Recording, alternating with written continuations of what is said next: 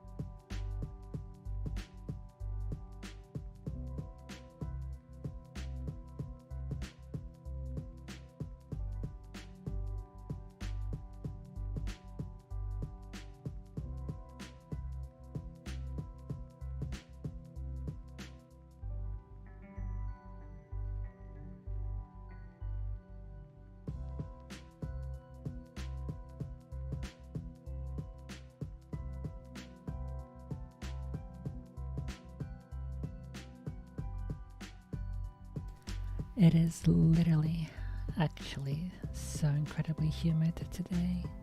Not even funny.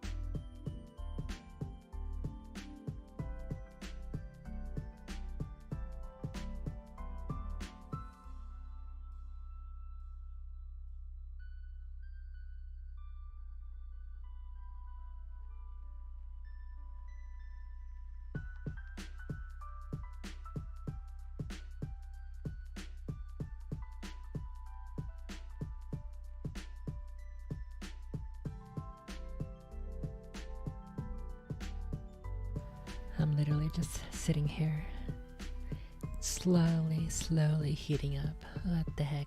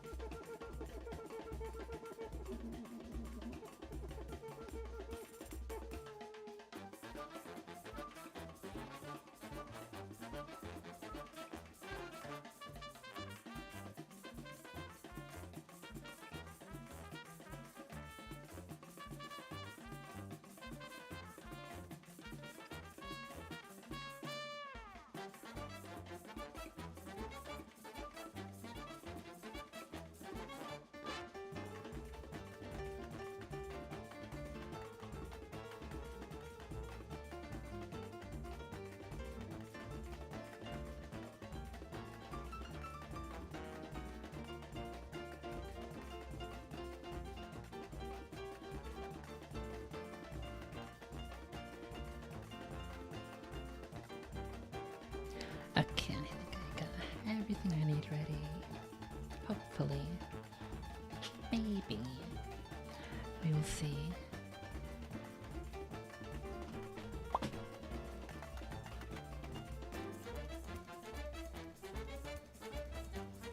The problem is that I've got way too many random things to do this time around.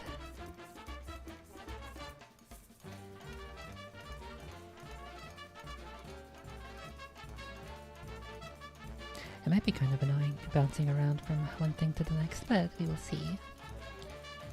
For now, I have some laundry to fold, so go ahead and start with that. Where the heck is my... Oh, here it is.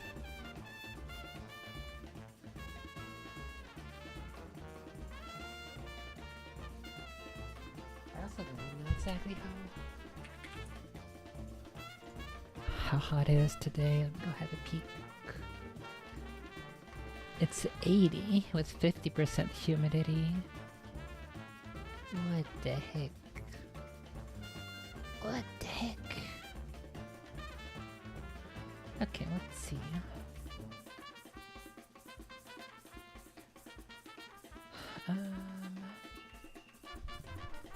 What do I start with today?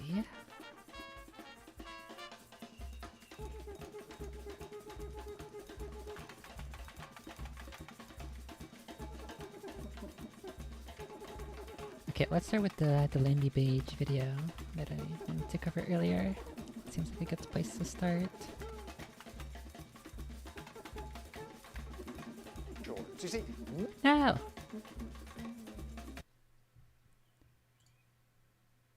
Okie dokie. Guess we'll do picture in picture for this. Over here. Freeze, then... tossers, get down on the fucking ground.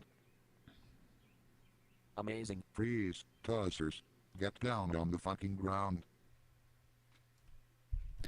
Oh hey, Emoto, when did you get in here? Thank you for the 49 months. Oh hey, the cat watches. When did you get in here? It's not Danky Kang musics, it is... whatchamacallit. It's Cuphead musics.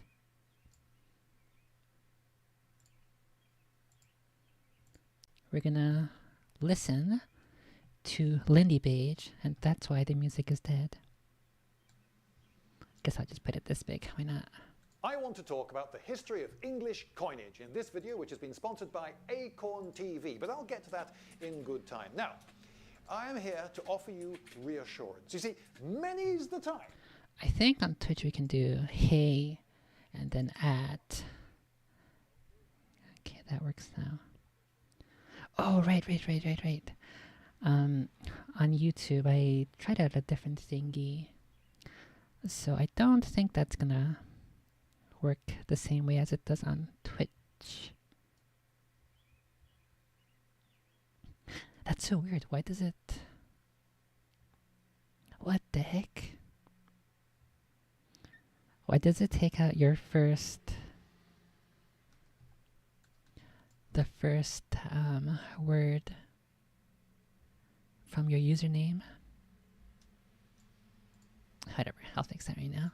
I have, in the past, found myself frustrated. Here's my laundry. And frankly confused when reading in a history book that such and such a thing cost so many marks in this part of the medieval period, or such and such a thing cost so many groats, or in some other period, or florins, or shillings. And what are all these different currencies? There seem to be so many different currencies in use in medieval England. Well, what's going on? Why don't they explain it properly? Well, No, you're supposed to do it the other way. Okay, yeah, it was Emotes who did it. What was I gonna say? Fuck. I forgot. Oh, yeah, your stare. You can just do... is it... Stare Bear? I think it's Stare Bear. Stare Bear. Okay, yeah, Stare Bear is the new... the new Stare Bear the Care Bear emote. So that works now. That's your new thingy winky.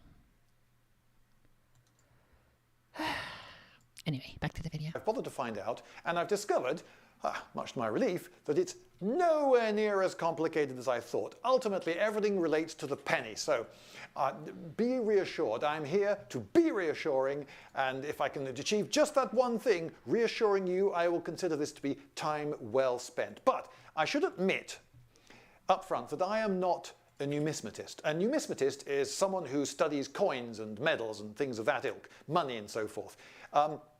I am not, nor have I ever been, fascinated by every last detail of this particular coin minted at a particular mint at a particular year. Oh look, you notice that this one, this 1762 version, on the reverse has a different number of oak leaves and all that. So don't worry, I'm not going to be going into that sort of detail. Instead, I'm going to be talking in broader terms and trying to keep it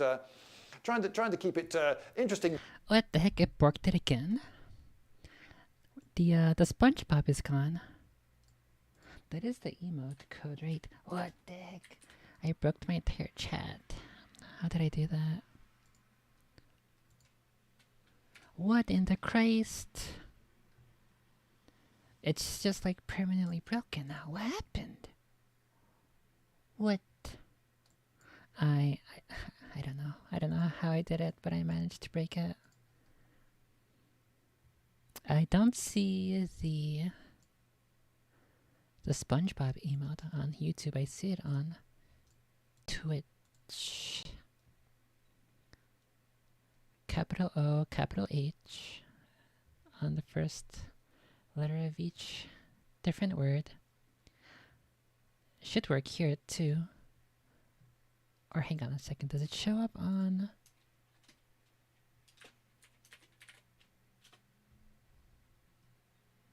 on the chat overlay? It does show. What the heck is this? Look, it's here on the chat overlay. Literally perfectly fine right here. Why is whatever. I think I'm going to give up on trying to understand the YouTube chat. Sometimes it just has a mind of its own, wants to break for literally no reason. And then sometimes it wants to work for literally no reason. So whatever. I am all over it. Yeah, the chat overlay, and I am all over it. Let's just forget about it. Let's just fold laundry. For the layman. So I'm going to start before there were coins with the Celts in Britain. I know that's a bit of a cheat because I said this was the history of English coinage, and England didn't even exist with the Celts before the Romans invaded, but never mind.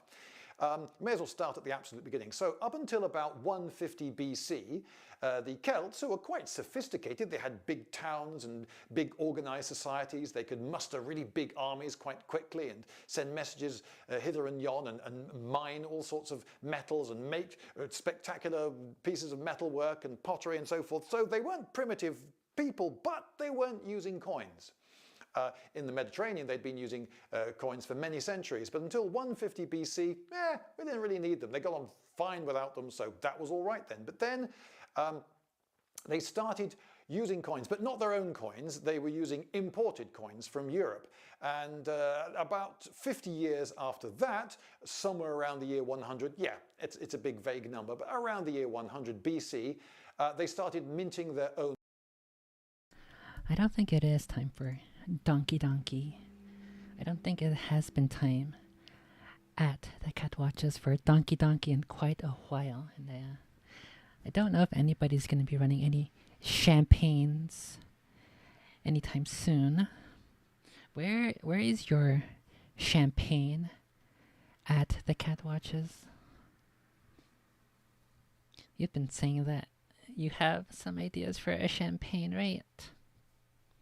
Whereabouts is that? Where is the progress on the work for your champagne? What can we expect? And what kind of character should I be making for your champagne? But I messed this one up. Own coins, and the idea must have caught on reasonably quickly because by 30 years later, one generation later, coins were widespread across Britain, minted in Britain, and there were quite a few different coins, coin designs being minted as well. So Yeah, me needs to finish mixing me champagne concoctions. What the heck? What is it with you and cocks? Why are you going to put concoctions in your champagnes? That's kind of my job. That's the kind of thing that I would do. Why are you stealing my ideas? You know what? I do not have enough black pants. I should get more black pants. I should get more black clothes of every single type. That's what I should do. Now that I think about it. Because it's kind of like, but not exactly if you think about it. Dang, just got a bunch of socks over here. It's all the socks. Most me pants is blacks. What the heck? Yeah, but they're not. Oh my goodness. Somebody, I'm not gonna say who, but somebody must have forgotten to empty their pockets before they tossed their clothes into the laundry, because I am coming up here with quite a bit of fuzz from from paper towels and stuff, and tissue papers. So somebody, not gonna say who, but somebody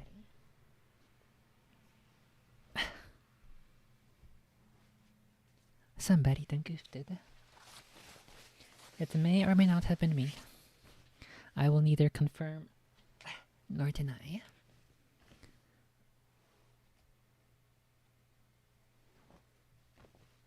Hey, look! More black pants.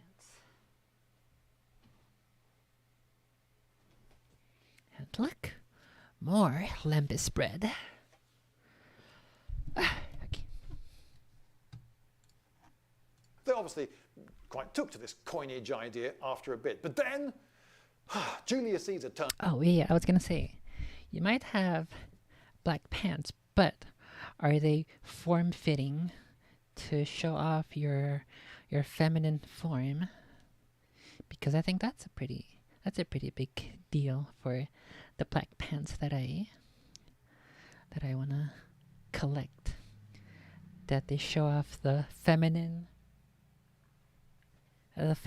curves, especially the one big curve that most women don't have by their in the area between your legs. The kind of curve that most typical women don't have. That most trad femme, that most trad wives do not have. Those kinds of feminine curves. Black leather pants. What the heck? What, they use that for your cosplays? Turned up at tea time on a weekend, the cad, and invaded. But the Celts saw him off, sort of. But later, other Romans, Claudius and the like... You should go ahead and post some of your cosplays. Who have you cosplayed as with your black leather pants? You do any Batman cosplays? Or Aragorn cosplays? Came along and they finished the job, and so Britain was part of the Roman Empire, apart from the wilder, woollier bits up in the north and far west. So the Romans then actually at first allowed the Celts to carry on minting their own coins until the next emperor, Nero, came along, and in his time the native Brits started using Roman coinage. Now, why was this then? Was it because the Romans said, "Oi, none of your native coinage, do you mind? You've got to use Roman proper stuff now, got it?" That could have happened. It could have been top-down, applied by force. But also, the Roman Empire was big, and you could do a lot of trade with a lot of people in the Roman Empire, and Roman coinage was widely accepted, and it had lots of denominations, and it was decent quality. Let's see. Phantom of the. Oh, you use them for your. Right, for your stage acting because you are one of those men who have a propensity toward theater play and acting with other men. I see. Let's see. So you did Phantom of the Opera. You did Dread Pirate Roberts from Princess Bride. Where are the pictures? Pics or it didn't happen. We're gonna go back to old school internet rules. Pics or it didn't happen. Go ahead. I'll wait. So why not use it? So it could be that no force was ever required. Anyway, they started using Roman coins. But I'm not going to talk to you about Roman coins because this is a video about English coinage. But it's worth mentioning Roman coins because there's a certain legacy that carries over into later English coinage. So when, for instance, in 1969, Vivian Stanshall, lead singer of the Bonzo Dog Doodah 69, band, huh? sang, "You've heard of Alibaba, 40 thieves had he, out for what we all want, lots of LSD." Now, a lot of people, it was 1969, you understand, a lot of people thought that he was making some sort of drugs reference there, but actually that song was written in 1931, and LSD referred to pounds, shillings, and pence, and this would have been common knowledge still. Pounds, shillings, and Mike Pence. In 1969, because people were still talking about pounds, shillings, and pence. LSD. L for pounds, S for shillings, and D for pence.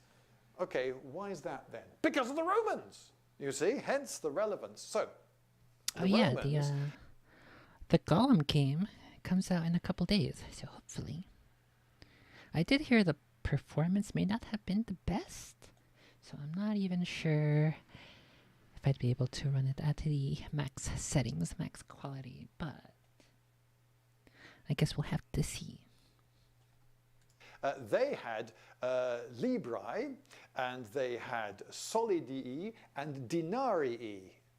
These were Roman denominations of coin. Now, libra was a pound. Okay, so when you abbreviate the weight of something, you put LB.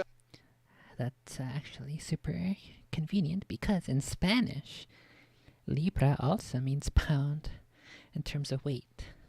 So clearly, the Roman origin still survives. Don't you? That comes from the Roman libra. So the pound weight and the pound the value, 240 denarii, the coins, weighed 1 pound, and so were worth a pound. So the pound and the pound, there is a reason that the pound, the value of the money, and the pound, the weight, 14 of them to a stone, if you're English, British I should say, sorry, sorry Scotland, sorry Wales, if you're British. What the heck? He's trying to make fun of the Scots. We gotta get Flick in here. He's got a little complaining to do. He's gonna be like, "What? Meow meow." They are not just linguistically, that's not a linguistic coincidence, is what I'm saying.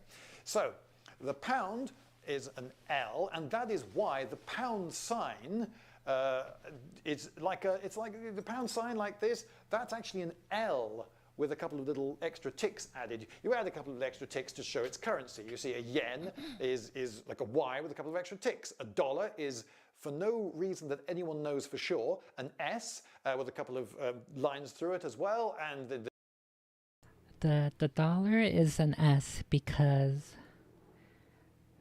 the money, the love of money, is the root of all evil, and the evil is a snake's.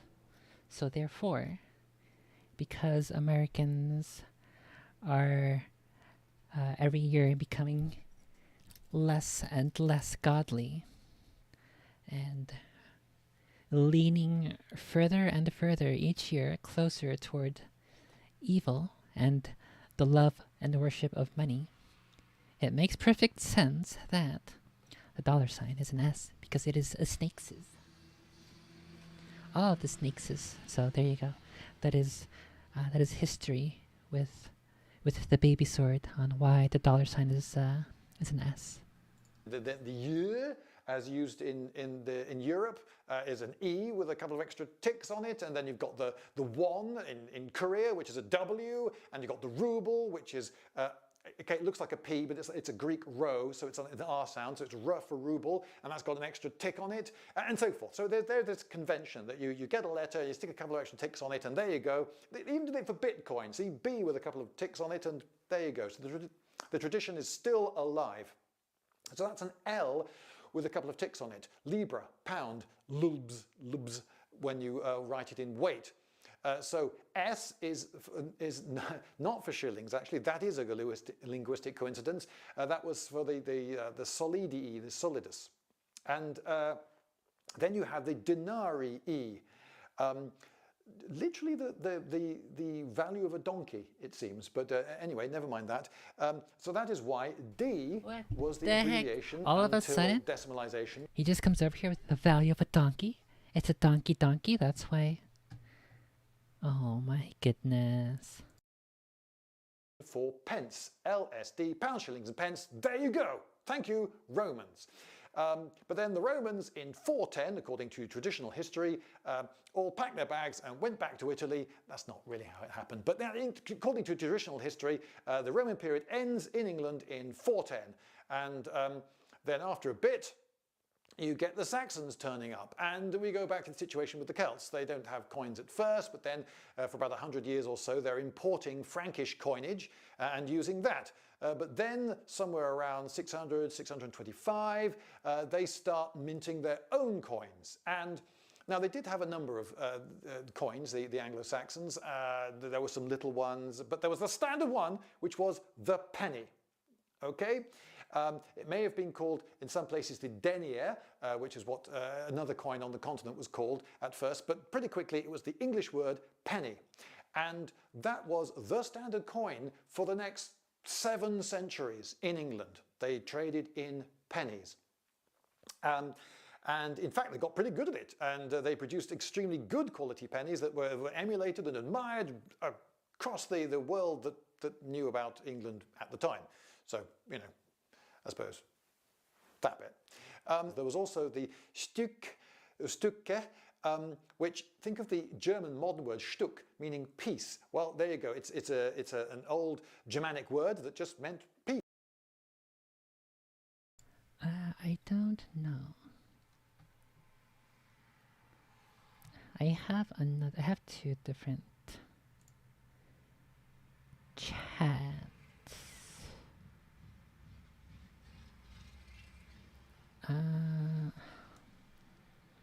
Let's go find out. Are mine also fucked? Monkey.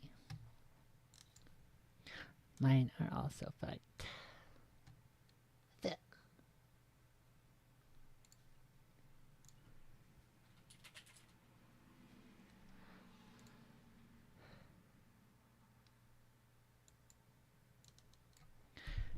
Okay, so the one that I'm using right now is this one.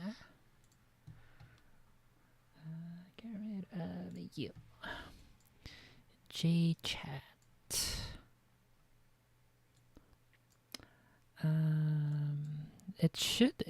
It did show before, but I mean, what if I just refresh this thingy? Refresh.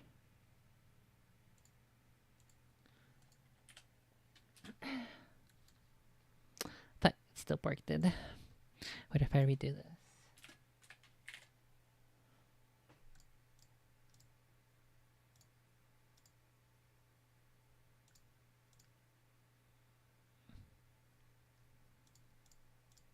I think I used Roboto. Do I have a stroke on it? I do.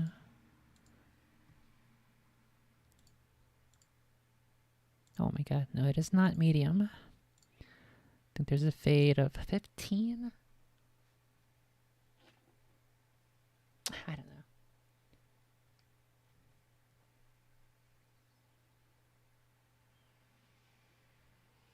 Yeah, I don't know why it's...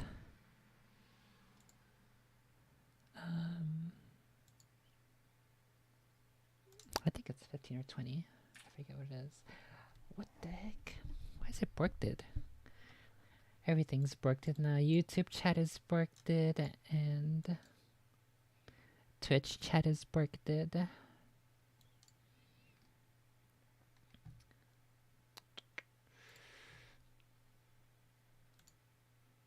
I don't know if Streamlabs has enabled 7TV emotes.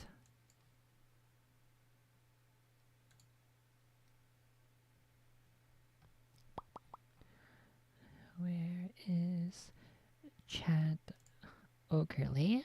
Okay. Let's see. It does have a thing here now. The reason I swapped over to J Chat is because Streamlabs did not used to have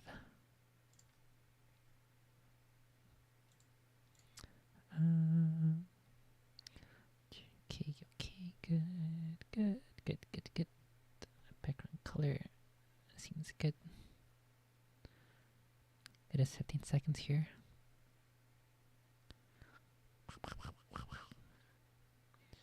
Message animations.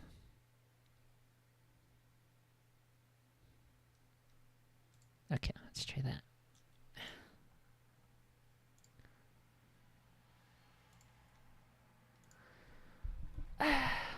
Why the heck's everything gotta be borked? And the shilling, which came along later, What the it heck? seems that the verb to separate, Why is he driving so fast? I'm just trying to stream. It's okay, buddy. It's okay. shilling, that's where it comes from. So you separate into parts, and a Stück is a piece of a penny. So there were these smaller ones. The Stück actually was minted in Northumbria, where I am, and it was pretty much unique to that region of England, and it was minted there in quite large quantities, to quite high quality for quite some while, so it was clearly a well-accepted coin, but it didn't become the standard English coin, which was the penny. Now, there was also the shad, or, which is spelt like this, and that really was a forerunner, again, of the penny.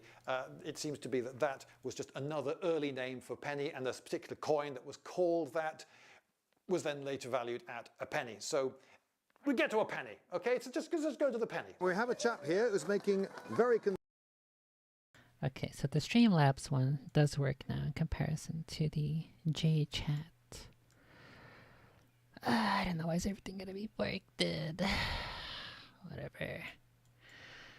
Okay.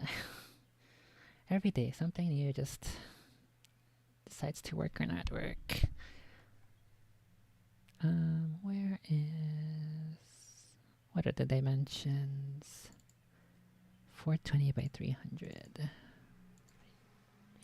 300. Plop this right there. Kill J-Chat for the time being. And I see a little line over here. Let's get rid of that. It's still there. Fuck, I think that's YouTube chat. The top of YouTube chat. Okay, there. The line is gone. Perfect. convincing silver in-period coins from the Viking age. A lot of Byzantine-looking designs there. So you make your own dies. Yes, I do. That's the hard part. Right, so that's a lump of sprung steel or something. Yeah, spring steel, and I use hand engravers to make the design. Very patiently and expertly. Yes, and, Okay. then I harden it. Right. And when striking a coin, Okay. Oh my god. Why is it such a pain in the ass for... Something just goes wrong all the time. Unlucky.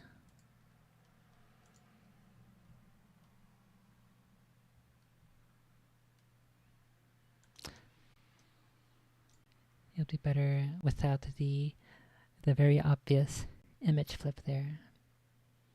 I'll just have to redo it myself. It's literally the most noticeable thing about this emote.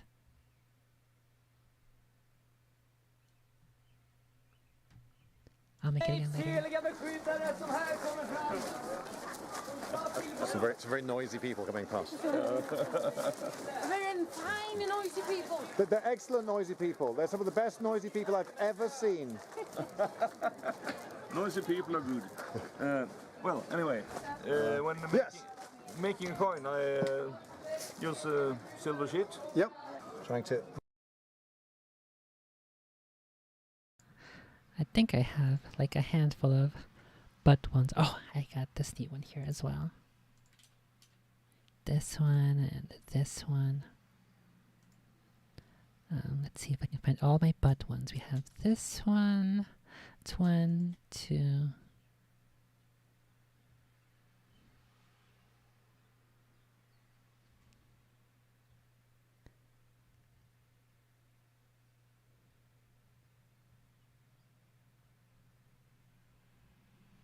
Three.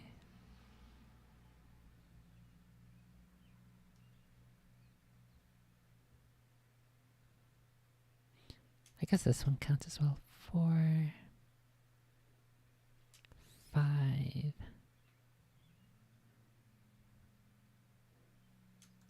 The Twitch TV one might as well. That's 6, 7. 7 emotes.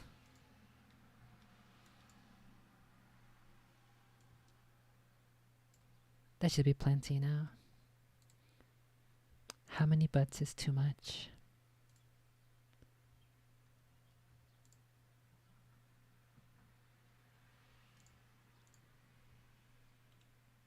Can never have enough. Minimize waste. Yep.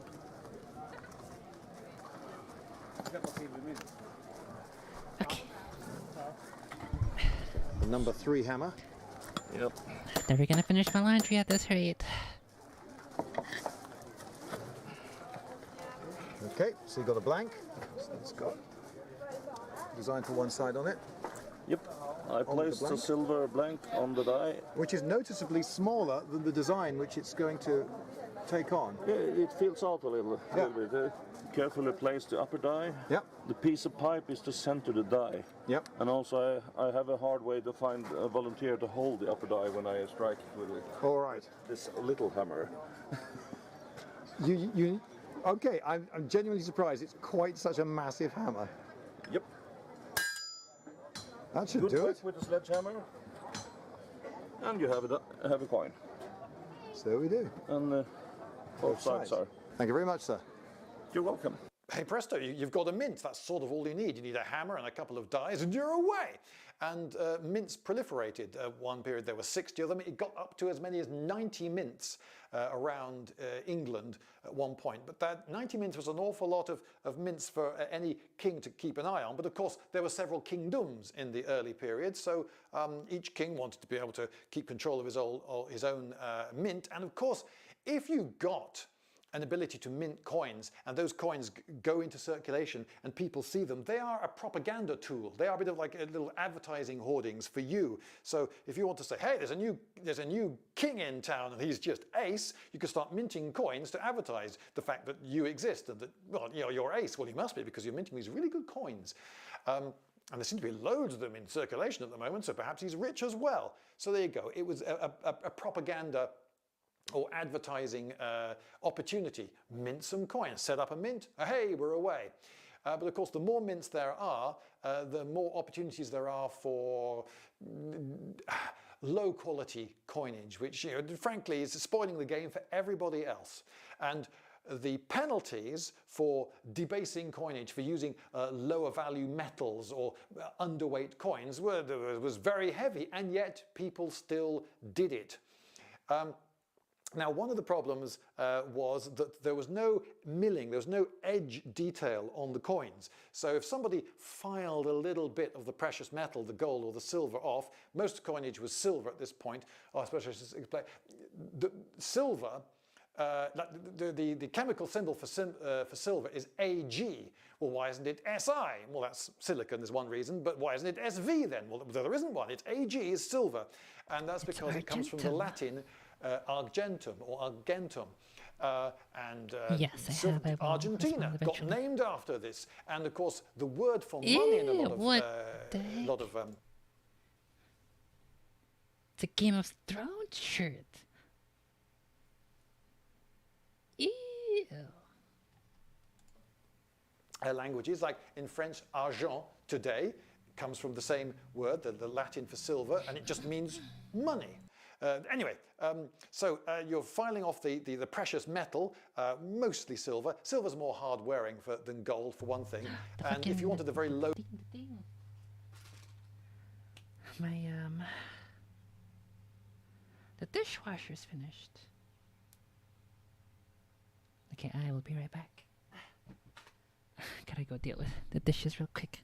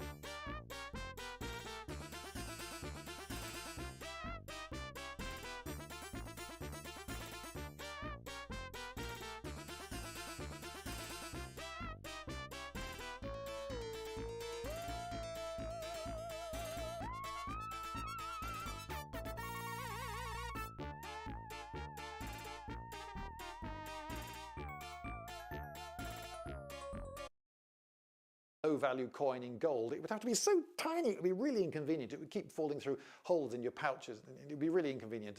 I nearly said pockets there, but of course pockets haven't been invented yet. It's a weird thing, but the pocket, you think it's easy technology, but it took them it took them millennia, frankly, to invent the pocket. Anyway, so people would file the edges of the coins, and then you had this dust which you could then melt down, and then it's precious metals. That was valuable. Some people would even clip bits off the edges of coins. So one of the reasons that a lot of very old-fashioned coins don't look perfectly round is because they'd been filed or clipped. Also, if they weren't perfectly round, that was an opportunity to do a bit of filing or clipping that maybe someone wouldn't notice if you did it carefully. So that was a problem. People making coins that were underweight, people making coins that are not out of pure metal, and people filing and shaving bits off coins. Ha! So really, a king, if he's to keep an eye, to keep a lid on this, he's got to watch his currency and his moneyers, who are people who made coins, like a hawk. And how better to illustrate this than the goings on in 1124. Now, in 1124, Henry I thought, well, it's Christmas, I'll summon all the moneyers to Winchester, and we can have the assizes of the moneyers, and won't that be fun? This was a trial. He was putting all the various moneyers in his kingdom on trial to see if they were in fact producing the right sort of coinage. And it seems, according to the Anglo-Saxon Chronicle and various other sources, which admittedly don't entirely agree on the details of exactly how many people and who they were, but the broad sweep, about half of them were guilty. And just to show how miffed he was with them, he started having bits cut off them. A number of hands were removed, and apparently genitals as well. So, if ever you get in a time machine and go back to the medieval period, I am in favor of bringing back such, I don't know if draconian is the proper word, but we do need slightly more, I don't know if even extreme is an appropriate word. But I do think, based off of the way things are going, it would be quite useful, quite beneficial, if our response to criminal activity were slightly more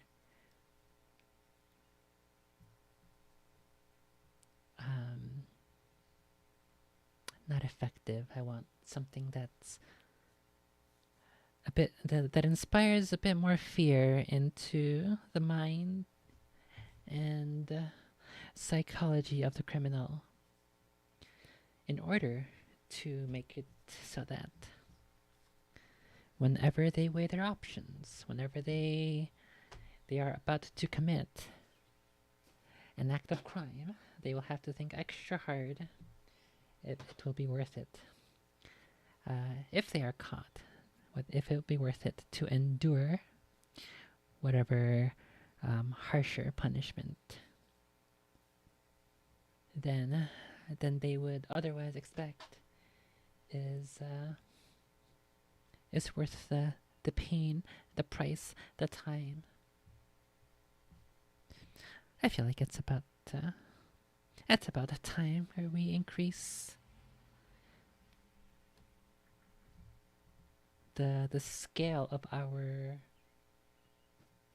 I guess retribution would be the proper word. It's definitely not our fault as citizens that judges and prosecutors are weak on crime these days. However, because it is the average citizen who must endure the increased amount of people who are quickly out of jail,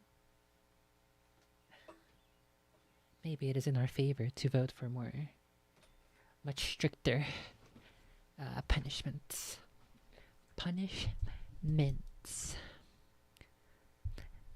Which brings us back to the monies. We gotta make more mints. More mints and more harsher punishments. That's the way to go. 100%. Period. Don't muck around with the currency. The penalties are harsh. You have been warned. So that was the Assizes of Winchester, 1124. Not such a happy Christmas for all of those. But frankly, I think they probably deserved it. Coming along to the Normans next, and you know what? The Normans arrive and they don't bother changing anything. In England, they carry on using the pennies. So there you go. Nothing complicated there with the Normans. Gold. I should say something about gold.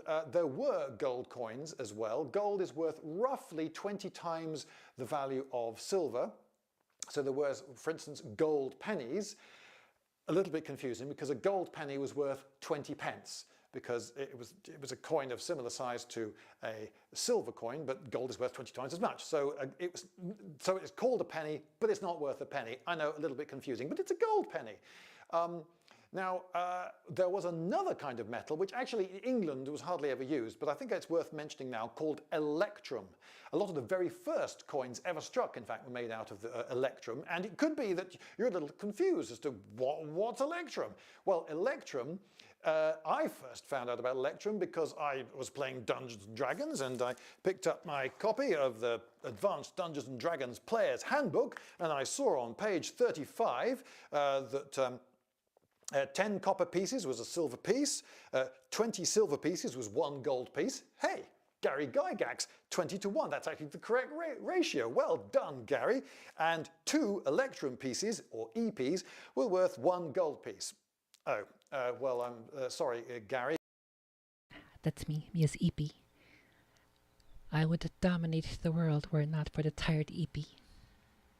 But you got that wrong. No, electrum was an alloy of gold and silver, and it was deliberately mixed such that 1 electrum piece was worth 10 times the value of a silver piece. So you mix in just a little bit of gold, and that gives you something which is worth 10 times the value of silver, and that was used for some coinage. But actually the English didn't particularly go into that, but I just thought it was interesting, so I've thrown that in.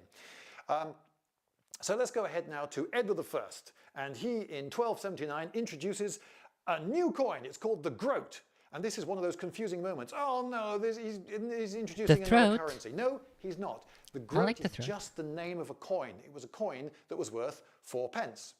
So just as, for instance, in America, you have the dime and the nickel, for instance, and people might think, oh no, the dime, it's a new currency. No, it's just the name of a coin that's worth 10, or in the case of the nickel, 5 cents. Well, okay, so it's just that. It's called a groat, and it was worth 4 pence. Although actually it didn't catch on and fell into disuse fairly quickly. But it was introduced in 1279 and later was reintroduced and did catch on. Now the mint was, now that all of England was under one king, it seemed a good time to bring the royal mint into the Tower of London.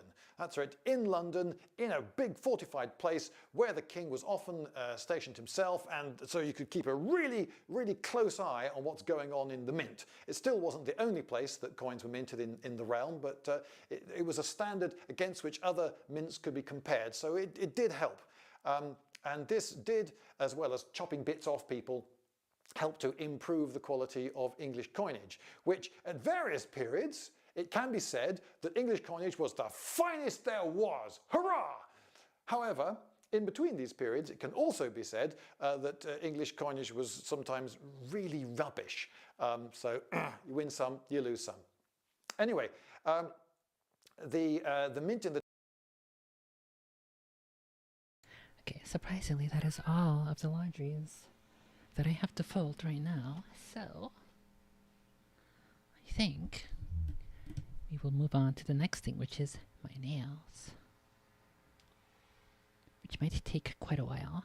They're a little too long. It makes it a little hard to work in the garden. And also, gotta make sure they're nice and good for a pretty cool upcoming photo shoot. So, that is the next thing. And I will be right back. Move around the laundry things a little bit.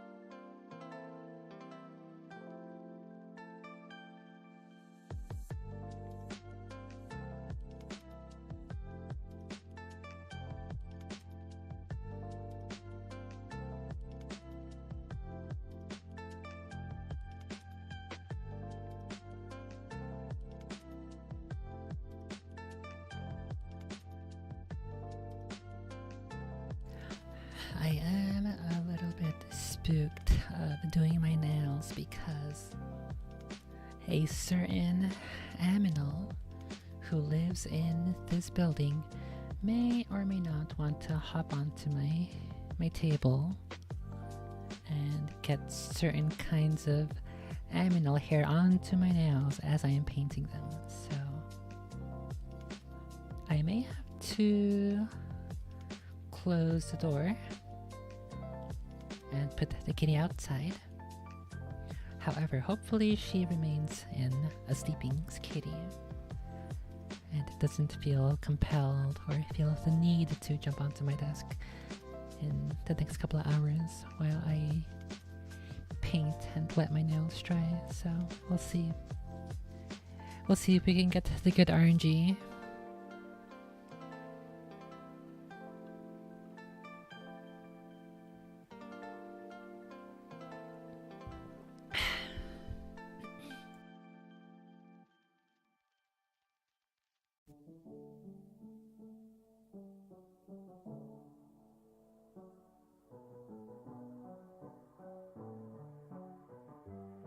The Tower of London started minting the best coinage around that was widely accepted abroad and emulated and admired and copied even and counterfeited for about 2 centuries. So hooray. And it's also around this time, Edward I, that we get the first quarter pennies, that's farthings, and half pennies, that's halfpennies. Halfpenny is just half penny, just abbreviated, halfpenny. That are proper round coins. Now, it seems that there were some halfpennies and farthings from earlier periods, but they only turn up around the London area and they're very rare.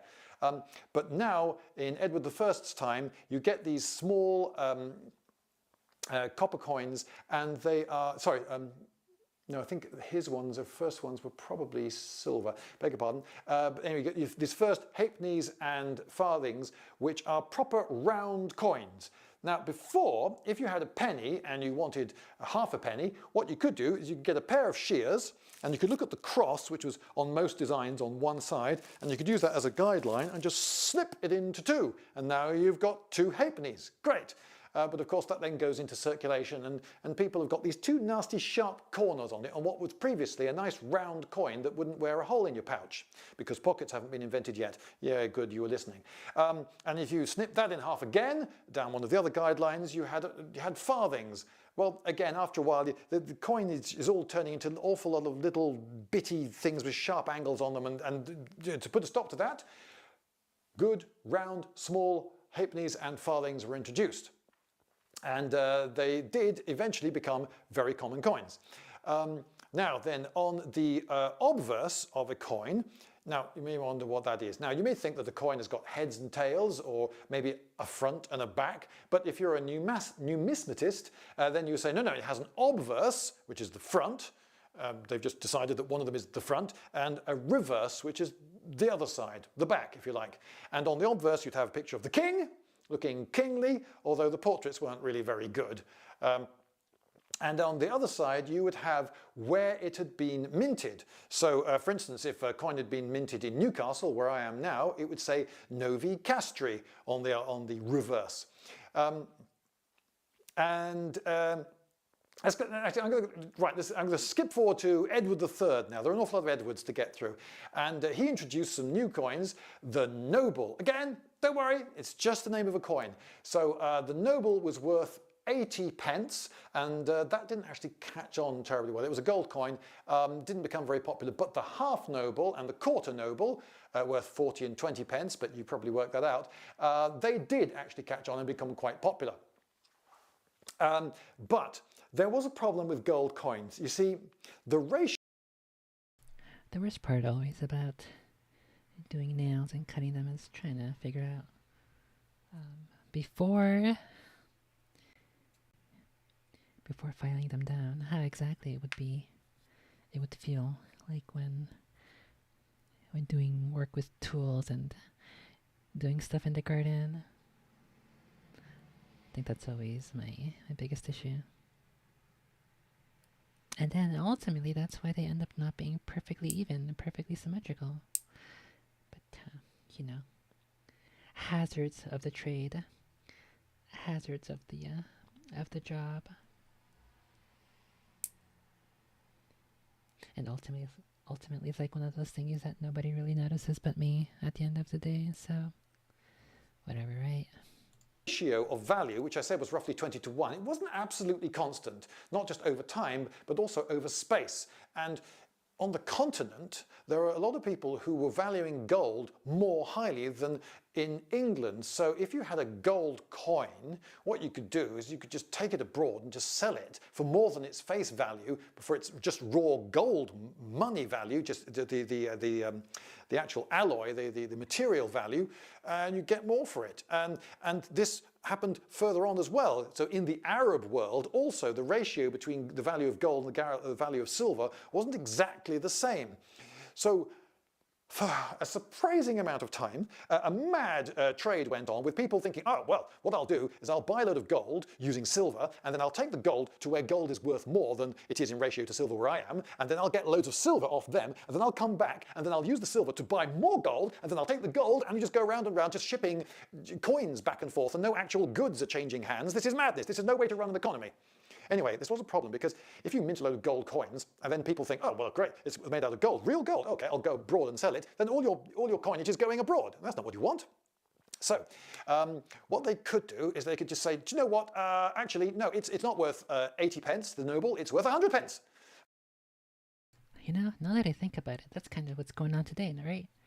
Where like all of our money, how much is it? 10 billion, bajillion, quintillion. Let's go look it up. Where is... Ah, fuck. The latest... what would we call it?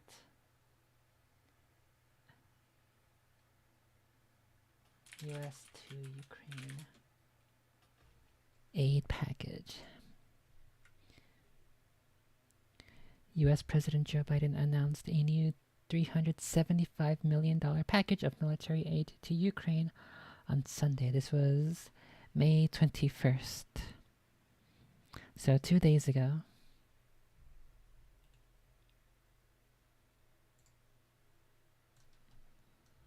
Let's see, Jamie, pull that shit up. We will be doing another $375 million is heading over to Ukraine. And that's kind of what's going on over here with Lindy Page's video too, where they're sending all of their money abroad. Except in this case, we're not really getting anything back other than wasting, forcing Russia to waste their ammo and their logistics and their lives against Ukrainian lives and ballistics and so on. Amazing. We send all of our money over there, and then none of it gets to stay over here. And then we get poisoned water and poisoned gas and trains and fertilizer plants that keep exploding. And then everybody in Europe keeps getting richer. All the Americans keep getting poorer. And then the Europeans think that they're so much better than we are when we're the ones sending all of our money over there. And the reason they're able to have so much better lives is because of us. Amazing. So there you go. So now you're not going to take it abroad now because you can get something worth 100 pence for it here. Isn't that? It didn't work very well, unfortunately. Later, another gold coin called the Angel came along, and that was accepted and did become more popular. And again, it was worth 80 pence. But there was still that temptation to take the gold abroad when the prices were right. So that was one problem that kings had to deal with. Anyway, Edward III. So yes, he also brought in the groat again, and this time it's still worth 4 pence, by the way, just as before. But this time it does catch on and becomes quite common. And so when you see that something costs so many groats, it's probably from his time or later, and it's just a multiple of 4 pence. So really quite simple. Now, let's go to Henry VII now. Henry VII in 1489, he introduced the gold sovereign. And again, it's a gold coin, runs into a lot of the problems that other gold coins run into for the same reason. It was worth half a mark. Yeah. Okay, now I have to explain something else. What the hell was a mark then? Because in loads of history books, you're told that we look at the accounts for this year and see that the king spent so many marks on this and so many marks on that, and this cost so many marks. So this was the currency they were using. It was the mark, because it's not a pound, it's not a shilling, it's not pence, it's a mark. So what's that then? Show me, go on, show me a coin that's a mark. There isn't one. There was no coin that was the mark. These were not German coins, it's not like the German mark, no. Instead, it was an accountancy term. It was a convenient subdivision of a pound. My idea was to get rid of this current coat and start over with 2 new fresh coats. However, now that I think about it, it might just be better. Just get a 3rd coat and do it that way. The worst part's gonna be the parts that are the fingers that are already peeling, especially on this right hand. Like this one and these 2 in particular, as well as the thumbs. I guess to simplify my my nails for stream, we'll just do that. We'll just paint over once I get my proper shape that I want. It'll be simpler and hopefully it'll be quicker, but we'll have to see. Hopefully it doesn't fuck me over later, where this lower 2nd and 1st coat starts peeling off, and then that causes the 3rd coat to start peeling off. But I believe, I have faith that it'll work out. If you imagine there's 0 pence here and there's a pound here, you have 2 marks in between, the mark and the half mark. So half a mark was 1/3 of a pound, and a mark was 2/3 of a pound. Now you might think, well, how is that convenient? Well, that's because you are probably used to modern decimalized coinage, and so you never think in terms of dividing anything by 3, because you can't do that. This happened to me a while ago. I had a gig, and there were 3 of us dancing, and we got, I think, 100 quid, and we were given £10 notes. Decimalized coinage. You can't divide anything by 3. You just try, and you get 33.33333 recurring, and there's no coin for that. You can't divide anything by 3, which is ridiculous if you think about it. Now, if you're picking a currency, you really want it to be divisible by 2, don't you? I mean, nobody has 99 pence to the pound, because if you wanted to halve it, okay, I'll split it with you. Oh, I can't exactly, because it's 99 pence to the pound. This is £1, so one of us has to get an extra penny. No one would have an odd number of pence to a pound, or to a dollar, or to whatever currency that you're trying to split into parts. Well, no, you wouldn't, would you? So after 1, 2 is clearly the most important number. You want something divisible by 2, and what's the next most important number? Well, 3. And there are actually quite a lot of numbers that divide by 3. In fact, 1 in 3 numbers divides by 3, and yet decimalized coinage has picked a number, 100, that doesn't divide by 3. And because it doesn't divide by 3, and it's so inconvenient to even try, nobody ever does, and so nobody ever thinks about the convenience that there would be if you could just divide things by 3. But it was Charlemagne. It was Charlemagne, the emperor of Europe, if you like. He set the value of a pound as 240 pence. And this was not just, so it's not, I'm saying now, it wasn't just an English thing. It wasn't that the English had this weird quirk of having 240 pence to a pound. No, it was actually used all around Christendom. But other places went to decimalization so many generations ago that people have forgotten this. There were 240 somethings to something all around Europe. So there were 240 pence to a pound, so that divides by 3. So actually, it's a convenient, it's 1/3 of a pound.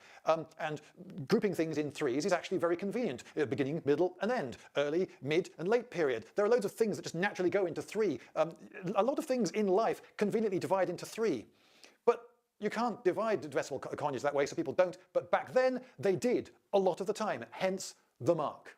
Okay, so there you go. The mark is not a coin, it's an accountancy convenience. It's a convention. Things were counted in marks. And one of the reasons for that is that a pound was really quite a lot of money. So if you're trying to be a penny pinching accountant, you're going to want to deal in a smaller unit perhaps than a pound. So they did in the mark. Now the right on hand, paper. it's worse. Right, so that's my tangent into marks. So how do I get back? What was I talking about? Oh yes, Henry VII. I was talking about, and Henry VII also introduced another coin called the testoon. Don't worry, it's just the name of a coin, and it was worth 1 shilling.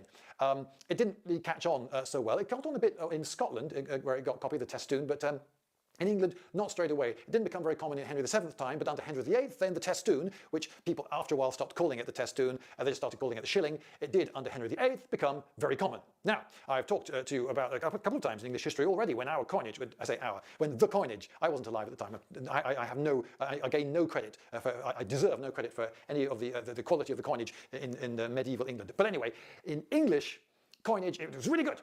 But under Henry VIII, I have to say, though I've said things in defence of Henry VIII in many ways, his coinage was a bit rubbish. Under Henry VIII, on his watch, despite the fact that there was even a mint, even then in his time, in the Tower of London, where he should have been keeping more of an eye on things, yeah, the coinage got horribly debased. So much so that one of his nicknames was Old Coppernose. Now, I should explain. It was the tradition to portray the king in profile on a coin. I suppose one of the reasons is just it's easier. But under Henry VIII, it came to full face. And now we're starting to get quite realistic portraits for once. The early kings, they just looked like some bloke.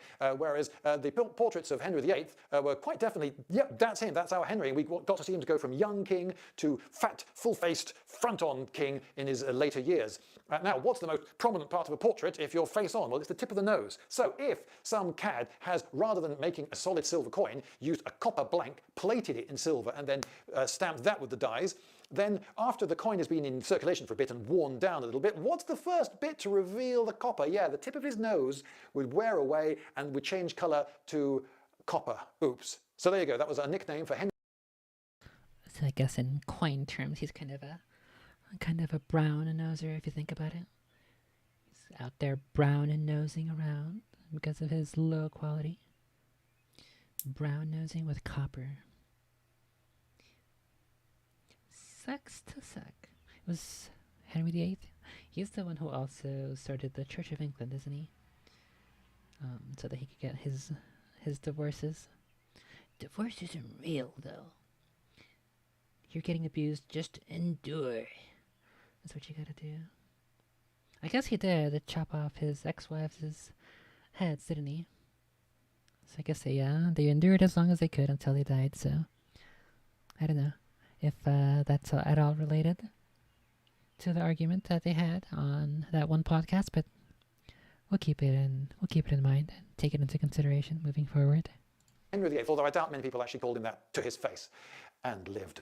Right, so things went a bit downhill on the coinage front under Henry VIII, but it's all right because under Elizabeth I, his daughter, things got better again, and she put quite a bit of effort into making coins worth what they really should be worth. So a lot of coinage that had been debased, she revalued. So something that was meant to be worth, say, a shilling, oh no, that's actually only worth 4 pence or something because it's been debased. And she made things the right value, and she introduced milling, or rather someone during her reign introduced milling, that is adding detail to the edge of the coin all the way around, so if someone were to file it down or try to clip, then this would immediately show. And so if you see something that's not got the milling clear all the way around the edge, well, don't accept the coin because it might be underweight.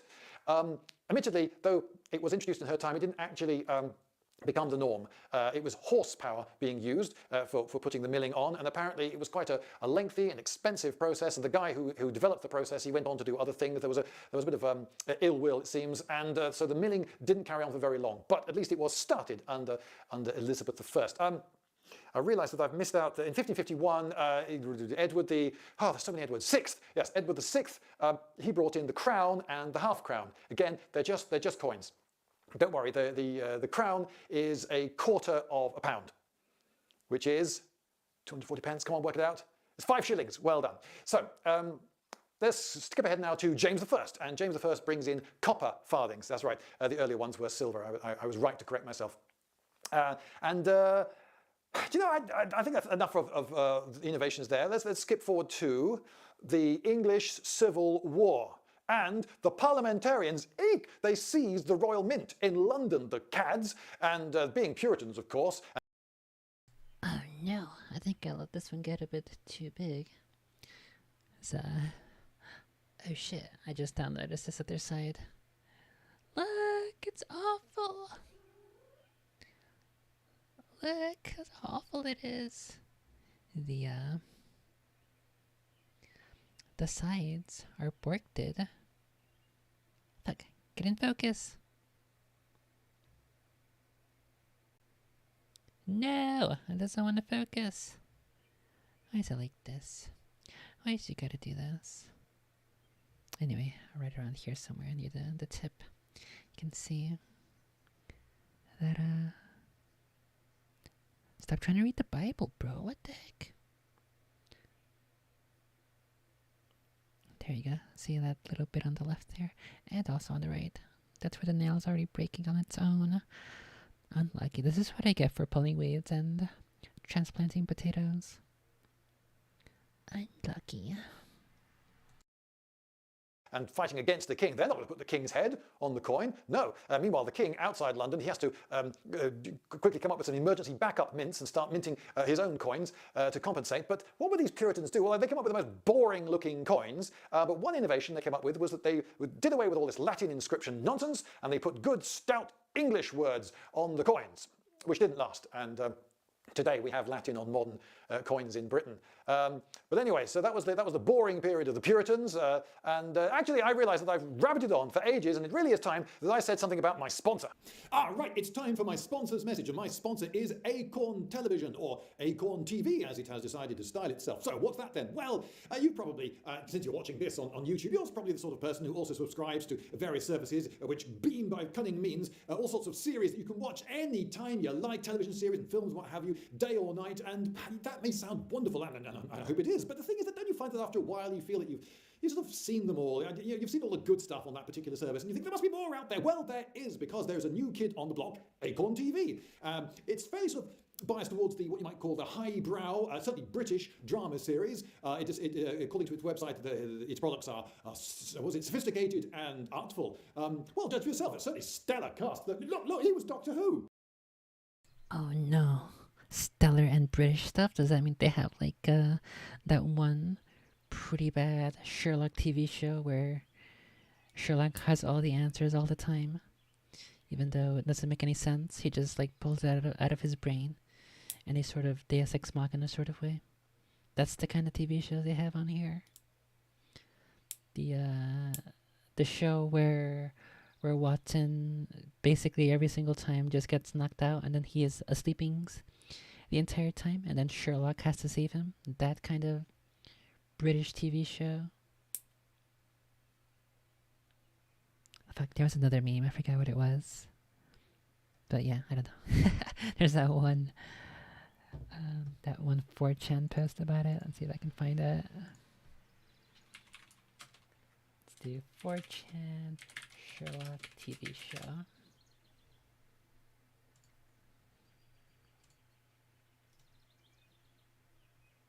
Is it this one?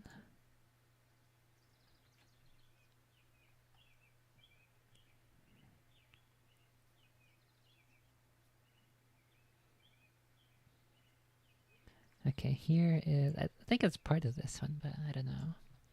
I don't know.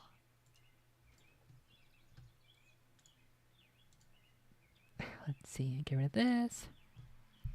It says, so apart from the Tumblr fan base, why doesn't TV like this show? It's because it has smart characters written stupidly. Anton Chigurh from No Country for Old Men is a smartly written, smart character. When Chigurh kills a hotel room full of 3 people, he books to room next door so he can examine it, finding which walls he can shoot through, where the light switch is, what sort of cover is there, etc. This is a smart thing to do because Chigurh is a smart person who's written by another smart person who understands how smart people think. Were Sherlock Holmes to kill a hotel room full of 3 people, he'd enter by using a secret door in the hotel that he read about in a book 10 years ago. He'd throw peanuts at one guy, causing him to go into anaphylactic shock, as he had deduced from the dartboard with a picture of George Washington Carver on it pinned to the wall that the man had a severe peanut allergy. The second man would then kill himself just according to plan, as Sherlock had earlier deduced that him and the first man were homosexual lovers who couldn't live without each other due to a faint scent of penis on each man's breath. And a slight dilation of their pupils whenever they looked at each other. As for the third man, why, Sherlock doesn't kill him at all.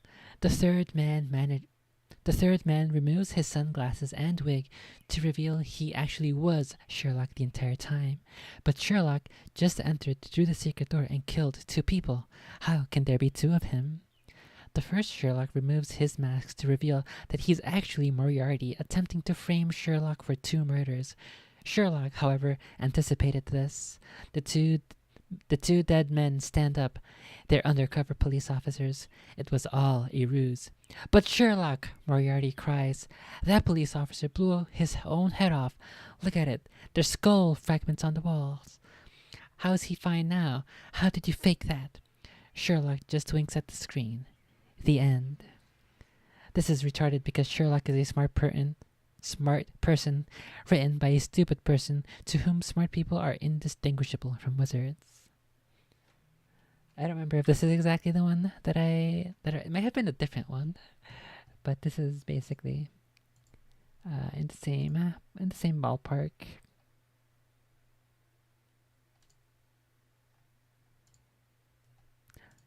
All the other ones I'm finding are exactly this one, so it must be this one.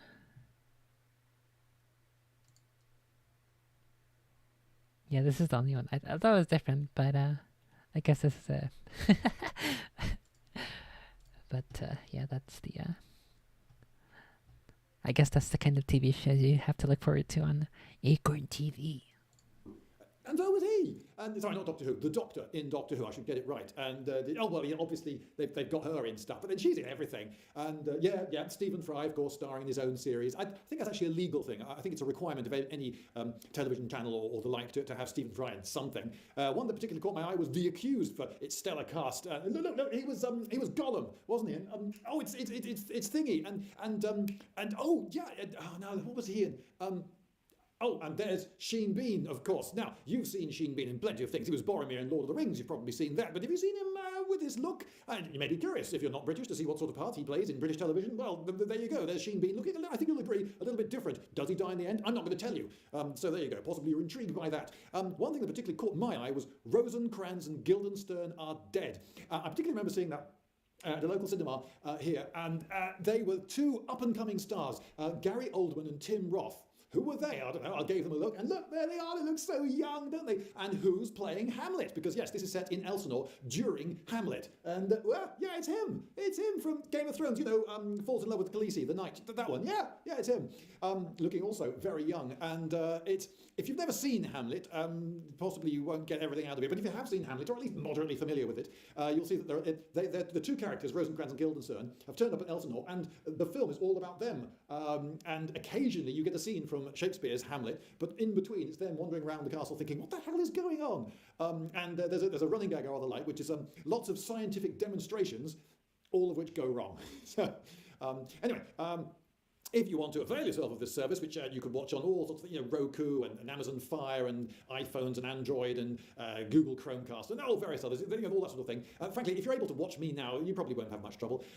Then you could go to acorn.tv and use the promo code Lindy Beige, and that way you can get a 30-day free trial. Watch what you like, see if you like it, and if you do, then you can subscribe, and it's $5.99 a month, or I think £4.99 a month if you're British, and you can take it from there. So please do use the promo code, because that way they know that you went there from here, and so maybe I get paid. Anyway, so there you go, Acorn TV. Thanks for sponsoring me. Back to coins. Now, the English managed to get rid of that awful... Speaking of sponsoring, don't forget to support this stream's sponsor, which is me. There is a subscribe star where every subscriber at $3 or more, the highest tier is $3 though, so there's no $3 or more, will result in a guaranteed cat picture in the private super secret club room in my Discord server. There's also a secret Patreon somewhere where if you can if you can look around and read things in my Discord server, you'll be able to find what that Patreon is for.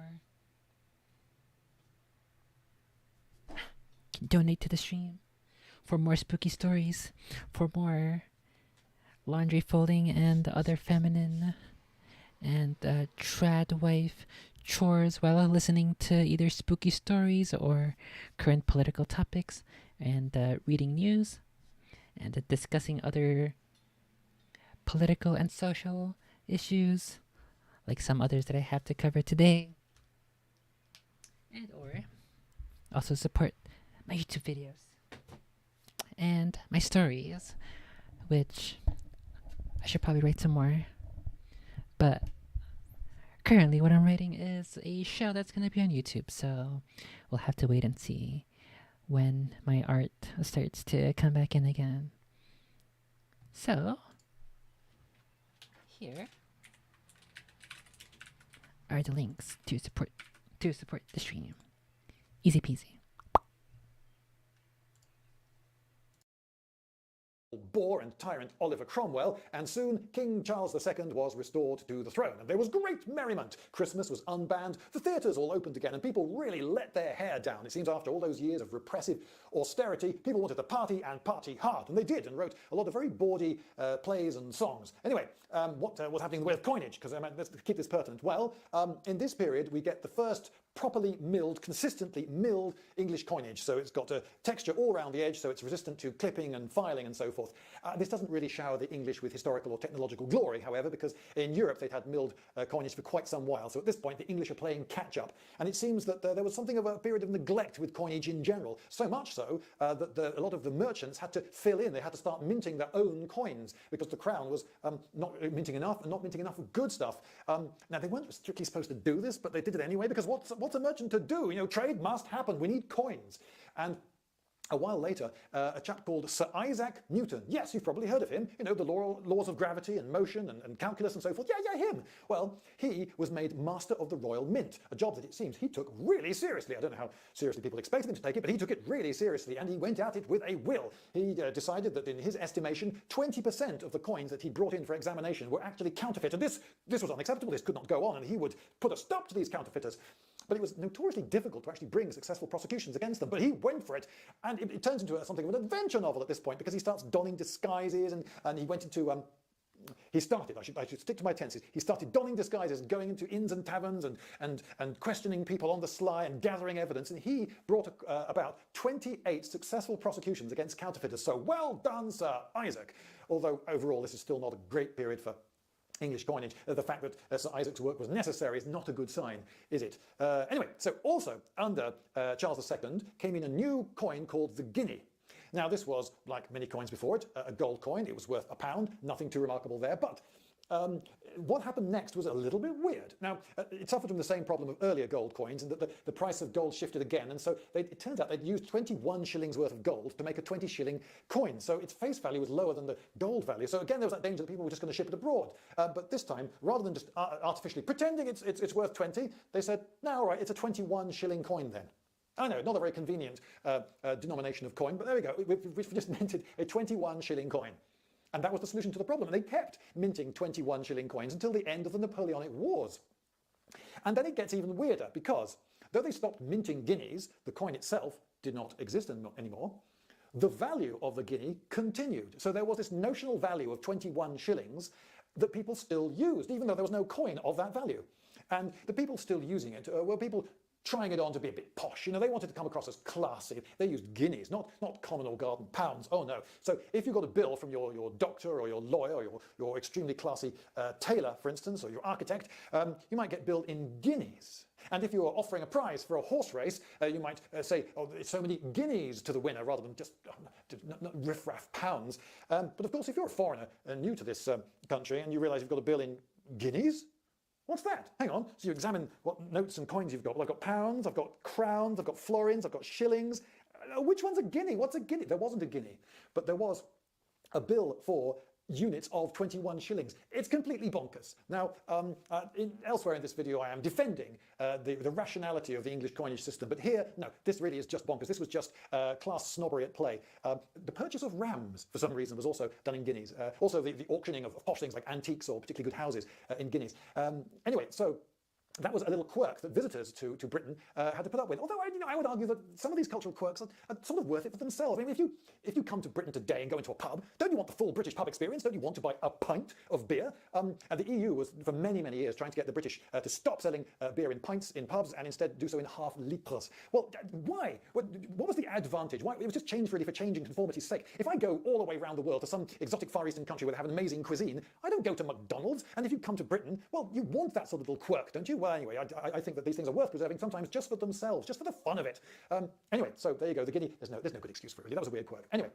Let's fast forward now to 1797, and the Industrial Revolution is just about to kick off, and we get the first steam-powered mints. And with steam power and the sudden lurch forwards in British technology, yes, again, British coins become the finest in the world, without doubt. So they are extremely consistent in weight, sharp in detail. The detail is very good and realistic. The tools they've got for carving the dies and making the dies last are much better. The steels they've got are better. This is a very accurate, consistent coinage that can be produced in large quantities. I don't think I've heard too many super loud trucks and cars passing by recently, so I think maybe it's... Of course, one passes by as soon as I start mentioning it, but I think maybe now I can leave the mic on, and hopefully, maybe we'll be fine. We shall see.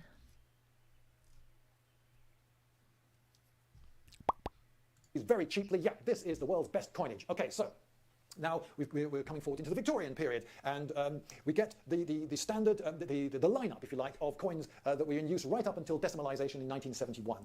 So you've got the sovereign, you've got the half sovereign. The sovereign is 20 shillings, which is £1. You've also got the florin. Now, a florin was worth 2 shillings. So you think, well, that's convenient. Okay, there's a 1 shilling coin, so why not a 2 shilling coin? It seems fairly convenient. Yeah, but a lot of people pointed out that 2 shillings is exactly 1/10 of a pound, because there are 20 shillings in a pound, 240 pence. Aha, so this is actually decimalisation. And the florin is sometimes described as an early attempt at decimalisation, although it's also a convenient coin, even within the old system. So I don't think it's anything to get too excited about, decimalisation fans. There was also a double florin, which was worth, do you know what? I'll let you work that one out yourself. There was the farthing, which was 1/4 of a penny. There was the halfpenny, which was the half penny, I should say, which was abbreviated to halfpenny. Also, by the way, in the medieval period, shows you how well educated a lot of people were, this small bronze coin was sometimes called an obol, because there was an ancient Greek small bronze coin, it wasn't worth all that much, called an obol, and so the halfpenny got called in medieval times, sometimes it was a slang term for it, an obol. There you go, you see, they were more well educated, these medieval people, than perhaps you realise. Anyway, so you've got the halfpenny, then you've got the penny, of course, which didn't need a slang term, because it's just a penny. Then you've got the tuppence, which was 2 pence, a 2 pence coin. Then there was the threepenny bit, or threepence, which was, yes, you guessed it, 3 pence. Then there was the sixpence, which was commonly called a bob. Oh, by the way, the threepenny bit was also sometimes called a tanner. Then there was the shilling, and then there was the florin, a 2 shilling coin. There was also a crown. A crown was 1/4 of a pound, so that's 5 shillings. And there was a half crown, which was 2 and 6. That is a 2 and then a stroke, and then 6, which was 2.5 shillings. So half a crown. And then above that, it was notes. There was a 10 shilling note, there was a pound, there was a 5, a 10, a 20, and the denominations of pounds went all the way up to £1,000. But most people never saw anything more than a £5 note. A £5 note, that was a lot of money. I find it quite amazing that there was a £1,000 note. Today in England, our highest denomination note is £50, and that's really rare. I haven't seen one in years. It's the £20 note is the highest denomination that's in common usage. Anyway, so those were the various coins. And I got some footage from Beamish that I shot years ago, and I want to use it now because it's been hanging around on my hard drive, so here it is. This is our bank, 1930. Splendid look. And for me, the cherry on the cake. These 2 little beauties. That's pretty cool. There should be Right way around for you. a museum for certain types of 2D art sovereign. and such. Jar real gold, 18 karat gold. The halfpenny is half the weight, farthing, sorry, is half the weight of a halfpenny, and a halfpenny is half the weight of the penny. If I fill a bag with multiple coins, I don't have to count them. I put it in the scales and weight, and that's exactly £2. And the same also applies to the silver coins. The threepence is half the weight of the sixpence. The sixpence is half the weight of the shilling. The shilling is half the weight of the florin. The half crown is 2 and 6pence. If I took 6pence? 2 shillings and a 6pence and weighed those, they would be the exact same weight as that one coin. Because depending on what I'm weighing, I have one for the silver and one for the copper. So silver is exactly 20 times the value of copper. Yes. So the next time you find yourself in the bank behind someone with a huge bag of mixed coinage and you think to yourself, oh no, and I'm in a hurry, maybe you should also be thinking to yourself, if only we used the old English coinage system. Ha ha. Now, possibly I've really not made my case for 240 pence well enough. I've talked about it being a convenient number, but I haven't really said why. You, I'm going to assume, are more familiar with the units of currency, dollar, whatever, that divide into 100 subdivisions. And I'm here to tell you that that's not really such a great number. Just because you're familiar with it and you think you understand it, it doesn't mean it's the best number to have picked. Now, when people who don't know that the old English pound divided into 240 pence, they ask me, and I tell them 240 pence, the commonest by far response is derisive laughter. As if, you stupid English people, at last you've seen common sense and have decimalised like everybody else. But there have been two exceptions to this. Twice I have told someone who didn't previously know that an English pound divided into 240 pence, and they have made quite a different noise. They have gone, ooh. And I do not think that it was a coincidence that both of these people were mathematicians. A mathematician, you see, would instantly recognise that 240 is a highly composite number. Now, there aren't all that many highly composite numbers. Towards the bottom end of numbers, there are a fair few. So the bottom, the first one is 1, shouldn't surprise you. Then there's 2, then there's a jump to 4, then 6, then the next one is 12. But they start getting rarer and rarer. Each of these is a number which divides by more numbers than any number lower than it. So after 12, the next one is 24, a bit of a bigger jump. Then there's 36, then there's 48, then 60, then 120, then 180, then 240, then 360. Then there's a whole jump of 360 to the next one, which is 720, which is the 14th highly composite number. By the time you get to the 30th highly composite number, these numbers are tens of thousands apart. They start to get really rare. They're special numbers. And 240 is a rather good one. If you had to pick a number of pence to the pound, you could hardly do better, frankly. And those mathematicians recognized that. They saw the tremendous convenience of 240. Now, you are familiar with 100 and its various subdivisions, and you may also have spotted that those subdivisions tend to have coins of that value. So if you're American, for instance, you've got a 5-cent piece, haven't you? A nickel, you've got a 10-cent piece, a dime, you've got a 25-cent piece, a quarter, you've got a 50-cent piece. So those are fairly sensible numbers, values of coins, because they all subdivide conveniently into a dollar. Although I would criticise 25 cents a little bit. In England, we have a 20-pence piece, not a 25. See, 25 divided by 5, but that's a prime number, so you can't go anywhere from there, you're stuck. Whereas if you've got a 20-pence piece, that can then subdivide into 10, which then subdivides into 2 and 5, and you get more sub-multiples. Anyway, I'm going to show you all the sub-multiples of 100.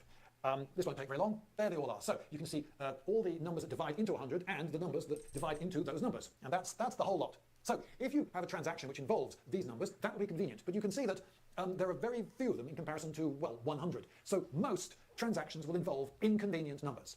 Now, I'm going to show you the number of submultiples of 240, and you may be shocked about how many of them there are, so I want you to sit down and brace yourself, because here they come, here they go. Here are the submultiples of 240. There are loads of them, loads and loads, and there's some really good ones. There are 120 and 60 numbers that divide by loads of other numbers, which themselves are really good numbers, because they divide by loads of other really good numbers. It just goes on.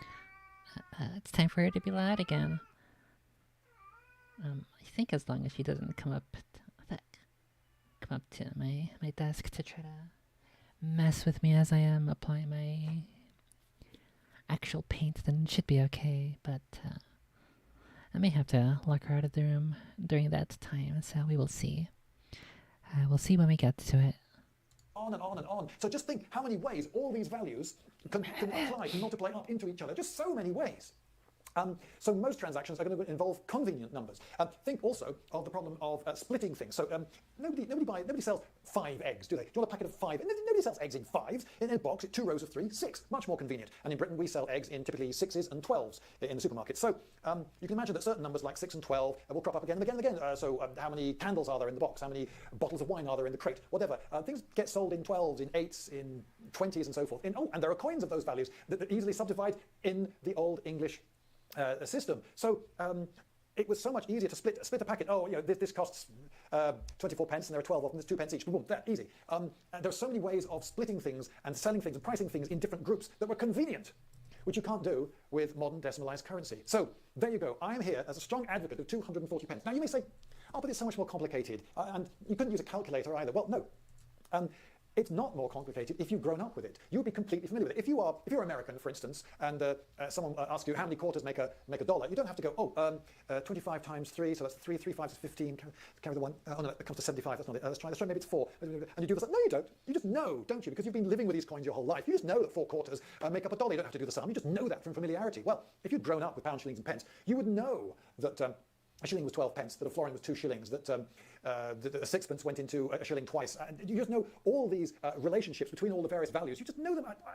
They'd be second nature to you. You wouldn't have to do any sums in your head. And so your ability to manipulate all the various possible combinations of money and things that you might buy would be so much greater, it's a much more powerful tool. And as for the calculator argument, well, if money were pounds, shillings and pence, and people wanted to sell their calculators, they would put a pound, shilling and pence button on the calculator. End of problem. So no, the calculator argument, they've got degrees and radians and other things and square roots, all sorts of other things that people demand. Yeah, they put the pound, shillings and pence button on there because people will want to do money calculations on calculators. It's very easy to program a calculator to do that. Not a problem, not an argument. So there you go. Here, I hope I've given you a reasonably interesting introduction to English coinage of old and a reassurance that actually it's not as complicated as you might think, and that actually it was a flipping good system.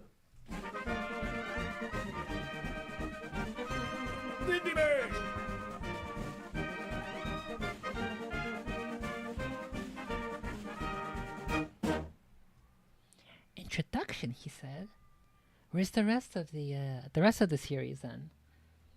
He calls this a short introduction. It's an hour-long video describing in depth the history of coinage and why shillings and pences and pounds were denominations of 240. What the heck? Now we gotta find the rest of the course. Spent this time going in. Spent like maybe 2 hours dedicated toward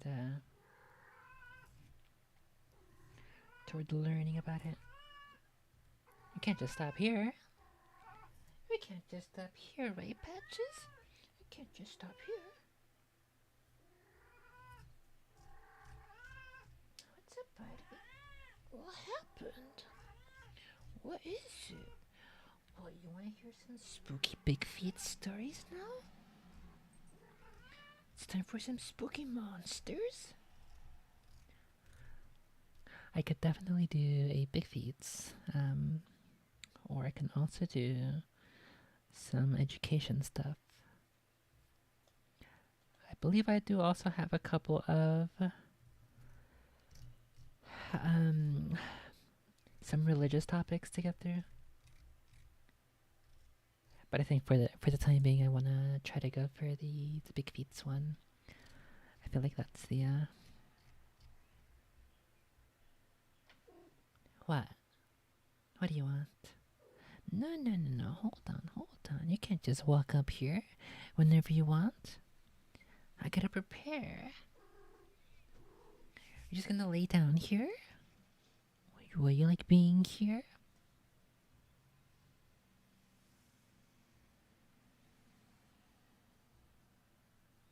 She's just gonna fall asleep here.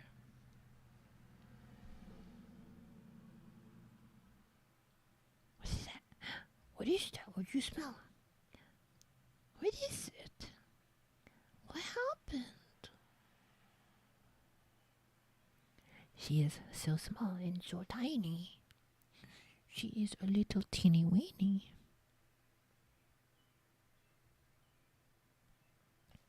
What the heck? She has a little thingy here in her ear. What, did you scratch yourself here? It looks like you scratched yourself. Somebody scratched you here. If it wasn't you, it must have been RP. Doesn't look like it hurts though. Okay, let's see if she will stay put while I continue to file my nails.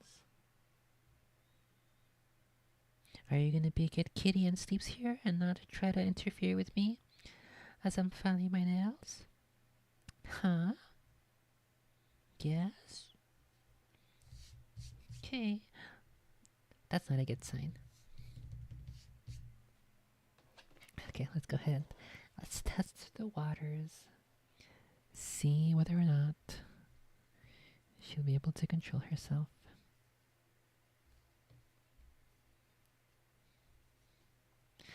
This has quite a bit of little nail dust and nail particles here. I don't know if it's gonna...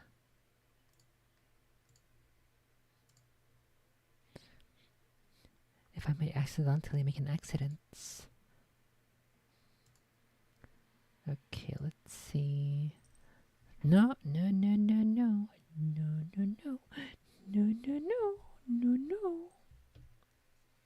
touchings. Okay, let's see. Here we have Confessions of a Pastor. Don't use your claws. Don't use your claws. Okay, let's see. Confessions of a Pastor Part 2. Oh my god, you're just gonna play with everything on my desk. What the heck? I guess if she wants to play, I should just play with her here for a little bit before I continue with my nails. Just to make sure we don't make a huge mess.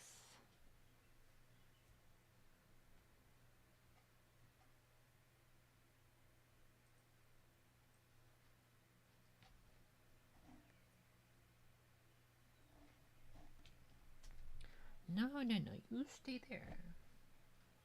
Oh, okay, she wants to leave now.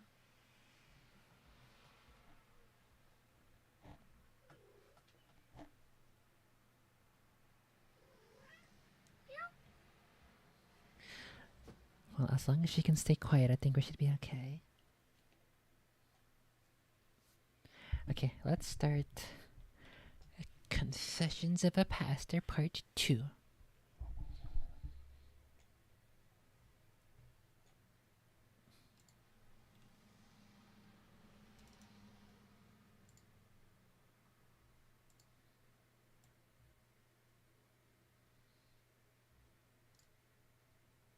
And they shot the Green River Monster. It was fascinating. Yeah, good afternoon, Randy. Thank you again for being here. A lot of people, I think, most people enjoyed the show, the last one that you and I did. I heard a lot of comments that they've never heard a pastor so open with his life. The other thing, too, I want to thank you for steering Alan to me, the gentleman who he was out with his friends and they shot the Green River Monster. It was fascinating to hear how all of that started down there in Kentucky. Yes, it was. If you live here in Kentucky and you're not too far from Green River, you certainly still hear about it in that area. And again, he told you that it's become kind of a parking area for guys taking their girlfriends and looking for the monsters. Pretty amazing area. He took me there once. That's what I'm gonna do when I get a girlfriend. I'm gonna go take her out in the woods alone in the middle of the night. Never tell anybody where we're going. We're just gonna go out there to look for spooky monsters. Once on a real foggy night, and it was eerie as it could be. We had a lot of fun and left there. Great guy, and there's no doubt in my mind that it actually happened just the way he said. Yeah, it was an amazing account. A lot of people were wondering about the angels and demons that you saw. But before we get into that, I wanted to ask you, I know we kind of left off the last show talking about how you actually got into this. You don't really fall into it.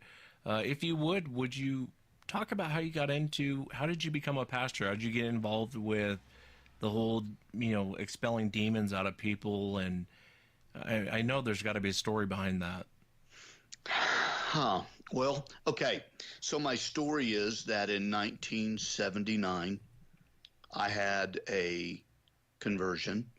And I'll tell you that story very quickly. I was a nightclub entertainer, believe it or not. I had been... He says he had a conversion, as in he had never been religious before, or was he like a Mormon or a Lutheran or something? Maybe he was a Baptist. Where did he say he was from? His accent sounds sort of southern a little bit, so he could have been a Baptist. I don't even know what that means, but I do know that it's a fairly southern thing. So we'll see what exactly which direction he converted through. A lead singer in a rock band. The rock band was not very successful, but I did enjoy singing with them for a while, and the band got to where they were fighting all the time. So I went to broadcasting school because I was a singer songwriter, had an acoustic guitar, and really wanted to do more acoustic work than hard rock. And the band I was singing for was a hard rock band. And so I went to broadcasting school thinking I'm going to have an edge on a lot of songwriters if I know how the broadcasting works and I can go talk to DJs on their terms and on and on. Well, when I finished broadcasting school, that's about when live shows in nightclubs started becoming very popular. So I did 4.5 hour show 6 nights a week.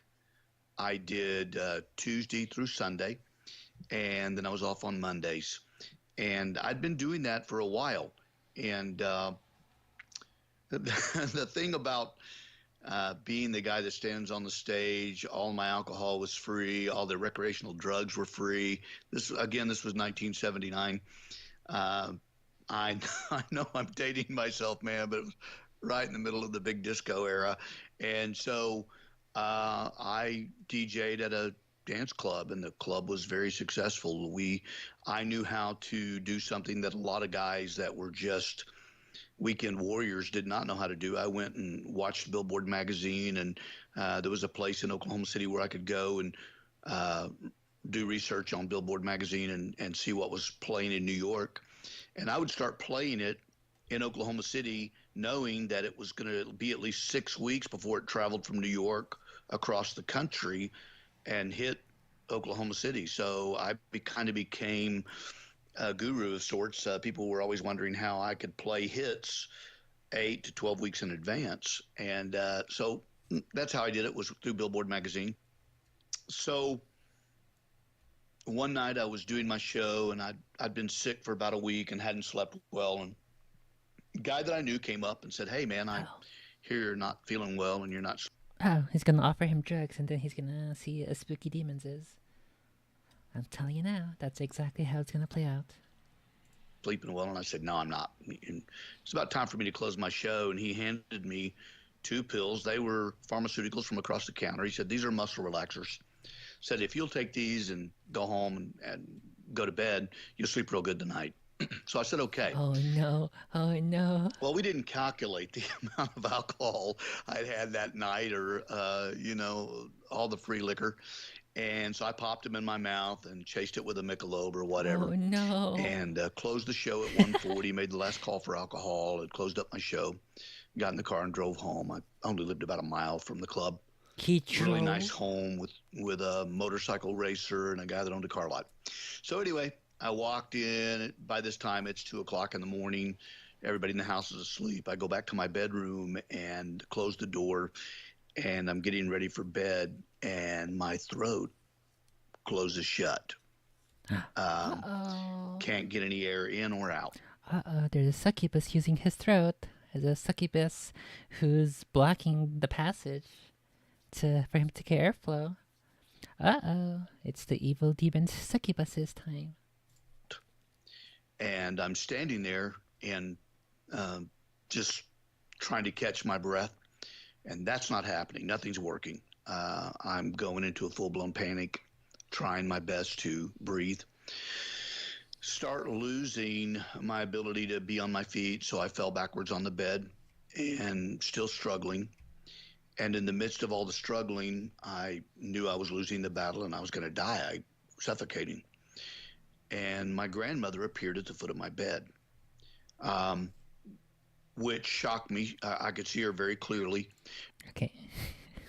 He says appeared as in, like, her spirit. I'm pretty sure that's what he's saying. She appeared at the foot of my bed. So is she gonna walk him through it, or is he... I'm assuming what he's gonna say here is that it's like she was like a messenger from God. It's like, welcome to heaven. But obviously he's going to live, and then that'll convert him. So we'll see exactly what his mindset was. Or I don't know, maybe he stole this story from 4chan too. So we'll have to go back and judge it later once his entire story is done. Now, here's the strange thing. My grandmother was still alive and in a nursing home. Oh, okay. But there she was at the foot of my bed. My grandmother was a woman that, in my mind, was a very religious woman. She prayed somewhere between 4 and 6 hours every day, and she had had a lot of experiences in her life. Oh, so because she prays that much, that means she has the power of astral projection. That's how she was able to save up all of that mana to appear to him and save him. Interesting. So if you pray a whole bunch, then you can become a you can send out one of your spirits and then you can save people from death. That's pretty cool. It's like your like grandma leveled up the guardian angel skill. That's why she's praying 4 to 6 hours a day, so she can grind her RuneScape astral projection skills. That's what's going on. Fucking based grandma over here. I didn't want anything to do with her. Didn't want anything to do with church. Didn't care for church. Came from a very legalistic background. Didn't want anything to do with that. I wanted to be a movie star.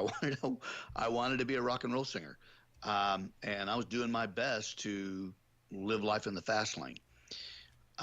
So anyway, when my grandmother appeared, in my mind, at 22 years old, I'm thinking, uh-oh. She's been spending, the only reason God's showing me this is because she spent so many years praying for me, and I've not been living it. And this is God saying, okay, you're going to the smoking section. You're going to hell. Pack your summer clothes. So I'm thinking, oh man, I'm in trouble. Here she is in front of me, and I'm taking my last breath. I'm getting ready to leave my body. And so in my mind, I said, God, if you're there and you love me, if you'll help me, I'll live for you. I couldn't say that with my mouth, but I said it in my mind because there was no air left in me. No, he said it with his spirit. It's not his mind. It's his spirit. That's how you say it.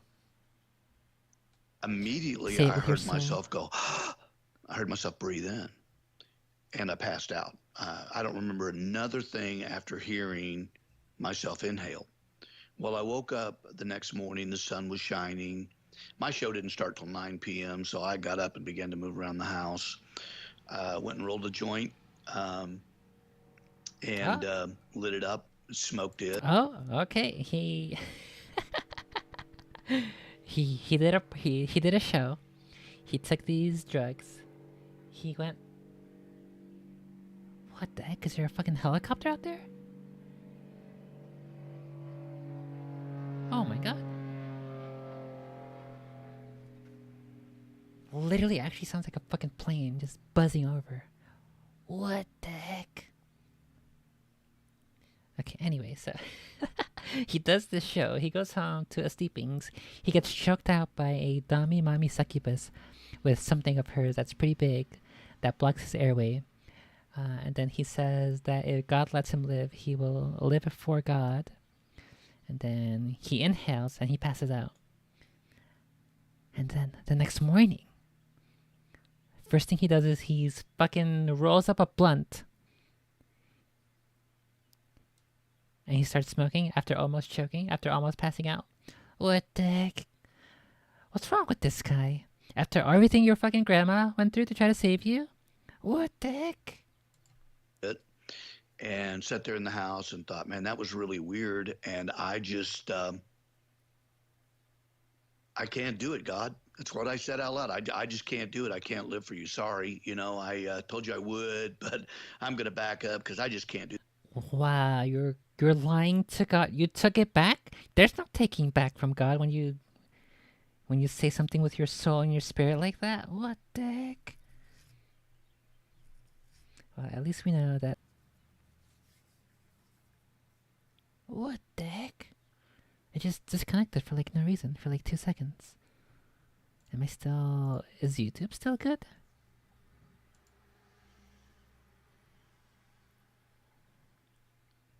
YouTube is still...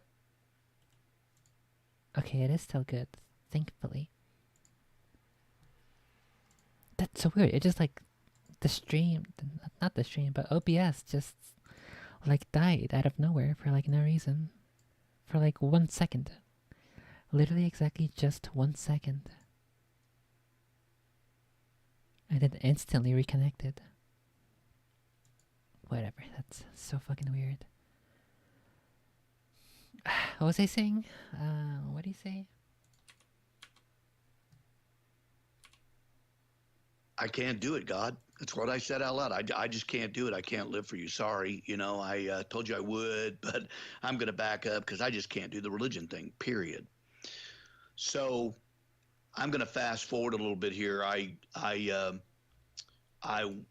became very uneasy.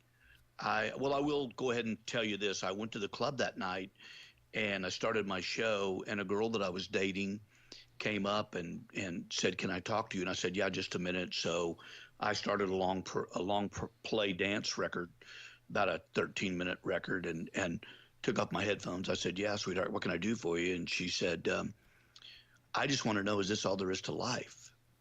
And I quickly looked around and met her eyes to eyeball to eyeball, and I said, "What are you talking about?" She started. What the fuck are you talking about, you dumb bitch? We are here to party. Shut your mouth and get to dancing. That's what he's thinking. Crying. And she said, "I just want to know if this is it. I mean, people work hard all week and they come here. You're the party. They come to see you. They come to get drunk and forget all their problems. And we get to be the party. We get to be here all the time. Is this all there is? Isn't there anything more?" And that freaked me out. I just looked at her and said, "You know what? Just go sit down somewhere, take a break, and we'll talk later." Just go sit down. So I got her away from me, and I thought, boy, that was weird. Well, about she's a siren. Also, what the heck just happened with the audio? It's like having he's speaking in tongues or something.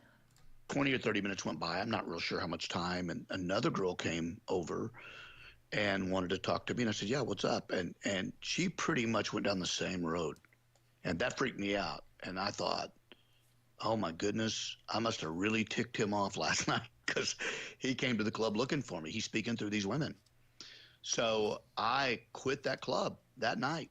I had a club across town that was bigger, flashier, and they'd offered me a job and been waiting for an answer for some time. So I called the owner and said, "Hey, do you still want me?" And the guy said, "Yeah." And I said, "Okay, I'll start." And he said, "Well, give me about 3 or 4 days and we'll open with you on," I think it was the next Friday or whatever. So I went there and went to work, and I went to my mother's house, and I told my mom, I said, "Mom, I just need to tell you, I've been living a really rough life, and the reason I moved all the way on the other side of town is because I didn't want you to know how I was living, and I'm just not going to live much longer." I'd been shot at twice there at the club, and really still to this day don't know how I made it out of that, but I said, "I just don't think I'm going to live much longer." Well, my mother... It's because his grandmother was praying for him. She's the guardian angel. It was her astral projection that was able to warp the space-time continuum. Like, oh, I got a meme for this. For those of you who are only listening, it is the meme where is it the second one? The second Matrix? Is that one of Revolutions? It's this one, this meme here, right here. Look. Get the camera off screen. Look, this meme. This is what his grandmother was doing. All of those 4 to 6 hours of praying every day, she was doing this with her. There comes that plane again. Is that plane clear to you guys?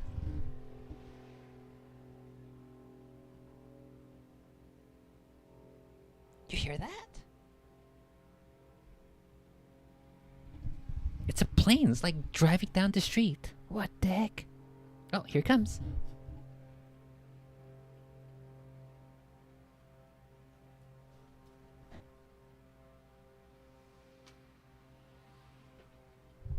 It's so spooky. Anyway, yeah, this is what his grandmother was doing with those 4 to 6 hours of prayer, grinding her RuneScape, astral projection, Holy Ghost, Jesus warrior, defender of the soul, skill tree. This is what his grandmother was able to accomplish. That's why he was shot at twice, and he lived. And that's why he was so baffled as a 20-year-old. How did he survive those two times where he was shot at? Broke down, started crying, and she said, "Do you remember?" Moved all the way on the other side of town because I didn't want you to know how I was living, and I'm just not going to live much longer. I'd been shot at twice there at the club, and really still to this day don't know how I made it out of that, but I said, I just don't think I'm going to live much longer. Well, my mother broke down, started crying, and she said, "Do you remember as a younger boy going to this little church that I took you to?" And said, "Yeah." And she said, "Well, the power of God is real, and if you can go for 4 Sundays in a row and tell me there's no God, I'll leave you alone. I'll never talk to you about religion again." And I thought, well, man, that's a pretty cheap deal. You know, I mean, all I got to do is go 4. Yeah, it always is a cheap deal, actually. It doesn't really take much. Every single time that I've went to church, even as a whatever agnostic atheist, app atheist. I think that's the closest thingy I could classify myself as app atheist.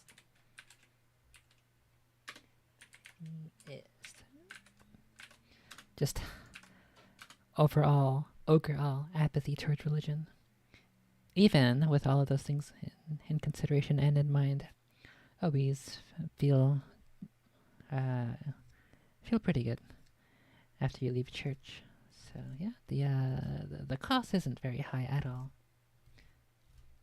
Could also just be that I am more prone to the spiritual and religious and what would you call it? I am maybe more attuned to non-visual, non-audible. What would you say? What's the best way to put it? I can sense and empathize with spiritual things, I guess is the best way of putting it. To not sound overly religious. But yeah, even me, even an app atheist, an agnostic app atheist, with some sensitivity toward spirituality, even I can agree. 4 Sundays and Mom's going to leave me alone. That's awesome. And I said, you know, what have I got to lose? Okay, I'll go. So I went. All I can tell you, and I'm not trying to make this churchy because, man, I'm just not much with religion. And that's the truth. I've already told you previously that religion. Oh, okay. So he is only a Jesus warrior. He's a Christ warrior, but he's not overly religious. We gotta go find. Wasn't there a Jesus warrior, like a metal mix of that? Yes, here we go. The metal remix. Jamie, pull that shit up. Let's kill the camera and bring in. It's gonna be loud, I'm pretty sure. No. I think she's here. She's here. No way. Hey, Bonnie. Where's that load? Oh no. So dork-sided. What? Dork-sided. Dorks. They're dork-sided. Why she's so thick? Not of God.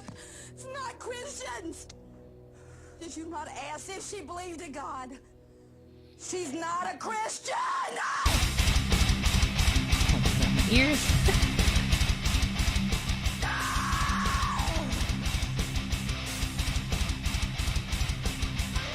I better not get copy striked for this.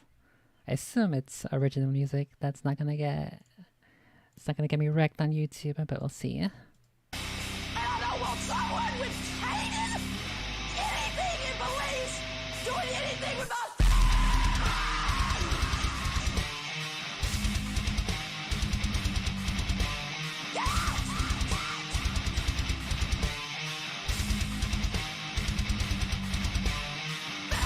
So this is what we have to imagine as we're listening to this pastor telling his religious story that he goes to confront the demons is in his exorcist's assignments, but he's not much of a religious person himself. So this is just him constantly fighting demons. He is the doom slayer.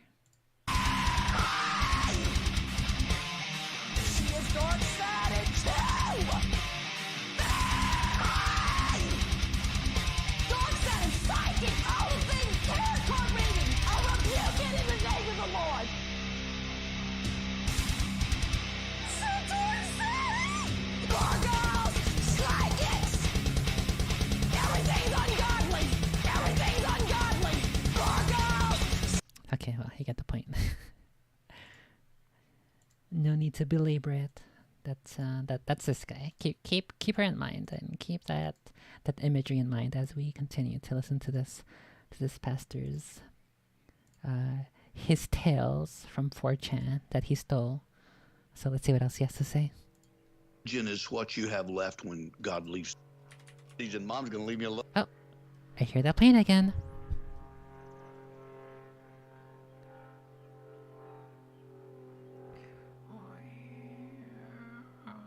Oh, that's awesome. And I said, you know, what have I got to lose? Okay, I'll go. So I went. All I can tell you, and I'm not trying to make this churchy because, man, I'm just not much with religion. And that's the truth. I've already told you previously that religion is what you have left when God leaves the building. It's man's attempt to control other people in the name of God. So I don't care much for religion. I'm a very... Oh, shit. He's based. He's just like me. Yes, I agree. It is just other men trying to control people in the name of religion. Fucking based. No wonder he knows the truth about the Bigfeets and other cryptids like the Rake of the Lake. We have so much in common. I too am a demon fighter. When I play Doom. P.S. I have not yet played all that much Doom at all. Just like 5 minutes. Very spiritual man. Try to be very spiritual. I don't do well with religion. I don't draw inside the lines. Okay. Oh, hey, Adkira, when did you get in here? Did you find that new Samus Feats video that you wanted to show me? And most people know that about me. I'm not a rebel. I'm not disrespectful to people. I just don't play that game well. Never have. I don't like games. Number one. So. What the? He's not a gamer? What the heck? Okay. I'm starting to get a much better picture of this guy. He has a Keltec shotgun. He's not much of a religious person, but he is a demon fighter. And what? And he does know the truth about Bigfeets and other cryptids. And he steals stories from 4chan, his spooky cryptid stories from 4chan. So that's the kind of person he is. I went to the church and they asked people if they needed an experience in God to come to the front. So I went to the front and some old guy walked up and said, raise your hands. And so I did. And here's where it gets weird. I felt an unbelievable weight lift off of me instantaneously right there at that moment. Now, here I am, an alcoholic. I'm doing drugs. I'm smoking 2.5 packs of cigarettes a day. That's 50 cigarettes a day, okay? And I felt this mass... 50? Is that even real? I don't know. I don't know the first thing about smoking. Is 50 packs, is 50 cigarettes a day realistic? Let's go ahead and Jamie pull that shit up. Can you smoke 50 cigarettes a day? Health consequences of smoking 1 through 4 cigarettes per day. Okay, let's see, 1 through 4. There should be a page where you can, there's like a sliding scale, and then you can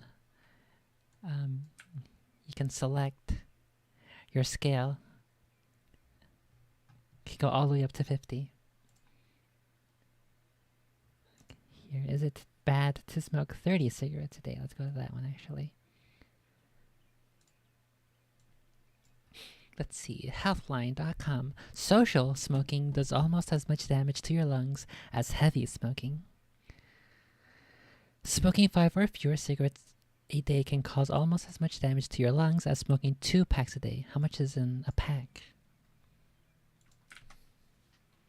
How many cigarettes in a pack? 20 cigarettes, so 40.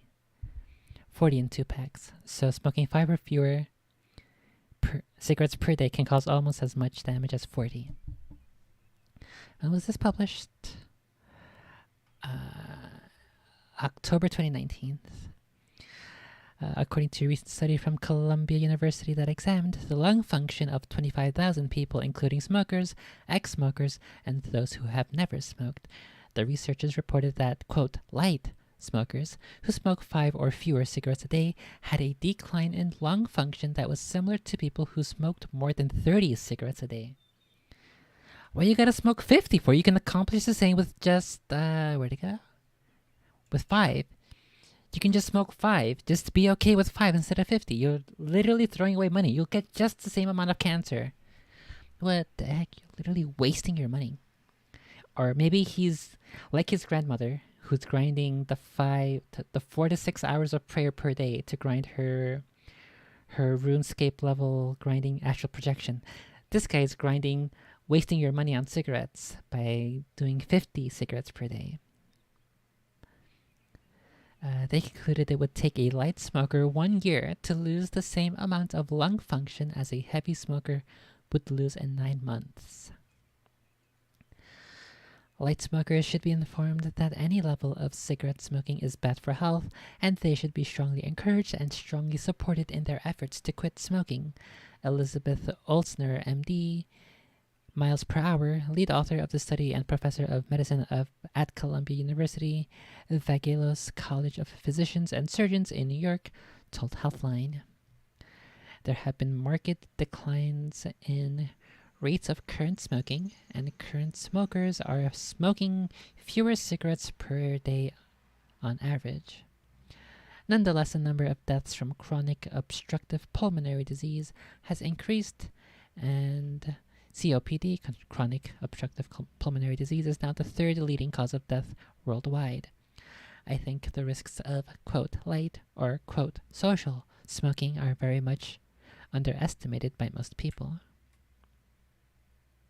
Very cool. So this pastor did not have to smoke 50 per day. He could have just smoked 5 or fewer, and he would have been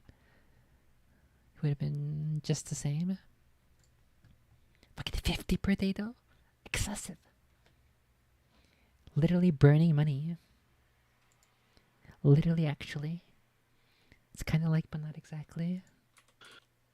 It's weird. I felt an unbelievable weight lift off of me instantaneously right there at that moment.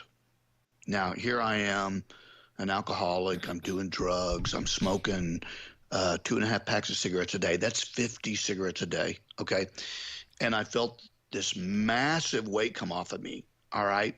So much so that when it came off my shoulders, when it lifted off, I felt like it lifted off my shoulders and went behind me. So I turned around to see what was there because it felt like, and I'm not kidding, like 2,000 or 3,000 pounds. As a matter of fact, I looked down to the floor because I felt so light, I thought I might be floating. Of course, my feet were still on the floor, and I'm looking around. I'm looking to see if anybody else saw it, and they didn't.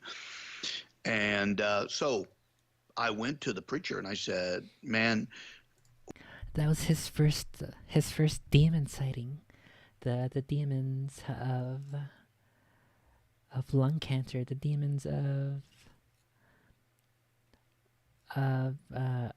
what is it? It's a Marlboro camel, right? That's what he saw. The Marlboro camel demons was lifted off of his shoulders. That's what he saw as he turned around, and there was that weight lifted off his shoulders. What just happened to me? And of course, he didn't know how to explain it. And I said, well, you need to help me tell my friends because I got a lot of friends dying of drug overdoses and on. And you need to help me. And so he sent me off to Bible college. And we'll stop there. I can just tell you that I spent the next 3.5 years with them trying to make me a very religious man. Um, and so anyway, I want to go to the first encounter. Is that okay if I just go to the first encounter that Yeah, of course. happened? Okay. Yeah, of course. So I'm digging this. We're getting we're getting a new character in our Bigfeets. What's up, RPs? In our Bigfeets cinematic universe, and now we have this pastor who used to be this rock singer, club DJ guy who smoked 50 packets, 50 cigarettes a day. What's up, buddy? Why you wanna lay there? What, is you hungry? So he has all of these encounters with demons and cryptids, and now we just heard his pastor origin story, and now we're gonna see his first spiritual combat against the demons is. So let's see how this plays out. I like this guy. He's gonna have to be in my notes for my Bigfeetology notes. I grew up in a blended family. My dad married a woman. My dad divorced my mother, and there were What? My dad married a woman? What the heck? Unreal. I would never expect that. 3 boys, and my dad married a woman that had 3 boys. So there were 6 boys in the Okay. My dad married one who had 3 boys. Okay. Thanks for clarifying. I was a little surprised as to why you had to specify that your dad married a woman. house. And my younger stepbrother, his name was Robert. He went everywhere with me. We were together all the time. We were best. Was? Oh, did the Bigfeets kill him? Maybe this is why he became into. He got so into cryptids because a Bigfeets killed his younger brother. He's using past tense, so I'm assuming he's no longer with us. Friends. He was about 1.5 years younger than me. We were always together. We ran around together. See, we were always together. We always ran around together. They called Robert my shadow, 2 peas in a pod, those kind of statements about us. And so Robert used to come to my show when I worked in nightclubs, and he said, Randy, I want to do what you're doing. And so he went to work at another club. So now here I have this radical experience, and I'm off in Bible college, and it's like May 1st of 1980.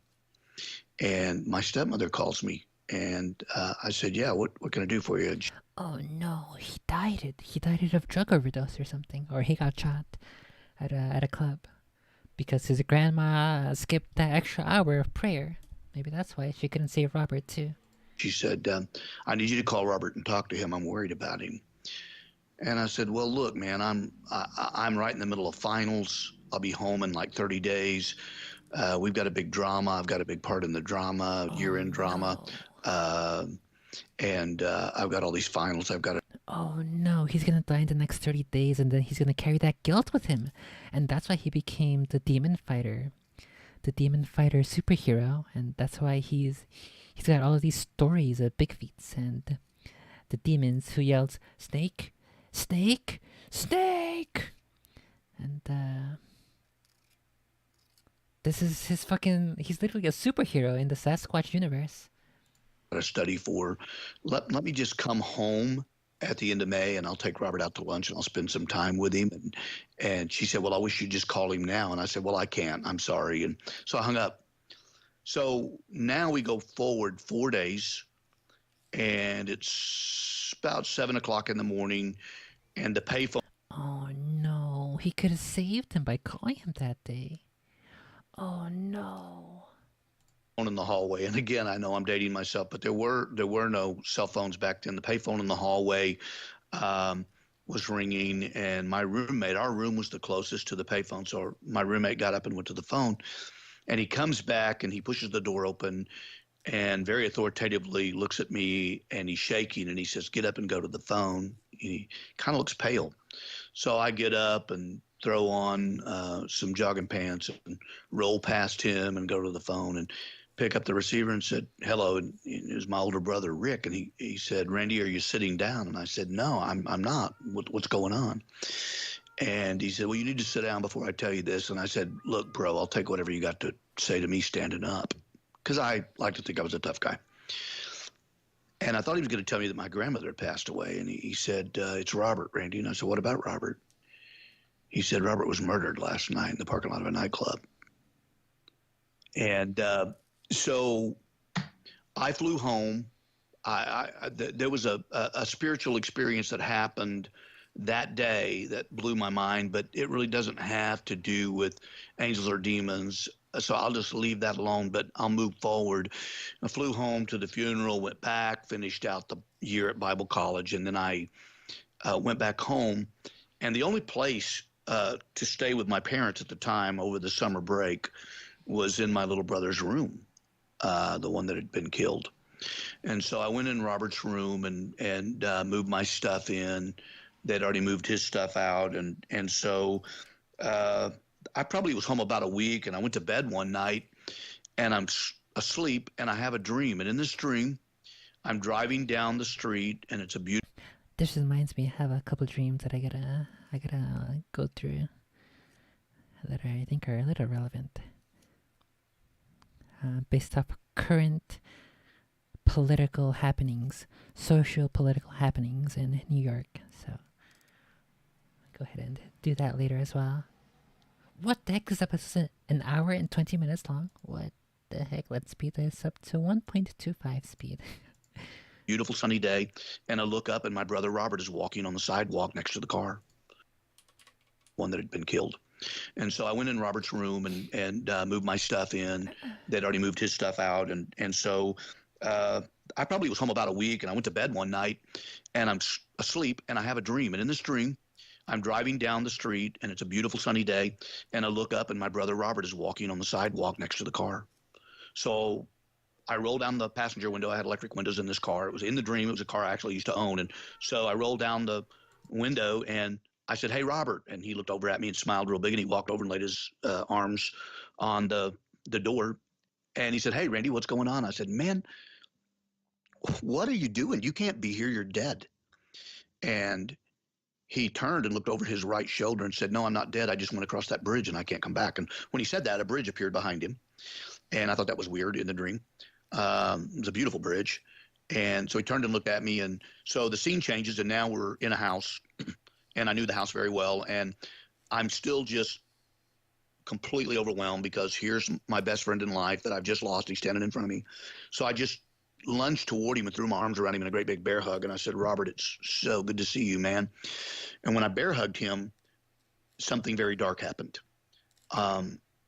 It was like I immediately pushed away from him, and it was like a cold, ice cold, wet spider web was stuck on my body everywhere I touched him.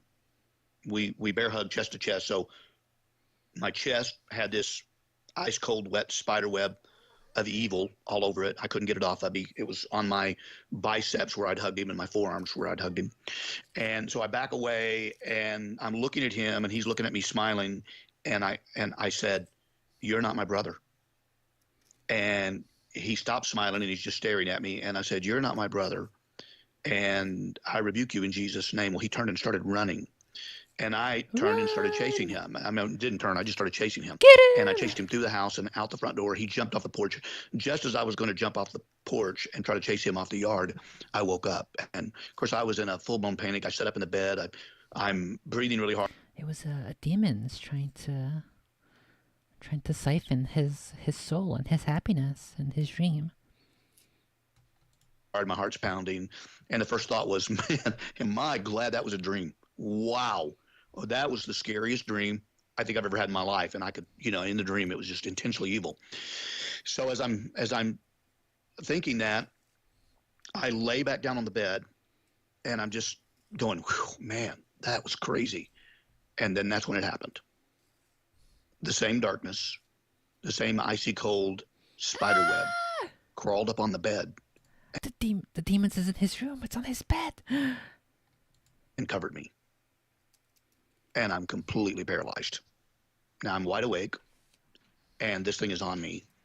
And now I can't talk. I can't. I can't move. The level of fear was astounding. I didn't know a person could be that afraid. He has to use his the power of Christ again. Use the word, use the good word of the Lord to vanquish the demons.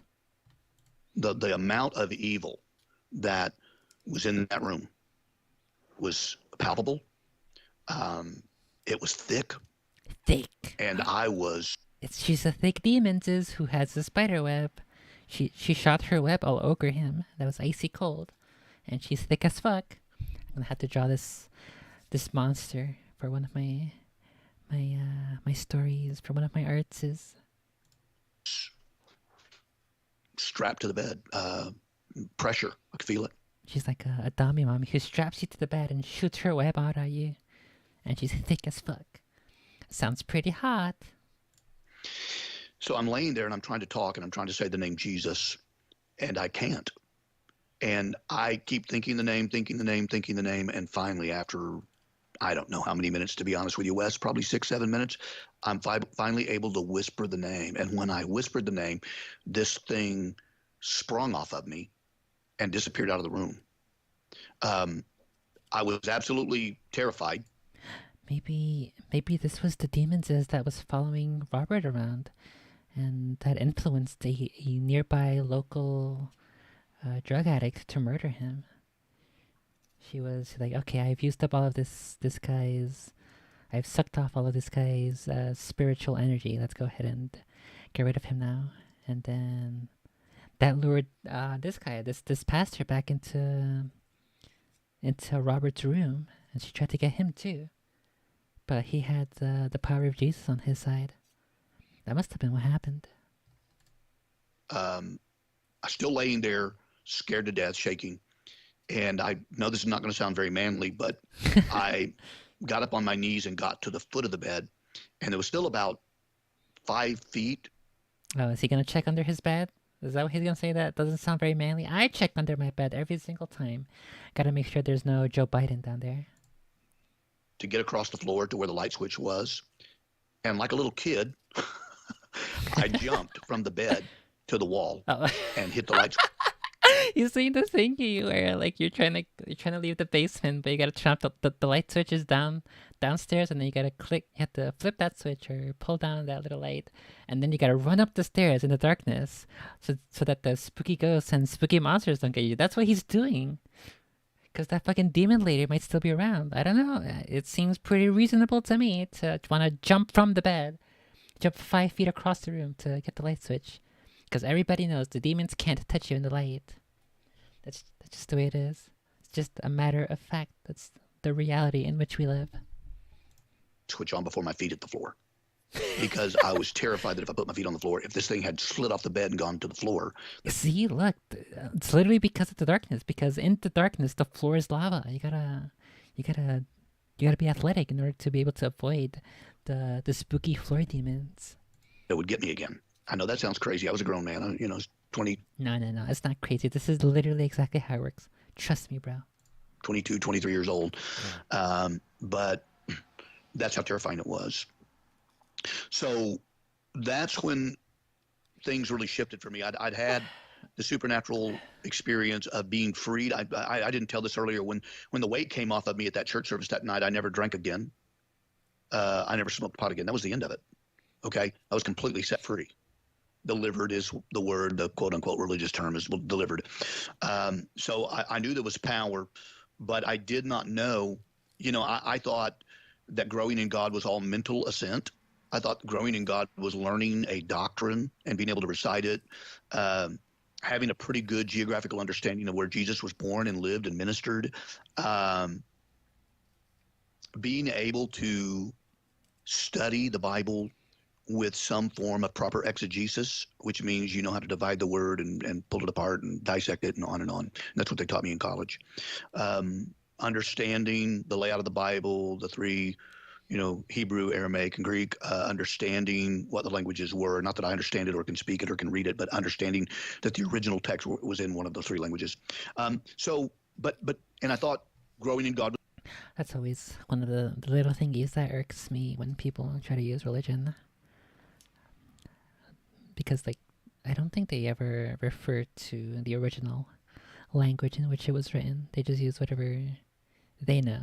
So, the English speakers will use one of the many English translations, and then the Spanish speakers will use one of the many Spanish translations.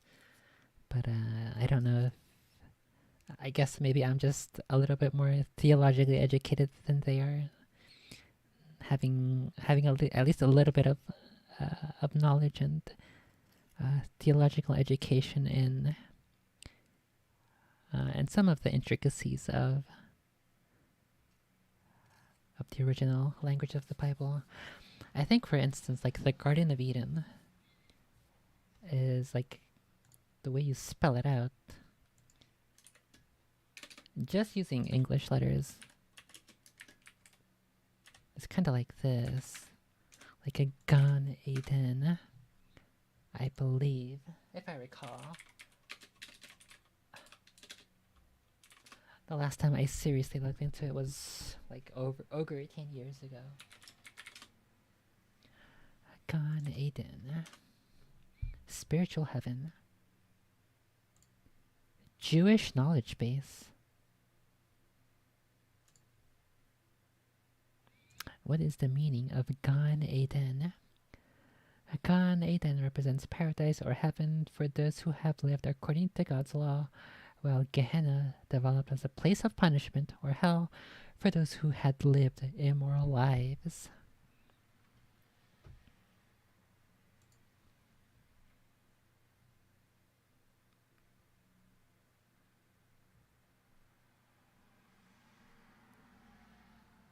That's pretty cool. I do believe also that the first words in the original Hebrew Bible are technically not even a proper statement or sentence. It's not gibberish either, though. But I don't remember exactly the specifics. I think I have it written down somewhere in my notes that I could refer back to. But that'll be a stream for another time when we go back into more in-depth Catholic hour. For now, we're just gonna keep going with this pastor's 4chan stories. Understanding what the languages were on. That's what they taught me in college. Understanding the layout of the Bible, the three, Hebrew, Aramaic, and Greek, understanding what the languages were. Not that I understand it or can speak it or can read it, but understanding that the original text was in one of those three languages. And I thought growing in God was mental assent and learning more and being able to teach other people. But I had no idea that when you actually started trying to break yourself free and grow and even expand the boundaries of the kingdom by talking to other people about that kingdom, that the spirit realm would manifest itself. And that, when the Bible talks about Jesus casting out demons, those were fairy tale stories to me until that night. Yeah, and do you think it was a demon that came after you? Absolutely. No doubt. I didn't see him, but I felt him. It makes me wonder, one question I want to ask you, going back to your grandmother at the foot of your bed. Did you ever tell your grandmother that? Or what's your take on what actually happened there? No, I never did tell my grandmother. It's really weird. I'll interpret it for you, and I'm not saying I'm exact in the interpretation, but I feel really good about it. I think he's gonna say that, like, either like she's sort of acknowledged that it did happen and that she was there, but I'm not sure if he would say it was while she was alive or afterward, where like either in a dream or in the vision or something, she sort of like hinted at it that she knew what happened. We'll see. I think that in that moment, God was trying to show me that her prayers were going to make a difference.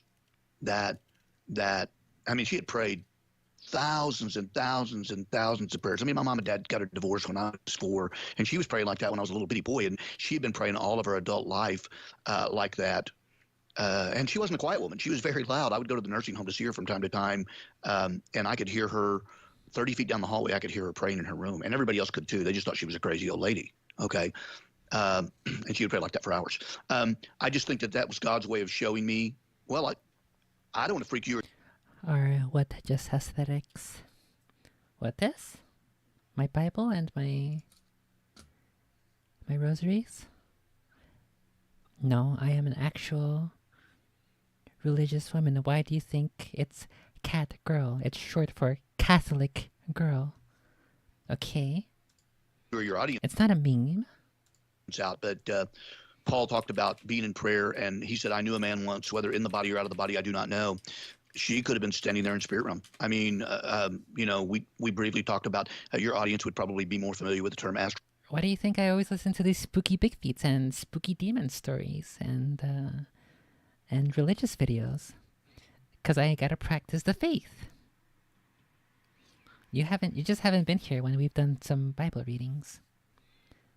I could probably send you a couple clips. Let's see if I can get a couple of those while you're here. Astral projection. Christians, if you know Christianese, they don't use that terminology. I don't like speaking Christianese, by the way, but that would be an out-of-body experience, and she may have been there. God may have allowed her to see that moment, and she just never told me. You know what I mean? She may have been there just through the power of intercessory prayer and all the years she had prayed for me, or it's God's way of showing me, here's a woman that's been praying for you for 20 years of your life, and it's her prayers that are going to make the difference tonight. You're going to live and not die. Yeah, it's interesting you say that. We did talk about that on the last show. I know you had mentioned you had friends of yours that pray for hours and hours and hours. And, the audience listening would probably astral projection. They know what you're talking about when you use that term. See, look, I brought up astral projection before they even did. That's how you know that I know my stuff. Okay, so this clip is when I am reading Psalm 18 during Catholic Hour. There was another Catholic Hour reading, which I did read a couple. I think it was last stream, last week, in which I read about the biblically accurate angels, because this same guy who we are currently listening to, he was talking about angels and demons, and then at some point I brought up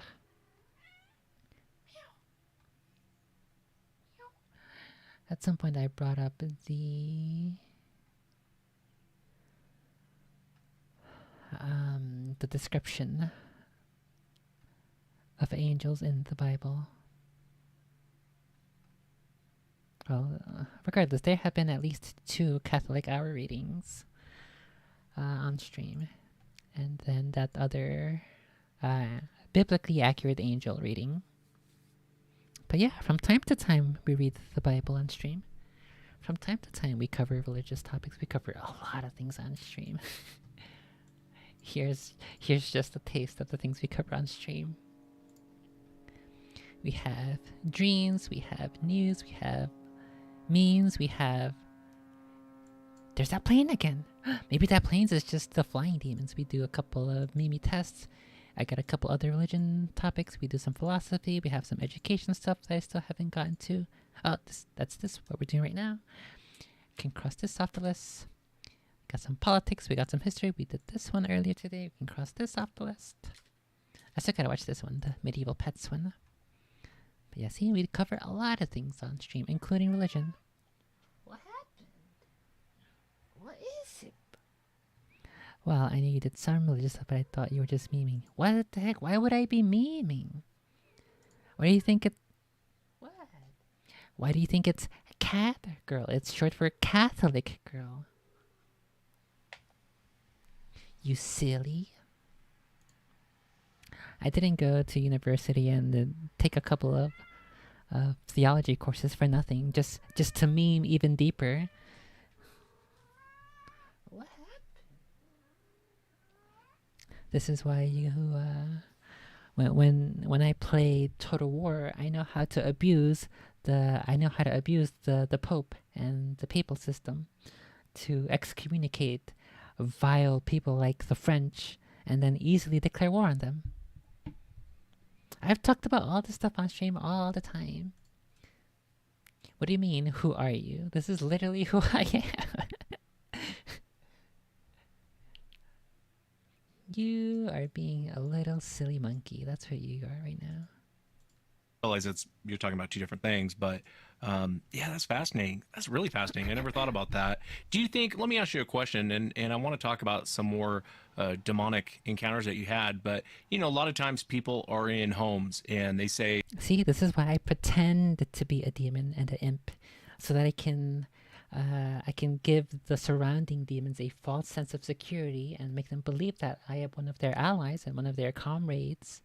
However, in reality, once they enter my room and they think we're going to have a good time being demons and doing evil things, that's when I pull this out. And then I banish them in the name of God, in the name of Jesus. Go into people's homes. No. The demons come into my home when they see me being evil on the internet. What's up, RIPs?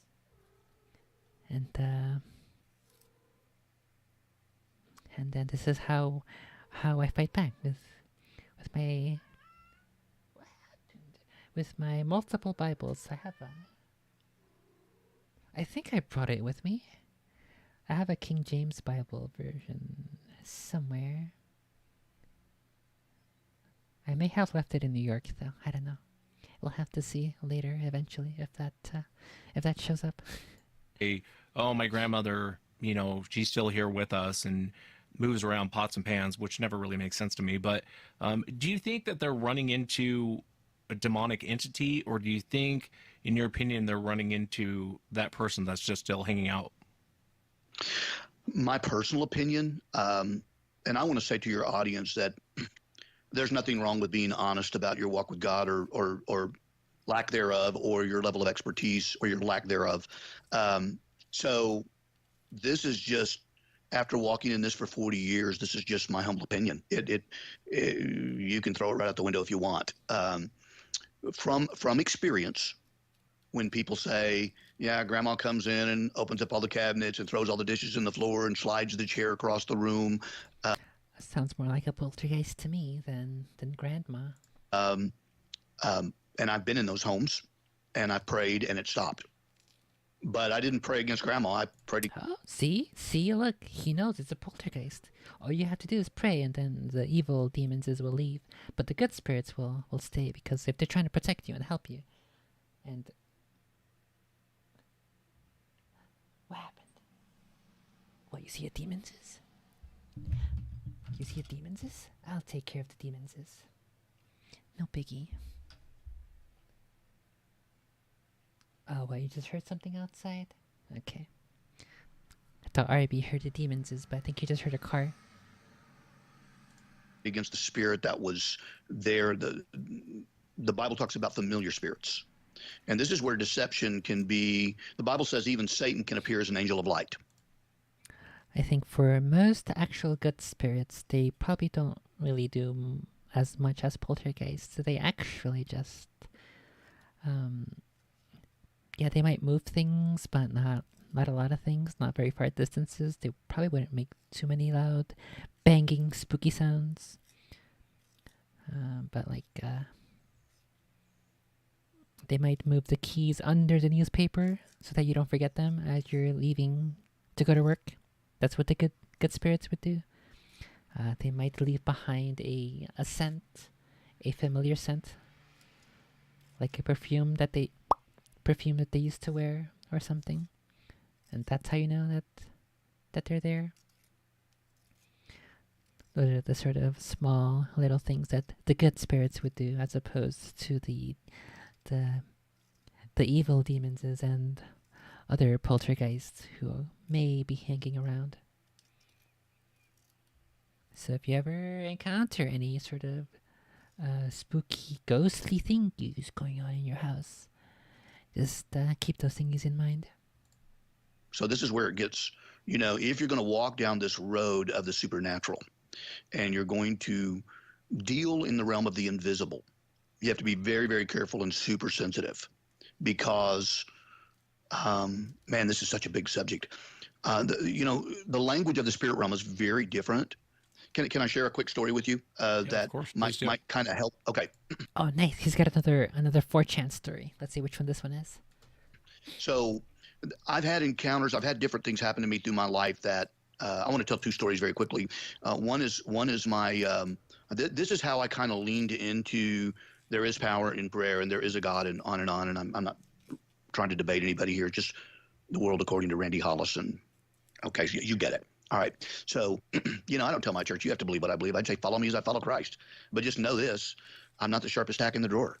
Okay, if you're going to follow me, I'm not any better than the people in the Bible that messed up royally. Okay, so I'll do my best and I'll help you in any way I can, and I mean well, but that doesn't mean I'm right about everything. So I'm 16 and a half, 17 years old. I'm driving a really cool 66 Mustang. Some friends asked me to go to a lake with them and spend the night, and they say, we're going to scuba dive. I had not a clue. I'm a kid that was born in Texas, raised in Oklahoma. I didn't live anywhere near water. We had to drive an hour and a half to get to the lake. We went to a That's what I was about to say. What the heck? Texas and Oklahoma? There's no water there unless you're in the next to the Gulf of Mexico in Texas. Good luck with that.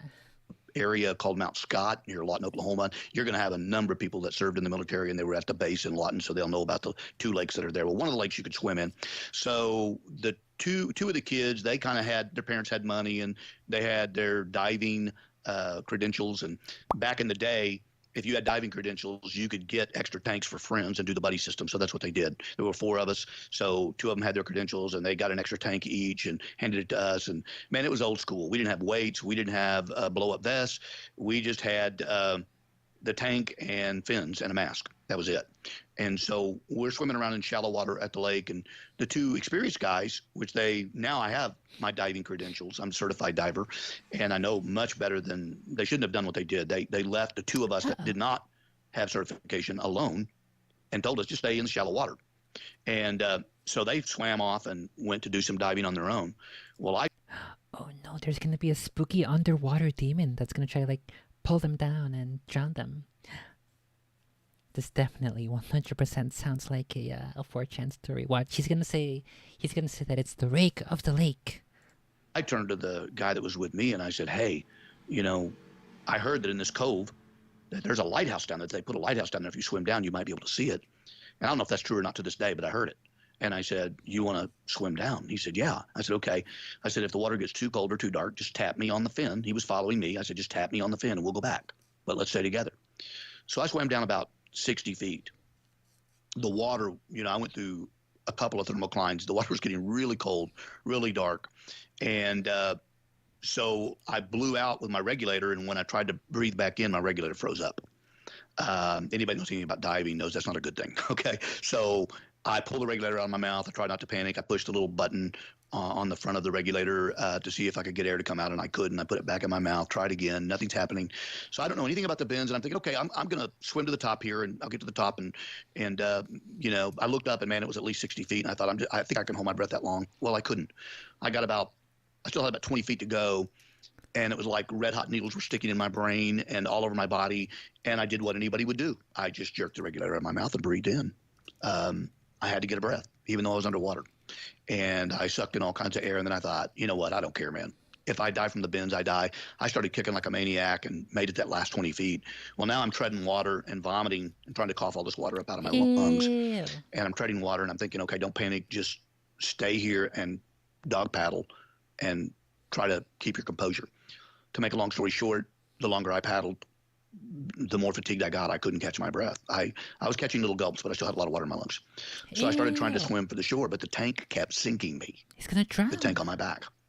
And if I had to do all over again, I would have just taken the tank off. But I was worried about the rental fees and me having to pay for a tank and not knowing what it cost. I'm just stupid, but that's what was in my mind. So I kept trying to swim. Well, I went under 4 or 5 times on the way back, thinking all those times I wasn't going to come back up, and I fought my way back to the top. And I only had about 9 or 10 feet to go to get to this cliff face. Now this lake was man-made, and they said where I was that the water was 180 feet deep straight down. So I've only got like 10 feet left to go, but I ran completely out of gas. There was no energy left in my body, and I gave up. I know that sounds crazy, but I had fought for a football field and a half to get close to the shore. And there was a woman standing on top of this cliff up above me, screaming at the top of her lungs for somebody to help me. And I remember her screaming, and I remember me just giving up, and my arms went limp, and I just started sinking. So now I'm sinking, and I'm sinking faster and faster and faster, and I'm just giving into it. And my mother appeared in front of me under the water. And when she appeared in front of me under the water, I'm just looking at her, and she's just standing there. And I'm thinking, this doesn't make sense. But the second I saw her, I had an unbelievable amount of energy go through my body. So I immediately started kicking my fins, kicked right back to the top, and kicked the rest of the way to these rocks, and just grabbed a big rock and held on to it. So my face was. Okay, so what he did right there, what happened right there, is this scene from The Lord of the Rings. Let's see if I can find it.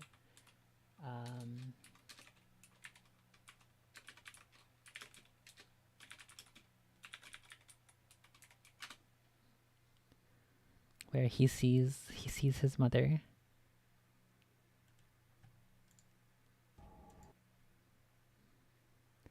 I'm gonna have to mute it because, of course, I am.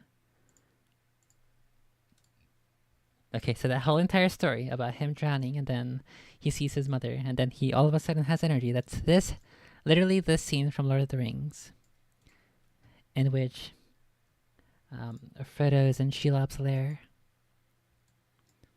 and then he says, "I can't go on," and then he's about to die and pass out. And then he sees his mommy figure. He sees Galadriel's feet. That's literally what he's describing. So this is the story that he read on 4chan, inspired by this scene. And then all of a sudden he has the energy to go on. So some 4chaner, some Anon wrote a story, this story about almost drowning with the scuba gear on. And then this guy's still lit. So that's how we know. That's how we know that he's getting his stories from the internet. And that's how, that's why he thinks that the rake of the lake is real. Just above the water, and some men ran from the other side of the cove and crawled on the rock face, and then dove in the water and got me and drugged me to safety, pulled the tanks off, worked on me. So here's why I told you all that. I drove my 66 Mustang back home that afternoon, and I pulled up in the driveway, and I got out and I walked to the front door, and I'm reaching for the handle, and my mother jerks the front door open, and she said, "What happened to you today, Randy?" And I looked at her, and she was mad. She was like full-blown panic. And I said, "What do you mean, what happened to me?" She said, "What happened to you today?" She said, "I got up at 6 o'clock this morning and I knew that something was wrong." And she said, "I went and got your grandmother." Now, this wasn't the grandmother in the nursing home. This was her mother. She said, "I went and got my mother." And she said, "We've been on our knees all day long praying for you." So it was at that moment in my life that I still didn't want anything to do with God, but I knew that there must be power in prayer, because I saw her as I was dying. Does that make sense? Yeah, it's fascinating. It's fascinating. What changed my life?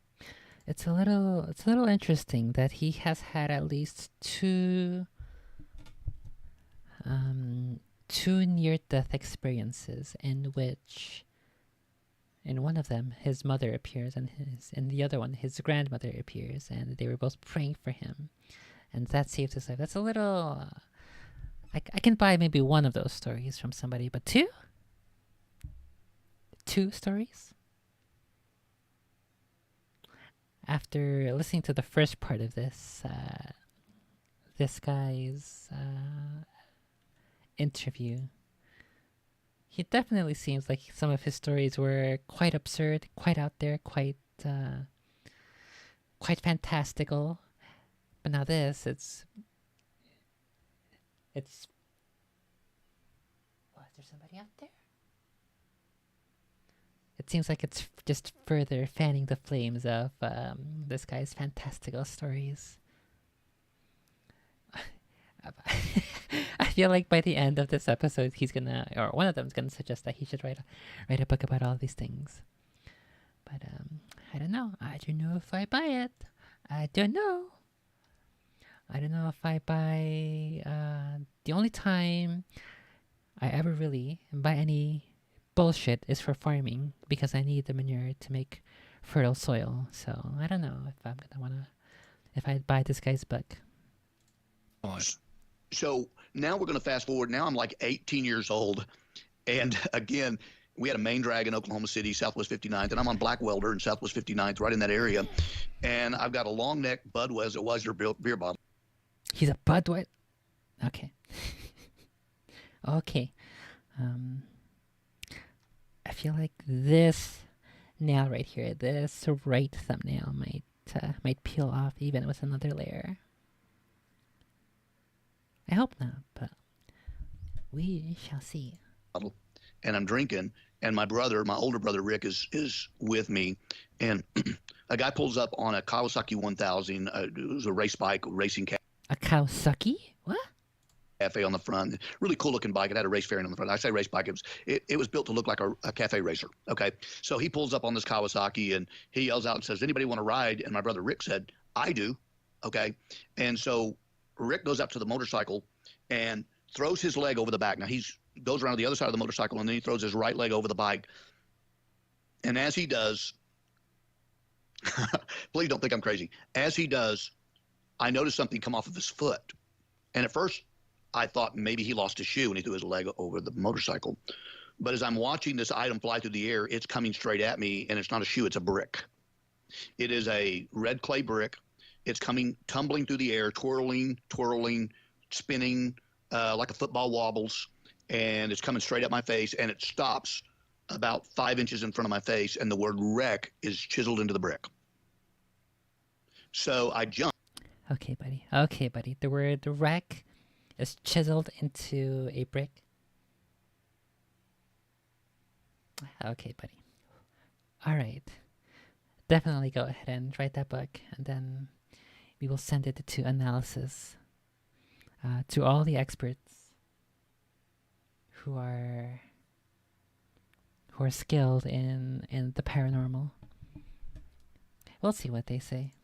And I start walking toward the motorcycle to ask my brother to get off, and the guy hit the gas and they roared off. So I'm thinking, wow, what was that? That was really weird. About 10 minutes goes by. I'm standing there talking to a couple of guys, and a car comes sliding into the parking lot, and a girl starts yelling my brother's name. So I run over and I say, "Yeah, I know Rick Hollis. I'm right here." And she said, "Who are you?" And I said, "I'm his little brother." And she said, "Well, he just had a very bad motorcycle wreck right up the road, and he's calling for his family." So we jump in a car and we go up the road, and sure enough, he's laying in the middle of the street. And they had hit the back end. This guy was flying like 90 miles an hour, and a car pulled in front of them from a dead stop, pulled in front of him and slammed on its brakes. And they caught the right rear tail light, spun the motorcycle around, and he went flying down the road well over 50 feet in the air, and then he rolled another 50 or 60, and he was all laid up with road rash. Believe it or not, he didn't have one broken bone, but man, they had to rush him. The ambulance drivers were working on him when I ran up. So I never told my brother that. I never told him that I saw the brick. I never told anybody. I just thought it was weird. Yeah, because they wouldn't believe you. Because you have all of these fucking stories. He has like fucking 200 stories. What are the odds of that? 200 whole entire stories like this? I don't know, bro. At a certain point, yeah, you gotta start asking questions. Weird. Okay. So the reason I bring that up is the language in the spirit realm is very different.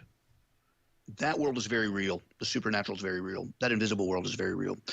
And if you're not careful, if you're not sensitive and you're not careful, you will miss those cues. Now that's pretty blatant, but I've had other little things happen that didn't make any sense to me at all. And you have to be sensitive, and you can't let the little things pass by you. One time I saw a friend's face on a flashcard just popped up in front of me, right in front of me, and I thought, well, that was weird. So I picked up the phone and called him, and he was going through a tremendous. I called him and said, "Are you okay?" And he was going through a tremendous battle and fighting for his life at the time, and there was no way I could have known. It just that just happened. So I know I'm putting myself out there, and I'm hoping that without speaking a lot of Christianese, I'm helping somebody. Okay, because you're going to have people listening, and I promise you are, because it's more prevalent than a lot of people realize or are willing to admit. You've got people right now that are listening to this broadcast that are saying, that's me, man. I've had that happen. Maybe not the brick. The language may be different. Okay. He may use another symbol to mean something, but if you learn to pick up the signals, then a lot of crazy things, incredible things can happen. That's fascinating. So that's kind of what got you into the path that you're on now, is these series of events. I'm sure there's more. Correct. Yeah. You know, it's fascinating. I think, last show we were talking about demonic activity and casting demons out. And I believe in that. I mean, I really do. And I think that there's things that go on in that world that a lot of people don't want to come forward for. I think a lot of people are embarrassed by it. They don't really, I mean, can you imagine being tormented by a demon and then telling someone about it and then they laugh at you? I can't imagine a worse kind of hell than that, And so I would imagine even expelling demons for the first time really opened your eyes even more. Yes. Well, having demonic encounters, when you have one, the first thing you think is, I hope that never, ever, ever, ever happens to me again. The level of fear is literally unexplainable. I've never experienced greater fear in my life than when I'm in the presence of a demon. And there are people right now listening. I don't want to freak people out, but if you've ever been in a house alone and you feel like somebody's watching you, and you've got that, your skin starts crawling and you feel like somebody's watching you, there's a pretty good chance that there is somebody watching you from the other world. Oh, that's me all the time. I guess that just means I'm incredibly sensitive to the demon eyes.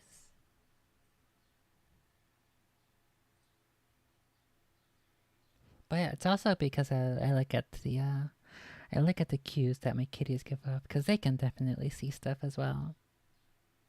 And sense stuff as well. So that's definitely a big help.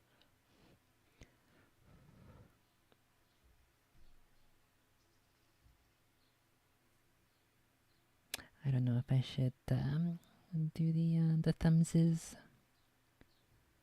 or just redo it from scratch. Ultimately, it's not gonna look perfect, but I don't think it has to be perfect. It should be okay like this. Nobody's gonna pay that close of attention, right? Can I ask you real quick, when you're dealing with cryptids like Bigfoot, for example, or Dogman, or some of these other weird cryptids, you'll find a lot of correlations. And I don't know that if I'm drawing dots, connecting dots that I shouldn't be. But I find it fascinating when you talk to people with alien encounters where they are interacting with aliens. It's always through telepathy. In demonic encounters, they seem to do the same thing. I've heard other demonic encounters where they absolutely communicate through telepathy. In the Bigfoot world, they call it mind speak. And a lot of people go, well, they're just an advanced being that can mind speak. It sounds like the same thing as telepathy that they're talking to you through. And you do hear that from time to time in the Bigfoot world. And I don't know if you've heard of accounts like that, but do you think all of that is kind of related? All of that is all kind of, they're talking about the same thing, but it's in different forms? Well, in the spirit realm, in that dimension, in that unseen world, in the world that is just beyond our physical capability to see, the people that I know that have had near-death experiences, and if the people that are listening do not know what I mean by near-death experience, they're also called NDEs, for near-death experience. And when somebody has an NDE, that means that they are dead. They're pronounced dead. Some people are dead for 3 minutes. Some people are dead for 45 minutes and come back. Okay. All you have to do is search that on YouTube. I'm sure you're going to get a lot of hits. All right. A lot of people out there claim it. There are doctors that have been they become very spiritually minded after having a number of patients go through that. Almost always, Wes, when people get to that other realm, it is all through the mind that they hear the communication. They don't have to speak, and the entity speaking with them, be it an angel, God. Yeah, well, that's kind of because you can't speak in general, because you don't have a body. It's all spiritual at that point. I don't know, buddy. It doesn't seem like the kind of thing you have to point out. It seems like the thing that's kind of obvious. God, whoever they see, does not have to speak. They just hear it very clear in their head. But don't you find it odd when someone, let's say someone came to you and said, I have Sasquatch on my property, and they started mind speaking? I had Les Stroud on. Les Stroud, Survivor Man, he has nothing to gain by talking about it. He was talking about being mind spoke to. This thing was saying, if you want to see us, stay the night. And he just said he wasn't ready. In my mind, that sounds demonic. I don't know if that's the religion. That does sound pretty demonic. Also, I did like that video. Maybe we'll watch it after this one. Just DNA in me talking, but it sounds very demonic for something to talk to you in your mind. What are your thoughts on that? Well, keep in mind that my worldview is somewhat limited, and I'm going to approach it. Look, I'm studying an ancient book that I think is the best book ever written, the Bible. Okay, and so I am fundamentalist in technically, the Bible isn't a book. Technically, it's a library. One sense. If you're going to do research, there has to be a final authority somewhere. The Bible in and of itself claims to be all about the spirit realm and eternity, okay? Angels, demons. It claims all of those things in and of itself. The book claims it. The book claims to have special power. The book claims to know about all of those things. So when I study that realm, I go to that book. I look for my references. I look for the answers. Okay. I usually don't go too far outside of that because the book warns about familiar spirits. You said, we were talking about dishes flying in the kitchen and things moving around, and is that grandma? And I said, well, it's a familiar spirit. Okay. Where did I get that reference? I got it from scripture. Okay. So from my limited perspective, and I want your audience to know that they're listening to a guy that may very well have a very limited perspective, although I do think that the book that's been around for several hundred years that claims that it has those answers does have some pretty solid answers. And I've been pretty skeptical and tried to ferret that out and found that most of the answers I found in scriptures do line up with experiences I've had. So the mind speak, and I'll use that terminology. That's why I believe that when we get into cryptids such as Sasquatch, Bigfoot, and we talk about Nephilim and fallen angels and them having sex and the offspring being giants, and you look at how big these creatures are, I think it plays into their ability as a offspring of a fallen angel. Their ability to mind speak falls right in with their DNA. One time I had this lady on the show, and she was talking about this dog man, and they had a lot of paranormal activity going on and around this home. And I mean, very strange activity going on. But one day she was sitting there, and she used to practice a bunch of different things. I won't really go into it, but she talked about this dog man materializing in her living room. And she said it started out with smoke. It was like smoke that just kind of seemed to come out of nowhere. And then this thing manifests itself. And it was this huge dog man. It was tall. And she said it looked down at her and growled, and she took off. Later, her friends were leaving. I guess they had just left the house, and they were peeling out of the driveway. She hears them tearing apart her driveway as they're taking off.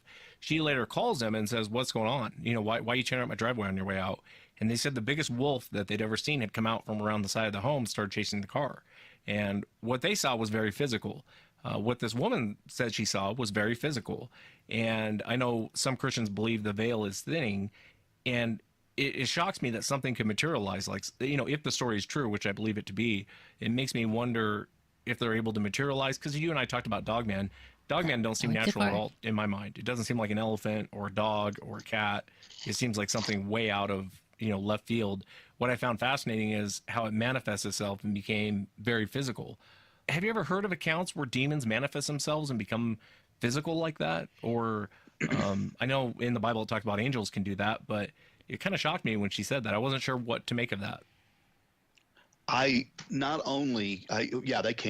can, and I don't know if this is going to help, but I believe what I'm about to say with all my heart. I believe it as true experience, and through the 37 to 40 years that I've been doing this, it bears out.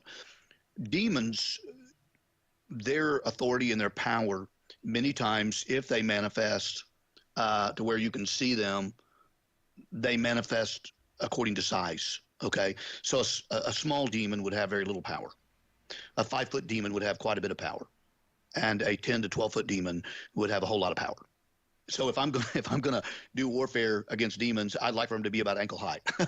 I told you that when I went out to the two-story home in our first episode, when I went out to the two-story home to drop the demon-possessed woman off, that I'd been in their home several times, and while He only wants to fight the little imps. He's too spooked to fight the Master Chief demons. The demons.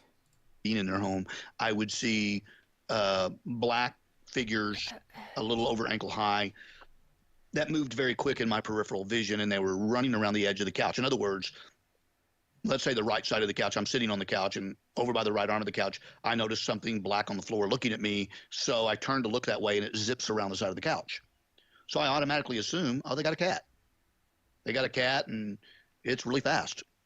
And then I keep talking to them, and in the left peripheral of my vision, on my left eye, in the left peripheral, I see another cat sitting there, black, looking at me, and look to the left to see it, and it zips around the couch. I think this goes back to, you don't want a black cat to race across your path. Yeah. Something evil might happen to you.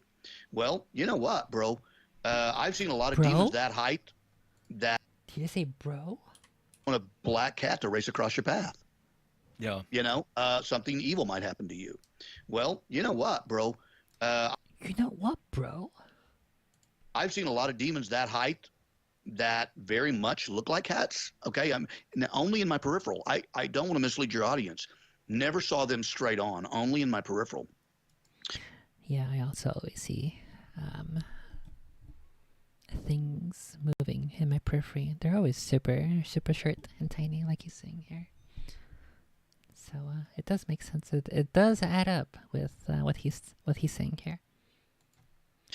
But with as much as you can focus with your peripheral, your eye's able to take in about 30,000 objects in a split second, and depth and texture and on and on. But in your peripheral, the further around you get in the peripheral, the less focus you have. I guess it's good that they're always on the floor. I've never seen anything in my periphery on the wall, like Spoderman, because then I think that'd be pretty bad. It'd be infinitely worse than the little tiny impses that I'm apparently seeing. Okay, so with the ability that I've got to focus in my peripheral vision, they look like small cats to me, and they move much like a cat, very fast. And I think that when the old tale, the old wives' tale, the old saying, if a black cat runs across your path, go the other way, there may be some truth to that, not in a real black cat, but that tale may have come from an area of the country where there's a lot of demonic activity.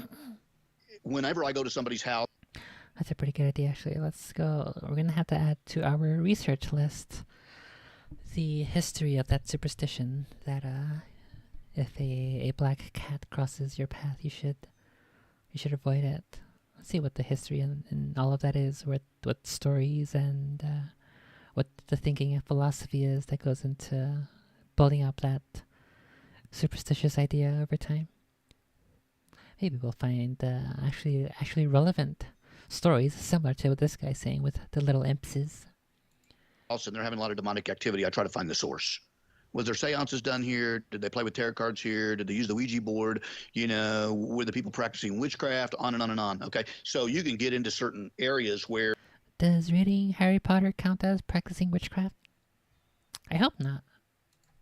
There were, not very far out of Louisville when I first moved here, south of town, and I won't mention the town, but they Louisville, Kentucky?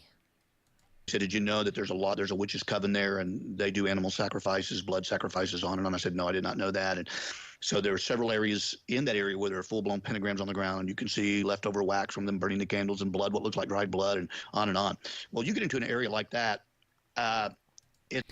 Watch, it's going to turn out that bright red blood is actually just nail polish. Bright red and nail polish. You'll see. It's not uncommon for that veil to be very thin between this world and that world. And you can see these things moving around. So what if the old tale of, if you see a black cat run across your path, turn and go the other way, what if that's from somebody that was in a very dark area, and just from experience of them seeing a black flash, oh, that must have been one of those cats, I'm going the other way because the last guy that did that, something happened to him. Okay, so again, height determines authority. Yeah, it's fascinating. It's really fascinating. Have you ever had a full apparition in front of you? Okay, are you ready for crazy? Oh, he's got another 4chan story to pull out. Are you ready Absolutely. for just straight up? Okay, Wes, you asked for it. Here goes. So I am taking a shower one morning, and in the shower I'm washing my hair, and I've got my eyes closed. Obviously, the water's hit me on top of the head, and I'm praying for a guy that I know. And while I'm praying for him, another friend of mine is on a flashcard, and I see him on a flashcard, and he pushes the other guy out of the way in my vision. And right in front of me, I've got my eyes closed, but I see this flashcard come up, and it pushes this other guy that I'm praying for, a guy named Mike, and this other guy comes into the picture. And in this flashcard, he's down on one knee, and he's using his forearm to wipe the sweat off his forehead. And so I said, not right now. Out loud, I did. I just said, not right now. I'm praying for Mike. And so I started praying for Mike again. I shook my head and started praying for Mike. And here comes this flashcard again. Well, this is highly unusual for me. Okay. So when I get out of the shower, I call this guy that was on the flashcard and I said, are you okay? Yeah, couldn't be better. I said, so you're okay? He said, yeah, I'm fine. I said, okay. Said, you're not going through anything, not feeling any pressure? He said, no, man, it's really good. So I told him about the flashcard thing. It was just really weird. And he knows me. He said, well, man, I'll think about it and I'll call you back. The next day he called me. He said, dude, you're not going to believe this. And I said, what? He said, an IRS agent just walked into my office. This guy owned a company. He said, and this lady was like the devil's sister, very mean, almost evil looking, told me she was going to do a full-blown audit on my company, and I'm stressed as I can be. I said, well, there you go. I'm praying for you. Well, this went on for a year and a half.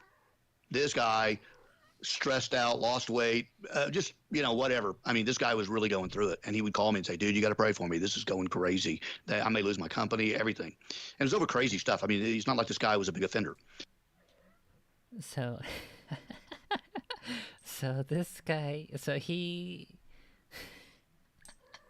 let me get this story straight.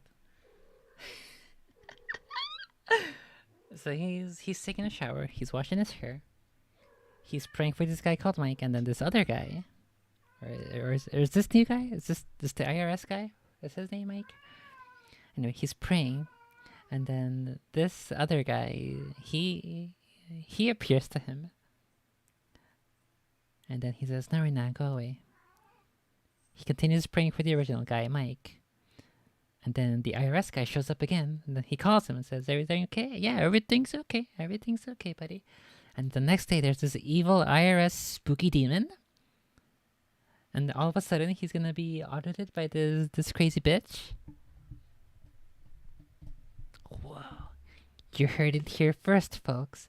The IRS is an agency of the demons. They're all demons. That's why they're starting to carry now. They're hiring all of these new IRS agents with the permission to carry so that they can defend themselves against Christ warriors who are willing to fight against the evil demons. I'm not telling anybody to do anything. I'm not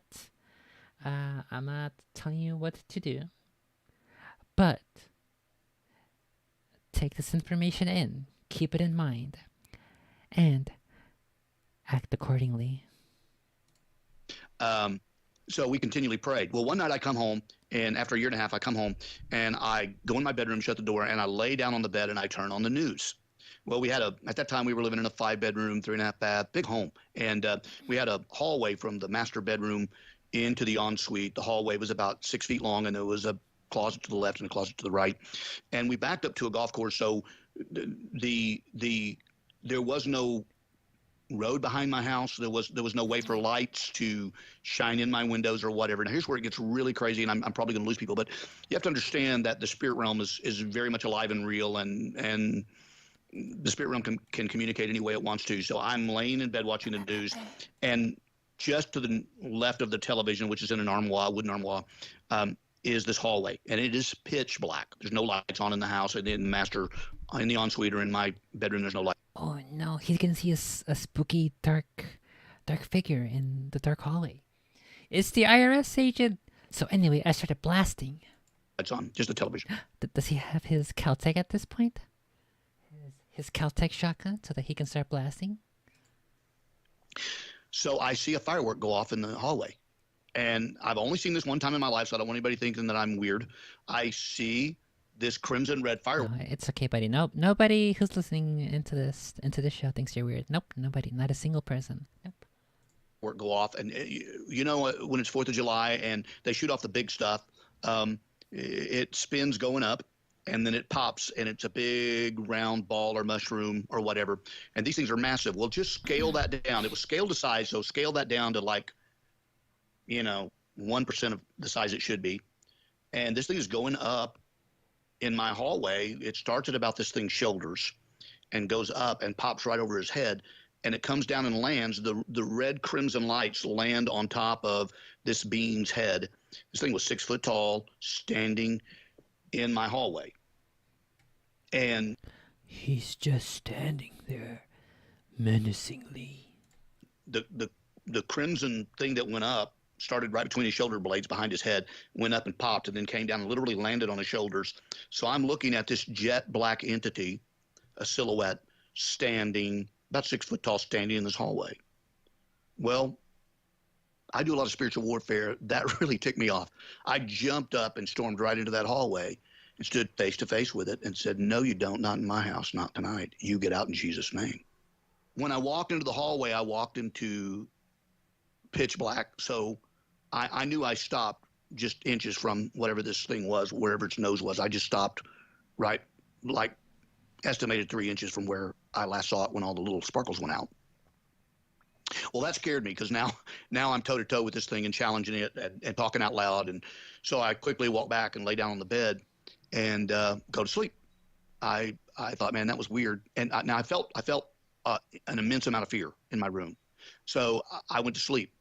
4 o'clock in the morning, 4:15, somewhere in that neighborhood. May have been closer to 5, I don't know. But I hear the loudest thud right next to my bed. It feels like 200 pounds hit the floor beside my bed. I come flying out of the bed. It woke me up. It shook the room. And I'm feeling around on the floor for whatever hit the floor. And I'm thinking my dog, who doesn't weigh 30 pounds, fell out of the bed because we had a dog that slept with us at the time. And I'm feeling around for the dog. I feel nothing, and I'm thinking, well, it couldn't have been the dog. This was way too big. So I reach up on the bed, and the dog slept at the foot of the bed, but it had its own little cover that my wife gave it, and it slept under that, so it was still there. So I crawled back in bed and went to sleep. So 7:30 the next morning, this guy that's being terrorized by the IRS calls me, and he says, hey, man, I got a dream to tell you about. I said, okay, what is the dream? He said, the dream starts with me being in a parking garage. And I look up and there's a silhouette standing in front of me, a jet black entity, silhouette standing in front of me. And it draws a gun and it's going to shoot me. Well, this guy. See, look, I told you, it's the fucking IRS. That's why they're hiring IRS agents with permission to carry. That's literally what this entity is. So again, I'm not going to tell you what to do. All I'm going to say is that maybe the IRS is a demonic agency. Maybe. Possibly, based off this guy's story. He's totally trustworthy. He's a pastor. He knows what he's talking about. He fights against demons all day, every day. And there's this story where this buddy of his appears to him, and then the next day he starts being harassed by the IRS.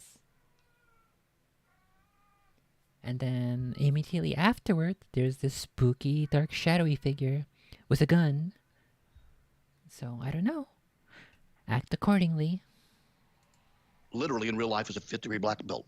So in the dream, he runs over, grabs this entity, starts wrestling with it, and uses a move a 4th-degree black belt would use to break someone's neck, breaks his neck, then grabs him and picks him up over his head and body slams him on the pavement in this parking garage.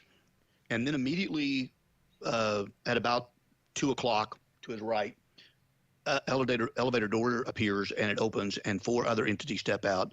And this guy says to the 4 entities, unless you want... Wow, he called for backup? He called for 4 more IRS agents? What? ...me to do to you what I just did to this one, you'll get back in the elevator. So they back in the elevator and the door closed and they... Oh, okay, buddy. Yeah, you're not stuck in here with me. You're stuck in here with me. That's what he said. And so he killed this first, the first shadowy figure, IRS agent. And then the other 4 spawned in. and then they saw that their buddy was it decapitated with a black belt chokehold. Opens and Friedman in this parking garage. And then immediately at about 2 o'clock to his right, elevator door appears and it opens and 4 other entities step out. And this guy says to the 4 entities, unless you want me to do to you what I just did to this one. If you want me to do to you what I did to this one, you'll get back in the elevator. So they back in the elevator and the door closed and they left. Now, this one definitely sounds more like a 4chan story. It's like this spiritual fight, and this guy is just so happens to be a Chad who says who who fucks up this one shadow guy, and then he threatens the other 4 who appear. I don't know about you guys, but it seems pretty far-fetched. Now at about 6 o'clock behind him, a white 6-panel There's more to the story? door appears and he turns behind him. To this one, you'll get back in the elevator. So they back in the elevator and the door closed and they left. Now at about 6 o'clock behind him, a white 6-panel door appears and he turns around and walks over to that 6-panel door and opens the door. And he said when he opened the door, he's opening the door into my bedroom. And he walks in and stands at the foot. Oh my goodness. He's gonna go into his bedroom now? He's gonna get his reward for having defeated 4 IRS demons? My bed, and he's looking at me, and I come up on one elbow. And he said he's looking at me, and I'm tired, and he said, hey, Randy, I just want you to know that I went to war against this evil spirit that's been attacking me for the last 1.5 years, and I killed it, and I won. He said, now you can rest. You don't have to pray for me so much. You can rest. And I thanked him, and the dream went. And I told him, I said, are you ready? And he said, yeah. I said, not only did that demon come to my house before it showed up in your dream life, but I heard him hit the ground when you threw him to the ground. He landed beside my bed. Now, I'm sure I just lost a lot of people. And, you know, again, I may not be that far from crazy. No, I get what you're saying. Yeah, he's a pastor. He's definitely crazy.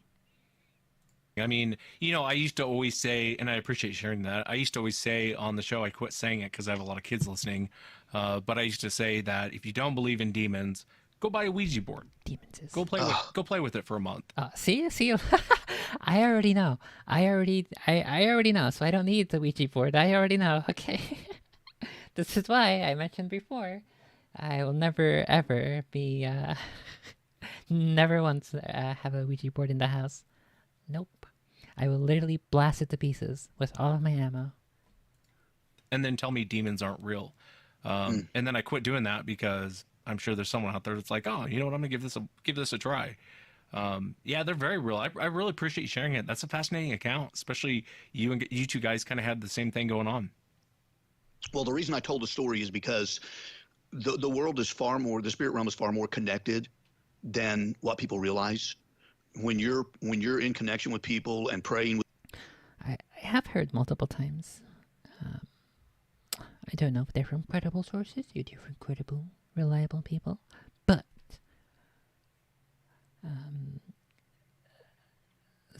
the small things like where he was drowning, that drowning story in which his mother and grandmother were aware that something happened to him. There are similar stories to that where either somebody's in the hospital, somebody's hurt, or somebody dies, and some very close family member or a very close friend, what is it? They somehow know. They have like a spiritual connection, as he's mentioning here, where they are aware. They don't get the knowledge from anybody. They just somehow have this gut feeling. And so I guess that's a similar thingy that he's trying to specify here, which, if those stories are true, where like parents and parent to child or child to parent, they somehow receive through the spiritual realm, they receive the information that somebody's in trouble or somebody has died, something like that. It does seem to be a frequent and recurring element of people being able to receive knowledge to receive knowledge that has not been given to them directly by another person.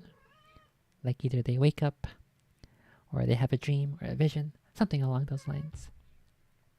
I don't think I've had anything like that happen to me personally, but it would not surprise me if that is true. With people and interacting with people, they're watching. They're always watching. And it's a pretty mind-blowing thing. Did I tell the story about the Ouija board? Did I tell the story? No. Or did we just talk about it, Wes? No, Do you if mind you if I would. tell that? Oh no, he's got a Ouija board story. Oh no. Oh no. It's probably pretty spooky because I don't know. I don't know why he would say that initial IRS demons story, and then Wes would bring up the Ouija board, and now he's gonna tell us a Ouija board story. It must be pretty out there. We'll see. This episode's almost over though. It's only like what is that? About 13 minutes left. 14 minutes left. What am I gonna do next? Yeah, please do. Do you mind if I tell that? Please okay. do. A friend of mine, young guy, was pastoring a church in Minnesota, and he lived in the church. He actually lived in an apartment in the back of the church, and so it was real late one night. I'm just drying off, blowing. I'm just blowing my nails to dry them off. So we're just gonna have the screen on now. No more camera, at least for now. And a couple of young guys started beating. They knew he lived there, and they started beating on the door. And so he went down and answered the door. It was well after midnight, and he's like, "What are you guys doing?" And they're crying, and they're like, "You need to let us in. We're in trouble, and we need help." So he said, "What's going on?" And he's holding him outside because he doesn't know. Are these kids going to rob him? What's happening? So he said, "What's going on? You got to tell me what's going on." They said, "Well, there were three of us, and we were playing with the Ouija board tonight. We went out and we were playing in one of their backyards. They were playing with the Ouija board, and this entity started answering them. And they finally asked the entity what its name was, and it gave them a really strange name. And one of the kids said, "What the blank kind of name is that?" And it answered, "I'm a demon." And this kid started yelling at the demon and making fun of him and making fun of the other kids. And this is all stupid. And you're not there. And I don't buy this. And the two boys said that the Ouija board literally floated up off the ground several inches and then flew at this kid that was mocking the Ouija board and slapped him in the face and literally rolled him backwards. And when the kid stopped, the demons fucking bitch slapped that kid. That'll show you. Rolling, he sat up and he was growling and he started cussing and coming after the boys and tearing at them. And so they started running, running all over the neighborhood trying to get away from this kid. And they realized this is real. This kid, it's not our friend anymore. This is a demon trying to hurt us bad. So they ran to the only person they thought could help them was this guy in the church, this pastor. And the pastor was wondering, are these kids telling me the truth? But he looked out and somewhere across the parking lot, not too far away, there were some bushes or whatever. And this kid was hiding behind the bushes, growling and carrying on. So somehow, some way, they went. He called another preacher that got up, got his clothes on, drove over there, and they went out and got this kid and got him to come into the church. And they set him down and cast the demons out of him. So, my advice to all of your followers, the people that are listening to this broadcast, is, well, let me just be very frank about it. If you've never played with one, don't. If you have one in your home, get rid of it as fast as you can. Don't ever play with it. It's not something to be played with. Many instances of people becoming demon possessed through Ouija boards. What do you think? They're just opening a door? Is that what you think's going on? I don't really know that much about Ouija boards. I've read a lot of accounts. I've never played with one, but do you think they're just opening a doorway and bringing in a demonic entity through that? I don't know how the veil gets so thin between this world and that one through a Ouija board. All I know is it gets extremely thin and they're able to pass through. They're able to come in Number one, it's their medium. I don't know who invented the Ouija board. I know they sell it as a game, but it's their medium. It's how they communicate, man. Yeah, it's so odd. A lot of I see a lot of correlations between cryptids, aliens, and demons. You'll find a lot of things where you're like, that's weird. I've heard that before, but it was in this. Like I was talking about with the mind speak. Oh, that's weird. I've heard that in Bigfoot encounters. I've heard that in Dogman encounters. I've heard that in alien encounters. I've heard that in demonic encounters. And my biggest concern is it all related? Is it all kind of one and the same? Except for it's got a little different feel to it. Now we're talking about aliens, but they seem to do a lot of things that relate to demonic encounters. Even people who, I mean, it makes sense depending on which lore you want to believe in. Because there are those who say that Jesus was an alien and God is an alien. And humans came from from asteroid germs or whatever the meme is. And if that's true, then that would also explain the demons is because they are the Bigfeets are the Nephilim, the Bigfeets and the Dogmans and the clearly fake Rake of the Lake, who is a 4chan creepypasta. There are strings attached between all of those. The demons is the spooky ghosts, the Bigfeets and the aliens. It's all connected. See, depending on what knowledge you know, it might make sense. claim to have run into who have been taken by aliens, they'll always report paranormal activity around their home. And it just makes me wonder if it's all related. You know what I mean? Yes. The angelic realm is the same as the demonic realm. I know we've spent a lot of time talking about the demonic realm. I would like to finish this up with an angel story, if you don't mind. This happened to a very, very good friend of mine. His name is Jonathan. He actually pastors in the state of Texas. He grew up as a missionary's kid. He actually grew up in Africa, and his first language was French because that's what they spoke there. And so when he was 16, Okay, that's good to know that his first language was French, but he was unsatisfied, so he had to learn other better languages. That's good to know. he decided to come to America and spend some time with family in America. And his father and mother didn't really want to let him go, but he'd spent most of his life on the foreign mission field in the bush. And so they said, yeah, go ahead and go. And so they prayed that God would send angels with him. And so he gets to America, gets a rental car, and he's got to drive from the airport a certain amount of distance to get to someone's home. He's really tired, so he stops. And he told me, he said, Randy, I was so tired. He said, I stopped. And he said, man, I didn't have much money. So I went to this really rundown motel. Difference between a motel and a hotel is the doors are on the outside. And, it's just an older setup. So it's really ran down. And there's a lot of rough looking people out in the parking lot, drug dealers, whatever. So he gets the room key and drives his car around to that side of the building, gets out of the car, pulls his luggage out. He's rolling it. He said, Randy, the people were backing out of the way in droves and just completely getting away from me as I was walking to my room. He said it was the strangest feeling in the world. They were just, I was afraid I was going to have to bump my way through these people. They were getting way out of the way for me and walking away from me and walking around. And so he goes to his room, goes in, shuts the door, and goes to bed. He gets up the next morning, he goes down, they've got one of those little orange juice toast type breakfasts, He's down there eating, and a couple people walk over and say, hey, where are the two great big guys that are with you? And he said, what are you talking about? I said, come on, man, the massive guys, the big muscle-bound guys that guarded your door all night last night. And Jonathan said, man, I don't know what you're talking about. I said, come on, man, they got out of the car. Maybe they were actually women's. They were Dommy, Mommy, Angel women's. Kind of like Angie woman, but they're also like muscular. That's maybe what it is. Are with you. They walked you to your room, you went in, and they stood outside your door. Great, big guys, tough guys. He said, man, I don't know what you're talking about. So those guys saw his angels with him. The funny thing is he never saw it. I've heard accounts like that before. Yeah, it's amazing. Yeah, he pastors in Texas now and doing a great job, but he's a good guy, and he's another guy that he's very spiritual. He's had a lot of encounters. We tend to stick together. You've got the political side of religion, which is all politics, raising money,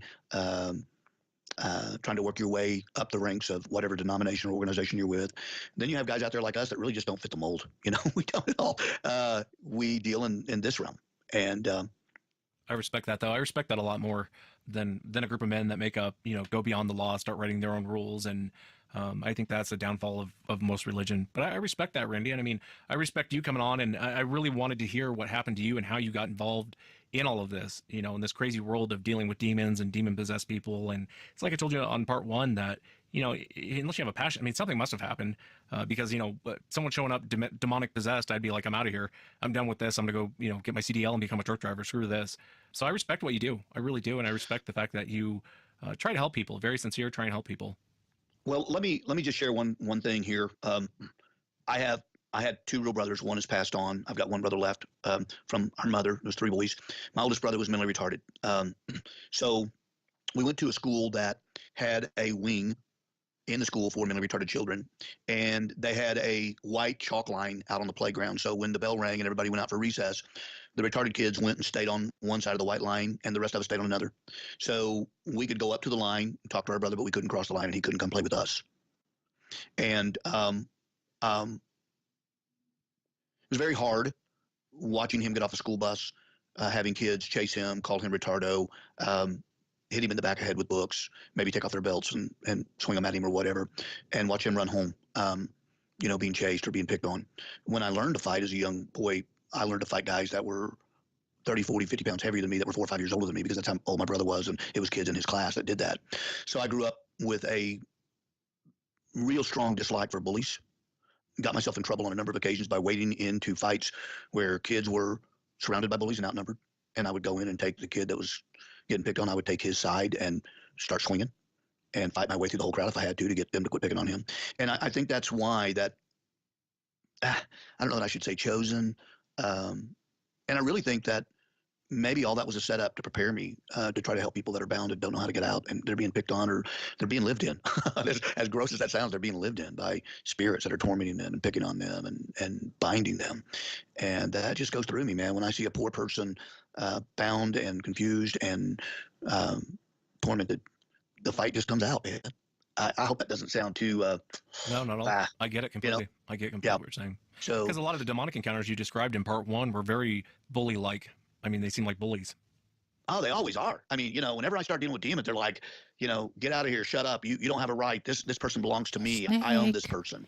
They're too weak. They're never gonna give me up. I own them. I mean, very arrogant. Some of the things that the demons say are just really. They try to intimidate me.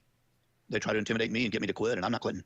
Yeah, and I respect that. I'll have to have you back when you start your podcast. I can't wait to hear it. But I appreciate you coming on and just sharing what happened to you throughout your life. I was really curious after part one, and thank you again for coming on. Well, thank you so much for having me, Wes. I appreciate it so much, and I wish you the very best with your podcast. I know that you've got a lot of fans, and you're doing a phenomenal job. I've already told you that, but thank you for doing such a great job. I'm a big fan. Okay, so we will definitely 100 million billion% have to check out this guy's podcast when it comes out. We'll have loads more listening content to go through while we're playing Isaac. And Sudoku, which reminds me I should do my Sudoku today. Okay, let's go ahead and look at some of these comments. I can listen to this man and his stories all day. We gotta have part 3. He's gotta save some of his stories for his own podcast. He can't just give away all the goods on somebody else's podcast. What the heck? I knew what he was going to say about his friend that body slammed the demon in his dream, and the hair on my body started going up. And when he said it was his friend told him the story, I got goosebumps all over me. I really like Pastor Randy. He seems like a very good man. Wow, this pastor and I are a lot alike. A lot of the same things have happened to me too. Taking up for my friends, demons and evil spirits. Demonic attachment happens way easier and more often than most of us can understand. It can be simple drinking booze or even raging at somebody. See, look, there we go again. Making the most basic of of issues of man's struggle, man's daily struggle to survive, and turning it into demons.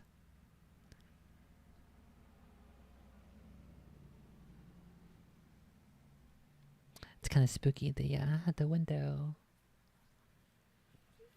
is open and the kitties keep looking outside. Maybe there's demons outside, trying to take a peek inside. Well, in the name of Jesus Christ, I demand all demons be eliminated from these premises. This is holy ground, which is being worked on, like Adam and Eve, like the days of old. Yeah, you tell them, Patches. You tell that, demons. Come here. Come here. Come here. You wanna lay? You wanna sit here? There. And have Patches on the camera for, because she wants to lay down. No. What the heck? Stop playing with my mouse. Just lay here. I need the mouse so I can read my YouTube comments. Okay, let's see. Demonic possession easier. Drinking booze, or even raging at someone. Stop! No. I can't fucking carry you right now. My nails, they're drying. I don't want to get my kitty hairs on it. Come here. No. Don't fuck up my calendar. No. Oh no, I'm gonna have to put my nails on her. You stay over here. You stay right there.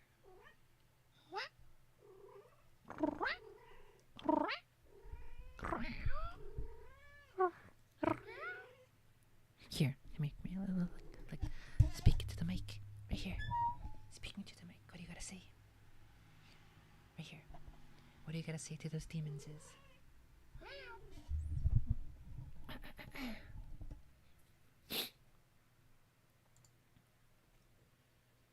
Did I get any kitty hair on my nails? I certainly hope not. Because that would suck tremendously.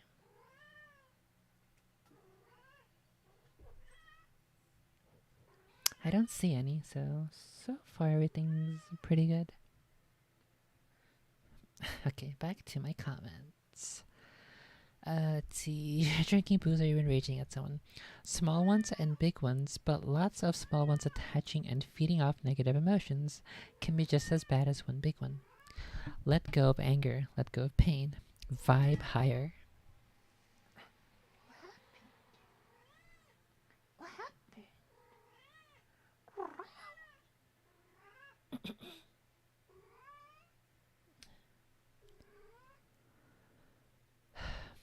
I don't know. I don't know where.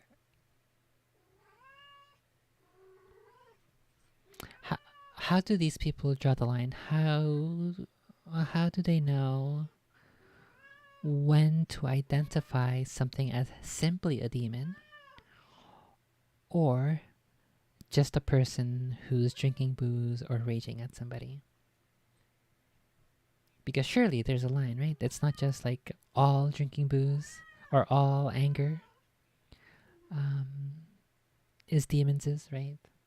Because it seems like a super heavy cop out, like a super heavy cope, where even the simplest, the most basic of anger or of vices is demon possession or demon influenced.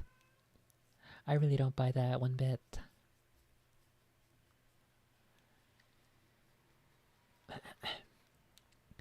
Maybe from my perspective it's a little different because I am more interested and biased toward the heavier and severe instances of demon possession. And so that's why maybe I am incredibly hesitant to consider basic everyday struggles to be demon possession or demon influenced. They definitely could be. But I guess I'd have to do more research. And I don't know. Maybe it's just because anytime that I felt I've had to deal with any of these things, any negative emotions, as this guy says, I felt as if I was always in control. I was always responsible and aware that I as an individual, as an agent, as a conscious being, was responsible for my actions. But maybe that's the demon speaking. Maybe. I don't know. Let's see. I have had many experiences similar to this remarkable gentleman. I full understand what he means when you see them out of the corner of your eye. See, look, this guy too. He also sees the little impses. And that the smaller ones appears like cats.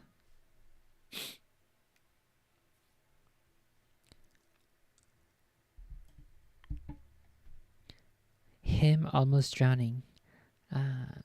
Straight face, unamused face, reminds me of an experience I had once at the Rockwell Falls in upstate New York. Not very large, thinky face, but quite voluminous nonetheless. I was very intoxicated and tired from cliff jumping and swimming all day. Then decided to jump into the waterfall. Like, directly into it. Like, seriously. You know? An amused face. 'Cause it's totally gonna, oh my goodness, he wrote a novel. 'Cause it's totally gonna be like water safari. Where, quote, the fun never stops. Yo, thumbs up. Well, I'll tell you the fun did stop about 5 seconds after my ass hit the cold mountain water, and I realized that my 150-pound soon-to-be corpse was pinned to the bottom of all the water rushing through that narrow opening. Joy, crying, laughing face. I tried several times to... Hello? Arby? Did I just hear Arby hiss at something outside the window? Uh-oh, I gotta go investigate. What is it, Arby? Is it a demons?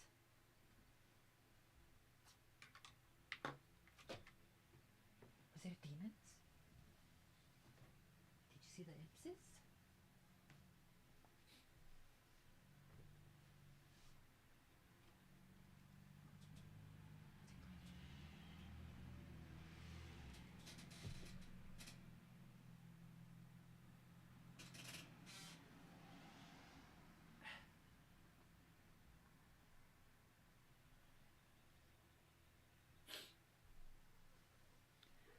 I don't know. I didn't see nothing.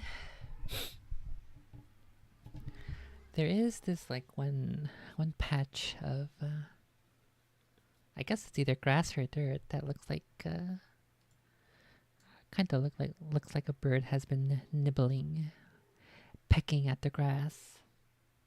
So maybe they were just mesmerized by a bird that was outside the window. Okay, let's go back to this guy's story, whose YouTube profile has that one guy from the History Channel who says aliens, whose hair keeps getting more and more absurd each time he appears.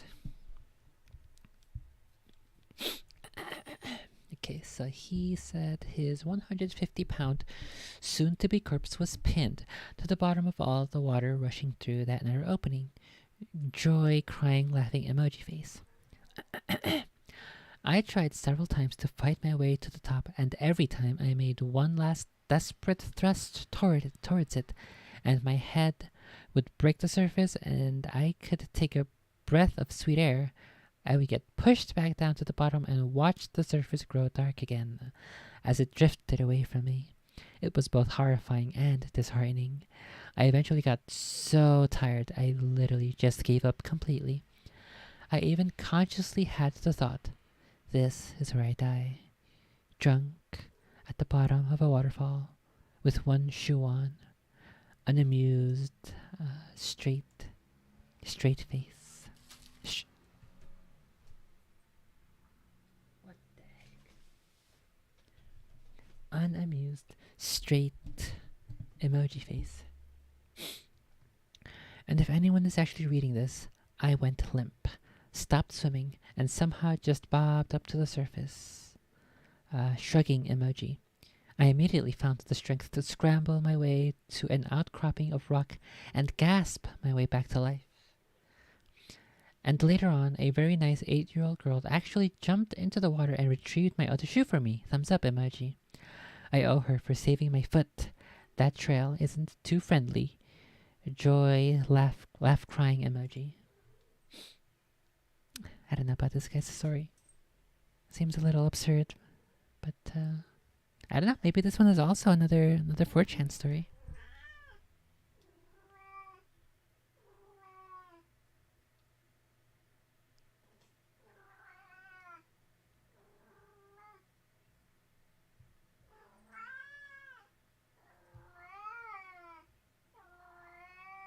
What happened? What is it? Let's see. What? What? She's just too loud. I have woke up at night before and somebody entered into my mind. I felt I needed to pray for that person. Praying hand emoji. Oh, here it is. That's awesome. A warrior for Christ. See, like this guy knows. Chill.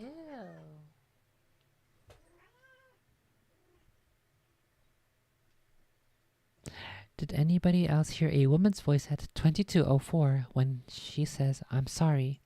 When the pastor says, "I didn't know a person could be this afraid" at 22:08.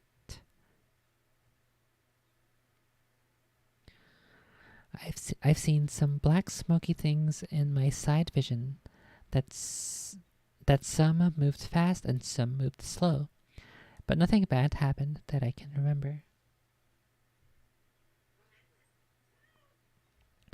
Wow, if somebody didn't give their life to Jesus over this video, I'd be shocked. Thank you, Jesus. What is it? What happened? Let's see. And by the way, Ghost Investigator might want to listen to this.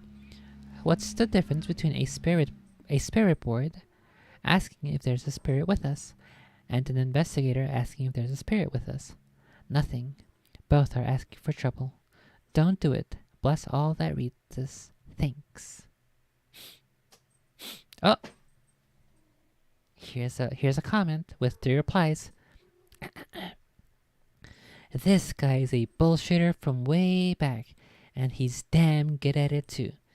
These guys are always interesting and fun as long as you are in control of how close they get and not them. My sister married a guy like this. He reminds me of him so much. He's not a bullshitter, he's just a pastor. What if he's telling the truth? What is he saying that is not true? Just curious. He's not a bullshitter. I have had many similar experiences to what he's saying. I know that doesn't mean anything to you, but just read the other comments on here and see how many people relate. Yep, that's all you have to do. Just read all the other comments of other people who believe him, and then that's all the evidence you need. When I was younger, we decided to play with it, but before we did, we asked if it was evil. It said yes. We tried to burn it, and it would not burn, so we buried it. They didn't bury it, they buried it. B-A-R-I-E-D. They buried it.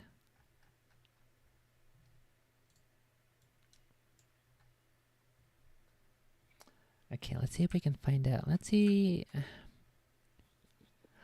check out the Sasquatch Chronicles website. and get this guy's. Pull up this guy's episode so we can find his name, and then keep tabs on him for when he releases his own podcast. His spooky demons, spooky aliens, spooky snake, Colonel Campbell,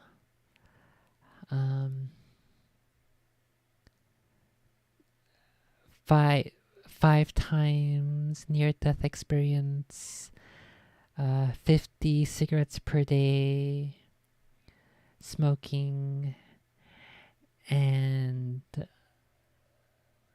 what else did he say? What else? I don't remember his other stories, but let's see if we can find this guy's podcast. Keep tabs on him. He seems like a super interesting guy. Let's see, Sasquatch Chronicles.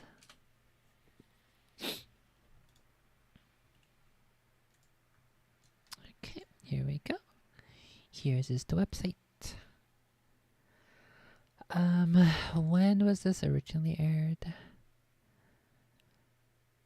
At episode 580, so this is like 500 episodes ago. Here's the Spooky Monsters!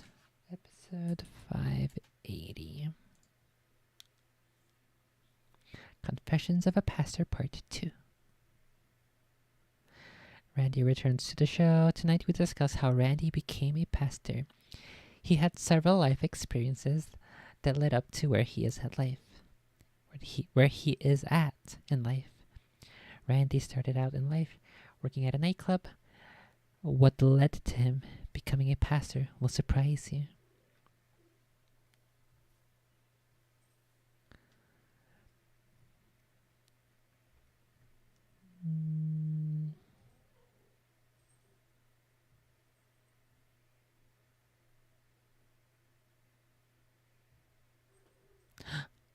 What the heck? It's a spooky comment. Look at this.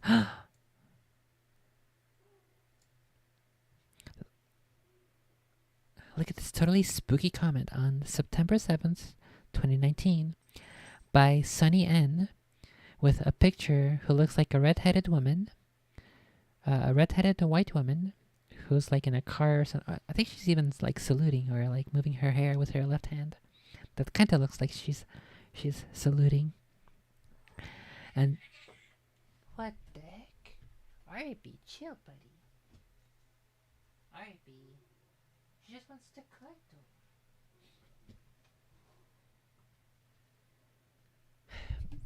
She wants to cuddle, but RB isn't having it, so he just like he starts biting her. Munchy, munchy, munchy. Where is it, buddy? Anyway, this comment is a whole bunch of sevens, and then every now and then there's the letter Y. So it's 7777 YY 77777 for like 100 times, and then Y, and then 7 again for like another 1,000 entries. If I'm looking at the keyboard, the 7 and the Y are right next to each other. So it could be that her kitty was on the keyboard while she was on this page, and then the kitty typed up this and pressed enter. Or this could be an angelic sign. Maybe she's an angel and she's giving off the holy number of 7. I do believe that 7 is considered a holy number, a biblical Christ-like number. Is episode 579...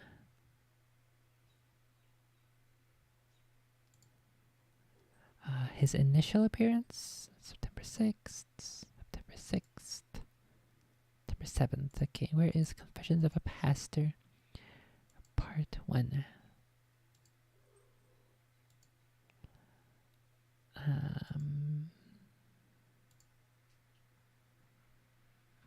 I almost hit a demon. What the heck?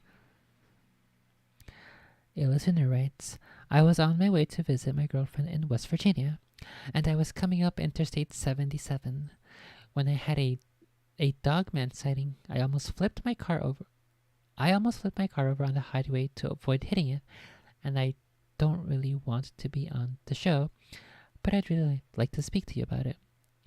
Spoke to the eyewitness, and he has agreed to come on the show. It was a very fascinating dogman encounter. The witness said, I wasn't sure what to call this thing. It was a werewolf in my mind, but they don't exist, right?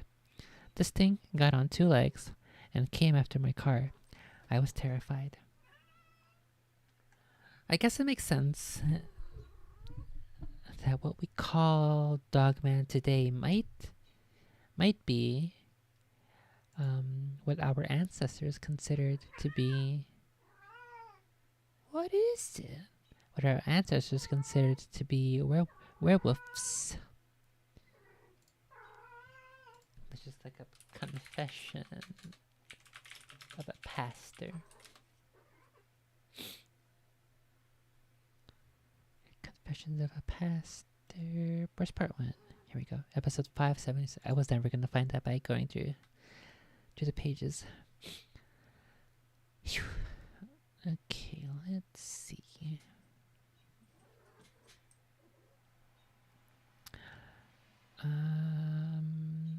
Does it not say what his full name is? Pastor Randy something. Oh, here's a comment. A fairly lengthy comment. The comment reads, okay, let me get this straight. This man has no formal training. I guess, yeah, he did specify in the second episode that he went to Bible college, but they didn't cover that in the first episode, which this is a comment to. So, I think if somebody is a pastor, then obviously they would have formal training, so I'm not sure why he would make this assumption based off simply hearing this episode where he doesn't cover his training.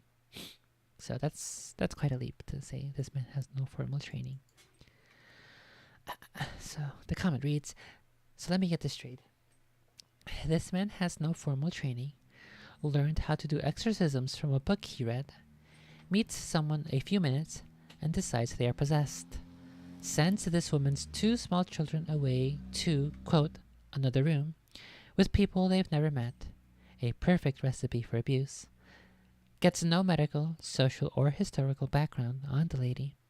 Rounds up a bunch of even less qualified, if that's even possible, members of his team to help. Hears her speak ancient languages. Really? Which ones? Puts hands on her to restrain her. Also illegal. Has no medical professional present to monitor her health. Something else required by the Catholic Church. Ends up not helping her because he didn't know her history, which would have been discovered by true professionals, and offers no follow-up care to a situation that could be gravely dangerous to the family. Real rites of exorcism can take months to years to be successful. The only advice this layperson would give is to stay away from amateurs like this. And then here's a quote. Watch out for false prophets. They come to you in sheep's clothing, but inwardly they are ferocious wolves. By their fruit you will recognize them. Do people pick grapes from thorn bushes, or figs from thistles? Likewise, every good tree bears good fruit, but a bad tree bears bad fruit. A good tree cannot bear bad fruit, and a bad tree cannot bear good fruit. Every tree that does not bear good fruit is cut down and thrown into the fire. Thus, by their fruit, you will recognize them. So this guy is also calling Pastor Randy a bullshitter. Okay, let's see if I can find more about this guy. Sasquatch Chronicles Pastor Randy podcast. Let's see if we can pin this guy down. I gotta dox him so that I can follow his trials and tribulations. Let's see, what if I just do Pastor Randy, Kentucky Exorcist.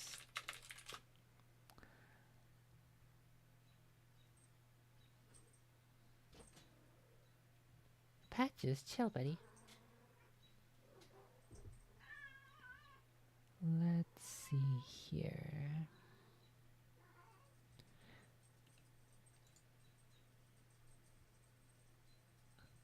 Life.family/new. Where is the part where it mentions Pastor Randy? Let's see. Okay, is it this guy? Randy and Denise Phillips, lead pastors. What happened, buddy? Randy Phillips is the founding and lead pastor of a Life family with churches across Central Texas area. He is the founding member of the Dove Award-winning contemporary Christian trio Phillips, Craig, and Dean. In 2005, with an extensive background in ministry, music, radio, and television, it does... Chill. What happened? You should be over your feminine urges soon, right? Right?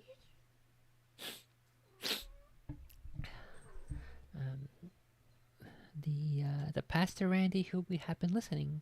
If his story is true, he does seem to have a history, a background in music. And probably, I guess that also translates a bit to radio. So this could be him.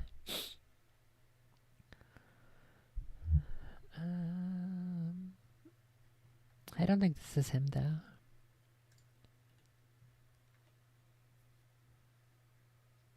What if we go to the first episode, the first part, Confessions of a Pastor.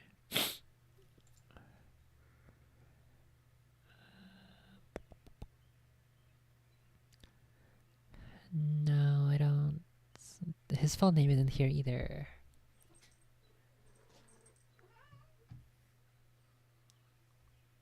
Unlucky. Okay, well, I guess I'll just have to keep an eye out, and every couple months I'll have to do another Google search for this guy. Or what if I just look up Pastor Randy, Exorcist, and Bigfoot stories. I'm pretty sure just this episode of the podcast will show up.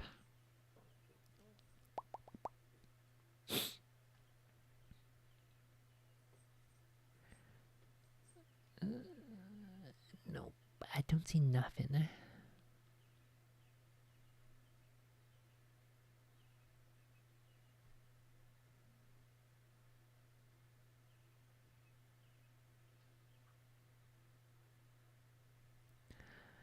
No, I don't find any positive hits here on this, unfortunately, so I guess I'll just have to every now and then gonna have to look up this pastor again.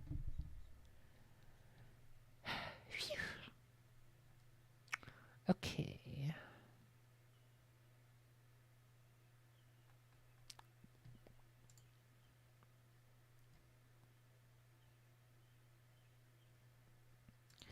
Okay, let's go ahead and finish off the Demon Hour by listening to this video over here.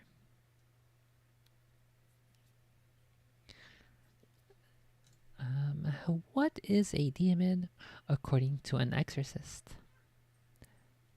And then after that, we will do this other video titled Police Have a Problem.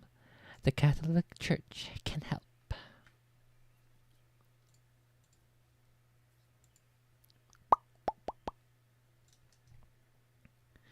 Actually, no. We will open this. And then we will be playing some Kingdom Rush. Because I only need a mouse for that game.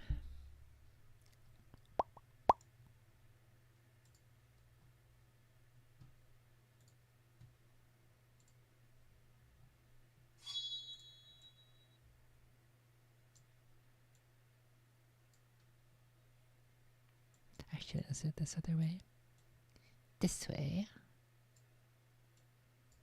Okay. Hey, Chris here from the Chris Stefanik Show, where we talk about how to live out God's plan for you each and every day in your everyday life in a way that makes you more alive and more joyful. Check it out.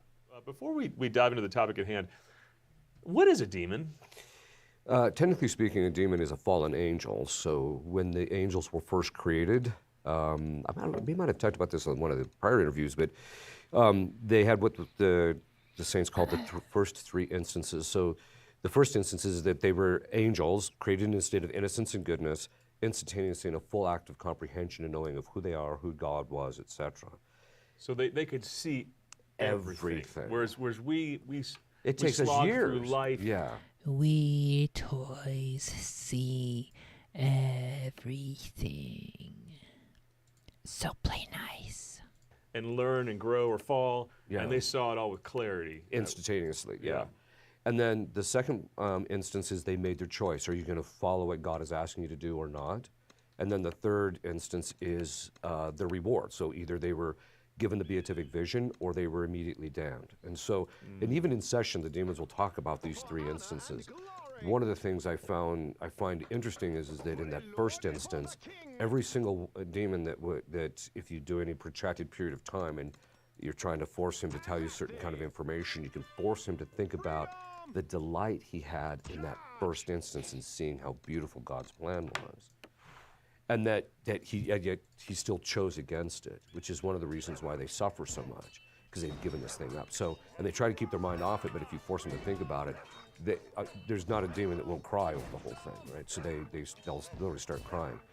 But so the demon is basically someone who was an angel who was created good, who chose to refuse God's task, the task that God was asking him, and there's other things that go along with that particular sin that they had, but they ultimately just refused to accept God's assigned task. Now, what's interesting though is that their assigned task, who a demon is, his personal identity, his very nature, his essence, is his assigned task. Wow. So when he refused his assigned task, it was a perfect act of self-hatred. So they hate themselves too, which is why when I hear people saying they hate themselves, I'm like, don't do that. That's what demons do. Oh, it's hard to come back with another question here. But that's like, I just want to chew on that for a while. There's so much for the spiritual life in that. There is, yeah. Because there's so much that mirrors my own temptations or falls. That's like, it's exactly what you see in them. Like they don't just want us to think things they think, but as they think. Right. And people think, telling people to love themselves, that's just pop psychology. No, that's a part of Christian life. Demons want you to hate yourself. That's Very right. true. Yourself. That's right. Man, wasn't that great? Listen, if you don't want to be happy. Okay, so there you have it. If you hate yourself or you say you hate yourself, you are in fact being mind controlled by a demon's. So don't do it. Okay, I've been struggling with this level, with this heroic challenge here. So hopefully. No! Fuck, dude. I fucking hate these shamans. They literally always get through. No matter what I do.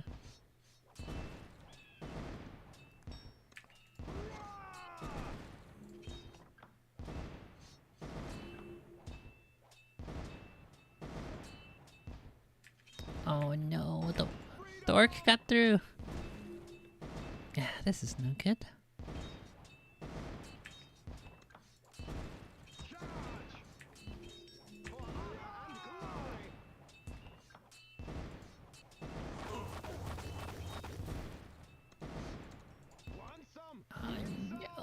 unlucky. Okay, well, have to go to round 2. Round 2. Okay. I think this video will help segue into my dreams in a bit. Title is Police Have a Problem, the Catholic Church Can Help. Really, the majority of them are really good people serving the community. I know there are problems, but there are other institutions that are far worse. The reality is that we're dealing with just a few bad apples. There's nothing you can really do to stop it completely. Who am I talking about right now?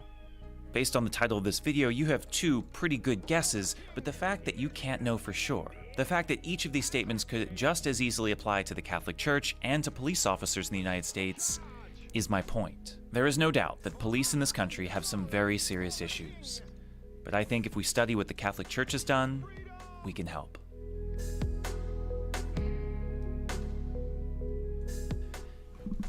Now, I want to make my purpose clear from the beginning.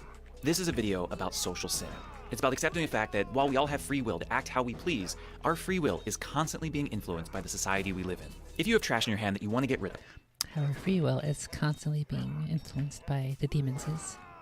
And there is a trash can provided by the city right in front of you, the temptation to litter is basically non-existent. You would have to be a total jerk, going above and beyond being inconsiderate to throw your trash on the ground. Yeah, New Yorkers do that all the time. They literally throw the... Like, if you have to cross the street, and you're going to cross the street anyway, but the garbage can is on the other side, they're literally not even gonna... They're not gonna wait. They're just gonna throw it right on the ground, where they are. Not even consider holding on to it. Why would you hold on to garbage for like an extra 2 seconds when you can just get rid of it right now? That's the mindset, unfortunately. Which you can see video evidence of that on this one pretty cool channel called Louis Rossman, in which he, I believe it was Brooklyn, he had right in front of a house or something. There's this huge pile of garbage, and nobody addresses it, nobody cleans it. Not the community, not the garbage peoples, not the city. You know, with neighbors like this, who needs druggies? But what if there aren't any public trash cans? What if you have to carry your trash with you all day until you get home? The chances of littering are going to be a bit higher. And if you leave your trash on the ground, isn't it more likely the person coming after you will do the same? This is social sin. We do not live in a vacuum, we live in a culture and environment in which other people's actions have an effect on us and our actions on them. Sometimes when behavior becomes commonplace, when it becomes the norm, certain immoral actions are not only tolerable, but preferable, where in order to do the right thing, you must not only want to do the right thing, but must overcome the forces making it easier to do what is wrong. Sometimes you're even coerced into doing what is wrong. You as a person are the same, no matter the environment. Your sense of morality is the same. I'm not suggesting that someone's putting a gun to your head and forcing you to do something, taking away your free will. You still have free will to act. What I'm suggesting is that one's surroundings, the culture, economy, government, religion, opportunities, the example set by others, influence us. They make it easier to do a certain thing. They set an example. They make it so that otherwise good people sometimes do not so good things. It's with this that we turn our attention to the present state of law enforcement in the United States, and I present a few scenarios to you. Say you're a police officer. You track down a drug dealer and make an arrest.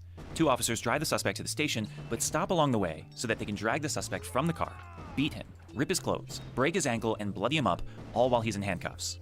You witness your partner doing this. What do? Say you witness your superior arrest an elderly man, and while on the ground in handcuffs, he beats him, a defenseless old man. What do? Say you're a detective, and one of your patrolmen accidentally shoots an autistic kid while off duty. He files a report at odds with several eyewitness accounts, trying to claim that he was assaulted first, but you know that this is not true. What do? The correct moral answer to these questions, I think pretty obviously, is that you tell the truth.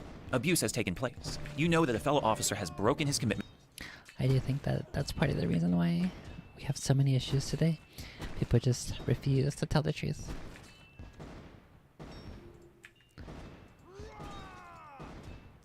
It's definitely obviously worse when you know the truth, when you are aware of it, but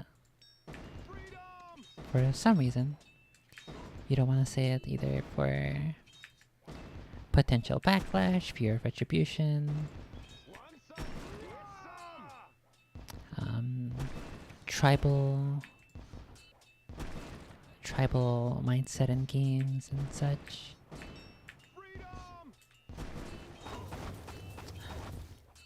I may have fucked up. I may have had to save that for this shaman here.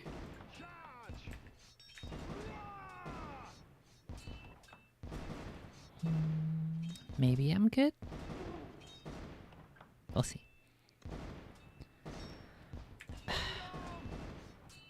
But yeah, I definitely think like multiple people in multiple different industries, multiple different areas of our lives, we have neglected being truthful and honest. I think maybe that's part of the reason why things are in as bad a state as they are in right now.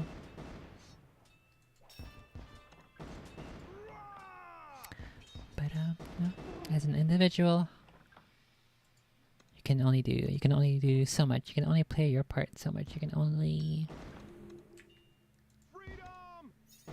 control yourself, unfortunately. Meant to protect and serve has made an egregious mistake and caused harm in the community. You turn the person in to face discipline, a choice that, if you know anything about how police stations work, is not very popular and is not without ramifications. All three of these situations I've described are real events, and the men in each filed reports against another officer. All three whistleblowers were punished. The first man was labeled a snitch and a rat by his fellow officers, was harassed for years with threats and dead rats left on his car, and ultimately left the police force. He entered as one of the top in his class and had previously... Yep, this is another thingy. What do you say in the beginning? That one idiom, that the rotten apple, one bad apple. The entire idiom is that one bad apple spoils the bunch. So, oh fuck! No! Wait!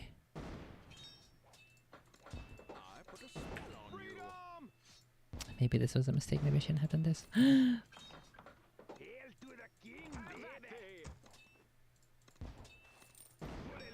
Wait. Get him! Okay, maybe we can get this actually. If I'm lucky.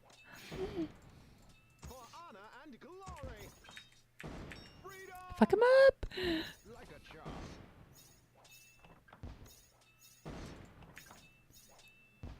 Oh no, this is the end too. Oh, hold on. Hold on. Oh no! I don't think I have enough time here. Unlucky. He's literally gonna get away with like 1 health. Fuck. Man, I should have made one of these one of these two wizards should have been... No! Should have been a RD. Okay, well the good thing is I can't win it. I just have to not be retarded. But yeah, the one bad apple spoils the bunch is definitely the appropriate idiom, because it's not just a one and done thing. You can't just get rid of the... Fuck. Is that a mosquito? He lives! You can't just get rid of the problem officer, because they're gonna do the crab bucket. They're gonna pull down everybody else so that you're also just as bad as they are, because they're literally fucking kids. They're literally a high school mentality clique when you have retarded officers who play this stupid, childish, immature game of the blue line. Fuck all that. Literally fuck every officer who does that. And you know what? In every single industry, fuck people who do that. in all industries: education, law enforcement, science, all STEM, all art, every single one of them. Fuck the childish high school tribal clique brain rot mindset. The all it takes is the one to start making all the other ones rot, because that's literally how it works. It works in nature, and we are part of nature, and we should work towards eliminating it. So yeah, all industries, especially politicians. Primarily politicians. He won an award for his work, but it didn't matter. The second faced a series of disciplines for petty offenses immediately afterwards. For showing up late one day, he was suspended 90 days without pay. For questioning a ticket his neighbor received, he was dismissed from the force. And the final one? Well, 4 days after he refused to sign a fraudulent report, he was dumped to the lowest level patrol duty and was never reinstated as a detective. This was after 24 years of service to the force. Unfortunately, issues like these are not isolated, and they are not new. In 1972, the Knapp Commission in New York discovered widespread corruption had been covered up. Leaders were found to be more concerned with the image of the police. What? The police covering up corruption? In my America? I don't think so. That sounds like bullshit to me. Force, and how it might be tarnished by a scandal than addressing the problem. In 1994, the Mullen Commission found similar issues. Officers repeatedly poured ammonia on suspects, shot and robbed drug dealers. Dozens of officers told the commission that they were afraid to report the crimes they witnessed because of what happened to those who had done it before them. In 2012, a federal jury ruled against the city of Chicago in a brutality case after concluding that there was widespread practice of ignoring misconduct and upholding a code of silence. And so on, and so on. Knowing all of this, are you so sure that you would turn that person in? Or is there a chance, just slightly higher, that you would let them go? It's not worth the hassle. You live to fight another day, even if your conscience is compromised. This is social sin, alive and well. Now, defenders will argue that it's just a matter of a few bad apples, that 90%, even 95% of those serving on police forces are good people taking their jobs seriously. And frankly, I don't disagree. The vast majority of cops that I've ever met are good people. They're polite, they're helpful, they're concerned with keeping order and doing the right thing, and are often thrown into impossible situations. Sort of just like priests. That definitely seems to be the mindset and the case for basically all industries again. Like, teachers want to go in, they want to teach people, they care for kids, for their youth and education. And then a handful of really bad ones make it difficult for the actually worthwhile teachers. Really, really difficult. And terrible administrators, principals, faculty, so on and so forth. It just seems like that's really always the issue. The few bad ones literally make everything worse for everybody else. Priests in the 1960s, 70s, 80s, and 90s. The overwhelming majority of them were not abusing children. Chances are most in your community were good, hard-working, caring men forced to deal with unimaginable drama in people's lives. Statistically speaking, there were only a few bad apples. But that doesn't mean that the Catholic Church didn't have a big problem. A few bad apples can ruin the whole bunch. More importantly, as the church has asked itself over the past 20 years, where did these bad apples... Oh no, I didn't upgrade this one. Oh no, I fucked up so hard. Oh no. I'm probably gonna lose now. Fuck. ...come from? How did they make it through formation? How were they able to continue being a bad apple for so long? What kind of name is Soap? How's a Muppet like him get past selection? Upsetting of all, what aspects of the church itself enabled, or God forbid, even perpetuated this sort of activity? What the church concluded was that this was not a situation of merely a few bad apples, isolated cases that had nothing to do with the overall structure. The structure itself was partially to blame. Insufficient screening allowed unfit men to enter the priesthood. Poor training allowed unhealthy behavior to fester and left others unable to identify problems. Fear of scandal led to whistleblowers being silenced, and the lack of accountability only emboldened offenders to abuse more. This was not simply a case of individuals acting badly, it was the case of a city without trash cans. Of course people are going to litter. To do the right thing, to dismiss unhealthy candidates, report abuse, challenge superiors, bring attention to a community that didn't want its church or pastor's name tarnished, took heroic courage, and often resulted in punishment. So bishops, priests, and laypeople, who were otherwise good people, did nothing. Honestly, I feel for priests in the church 30 years ago that realized that ratting out a priest meant that most wouldn't believe you, nothing would get done, and you might get transferred or punished. I feel for cops today who know that. Oh no, I think that one, the fact that I didn't upgrade this artillery tower ruined this whole entire run. Fuck, I'm too retarded for this game. Reporting a fellow cop is likely a death sentence to their career. I don't blame either one for being hesitant, for letting immorality continue, for trying to keep their heads down and do the right thing in silence. While they were technically free to act, you cannot deny the fact that the culture around them made it far, far more difficult to do the right thing. This is social sin, alive and well. What I do blame is the system that enables it. I blame the people that hold up this culture of secrecy, of impunity, of power that enables bad apples to live on and make it difficult to act with virtue. Because, really, it doesn't have to be this way. While I can't say that the Catholic Church is a perfect organization today, we still have a lot of work to do. I can say with great confidence that we have made huge changes in the past 20 years to upend this culture, and that police could learn a lot from us. In 2002, the Church in the United States commissioned a full-scale investigation of our wrongdoing. What happened? Who did what? How deep does this issue go, and who's responsible? Becoming more transparent was the only path forward, and we've been committed to it for 20 years. Hey, the police do that too. We investigated ourselves and found no wrongdoing. See, look, the police as an organization is perfect. Not a single bad police. Nope, not here. Not in my department. Now. While the Boston Globe initially broke the story of the scandal, people forget that almost all the data since has come from the church itself. We've released the names of abusers, we've provided statistics, we've presented investigations that do not make us look good one bit. As sickening as it was to think about, knowing that this was going to create horrible ramifications in the public eye, we needed to know what the problem was so that we could address it. And address it, we have. Today, the application process to become a priest or religious is extensive.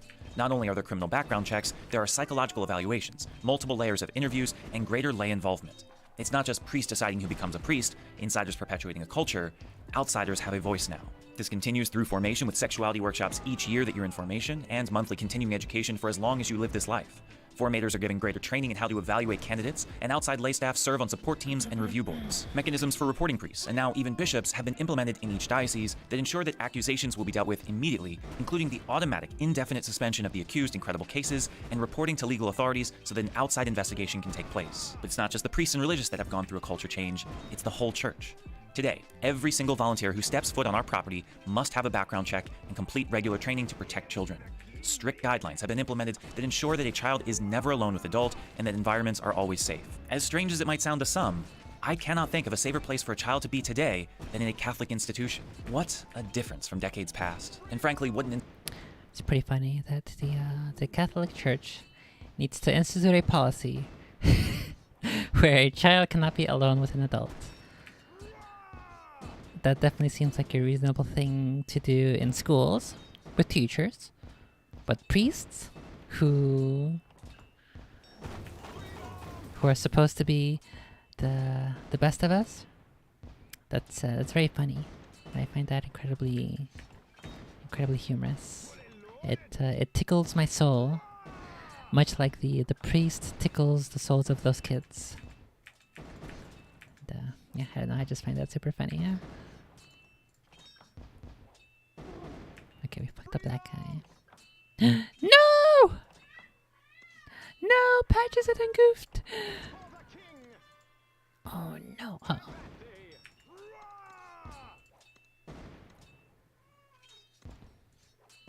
It's always a good sign when you can't trust your religious leaders, your religious community, who are supposed to be the pillars, the paragons of virtue and morality. When you can't trust them with your kids to be alone in a room. Always a great sign. Inspiration. When news broke of the scandals back in 2002, we could have denied it. We could have brushed it under the rug. We could have pointed the finger elsewhere and waited for the news to die down, going back to the way things were. But we didn't. We realized that we had a problem. Not just with individuals, but with a culture that allowed this to happen, and so set about doing the hard work of addressing the social factors that enable sin. We are by no means perfect, and trust me, we have a lot more work to do, but I think that we're a case study, not only for the police, but for any institution or social group looking to make a change. And so, here are 4 things I think the police and any institution can learn from the Catholic Church. Number 1, you have to be honest with yourself, approaching criticism with humility, not defensiveness. There are definitely people who hate police officers as a rule. As public servants in high danger situations, there's always going to be a lot of public scrutiny. The temptation in these situations is to circle the wagons, to stop up your ears, to call everyone else haters and dismiss anything that isn't flattering. This is a dangerous approach. Not every criticism is going to be valid, not every accusation is going to be credible, but some will be. The vast majority of police officers might be excellent at their job, but unless you're willing to admit that some are not, and take a hard look at why this is, serious problems are going to be inevitable. Number 2, you've got to be transparent with outsiders. If scandals have shown us anything, it's that secrecy is never our friend. It's understandable that we'd want to hide anything that might make us look bad, but things only get worse with time. Learn from the Catholic Church. The biggest criticism we faced isn't that bad things happened, it's that we tried to cover them up. If you want to create a healthy culture, be the one to break your own stories. Show them moral virtue to say, we might have been able to get away with this, but we can't stand for wrongdoing, so we want to let everyone know what went wrong, and here's how we're going to fix it. Not only is it going to deter people from acting with impunity, it's going to help the story go away faster. Make it the normal, everyday culture. Let regular citizens ask questions. Allow independent reviews. Include outside consultants in major decisions, and then issue press releases as often as possible. The more that transparency becomes a part of the culture, the less likely someone is... Okay, this is the last wave. Let's see if I can do this properly without fucking it up this time. ...going to do something they don't want other people finding out about. Number 3, somewhat obviously, you have to be careful whom you recruit and how you train them. Numbers aren't everything. In institutions struggling to attract new candidates, it can be tempting to believe that you have to get a certain number no matter what, that you can't survive until you reach this threshold. It's about filling slots and taking what you can get. This is a dangerous approach. I know it sounds overly simplistic, but we often forget that quality is far more important than quantity. What good is it to have 100 extra people if 45 of them are going to be lazy, complain, cut corners, and waste countless hours of administration's time dealing with complaints and evaluations? Even one bad apple can poison the morale of a whole institution. It takes not trusting one person to break all social cohesion. And while all of this is important, none of it matters unless you have number 4. Remember that you exist to serve. For me, the biggest tragedy of the Catholic Church's abuse crisis was that it completely forgot about the abused. We were concerned with public perception. We were concerned with losing donors that fund our charities. We were concerned with the rights of the... I think I should be focusing those.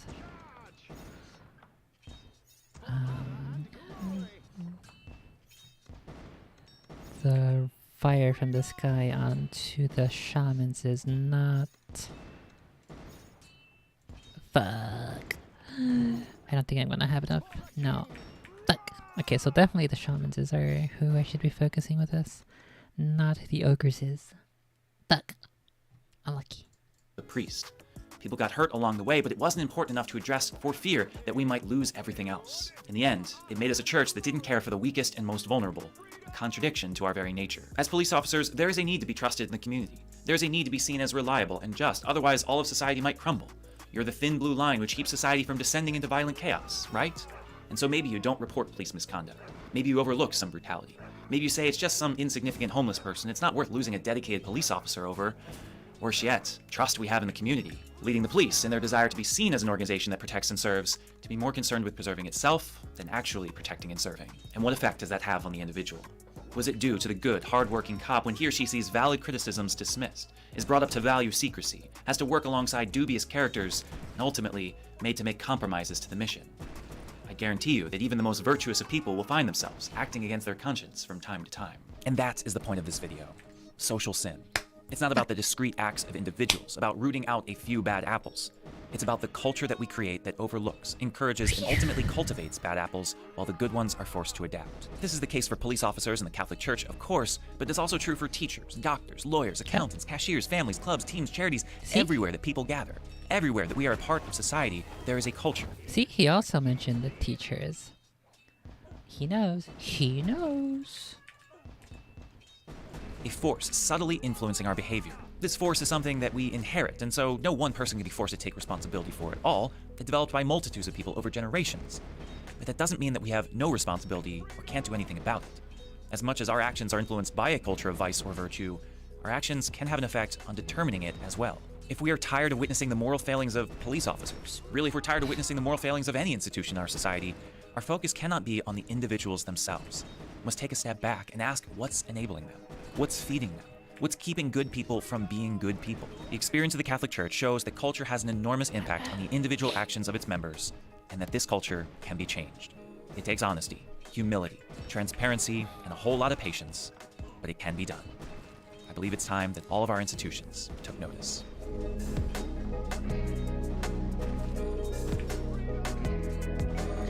Yeah, it's a pretty good video.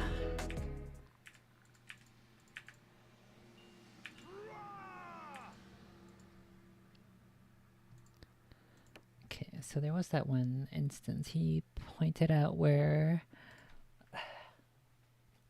the police officer tried to report another officer. US-made armored vehicles appear to have been used in attack on Russia. Uh-oh, somebody's stirring the pot, somebody's fanning the flames, someone's pouring kerosene onto the World War III bonfire. We'll go ahead and read this article in a second. Let's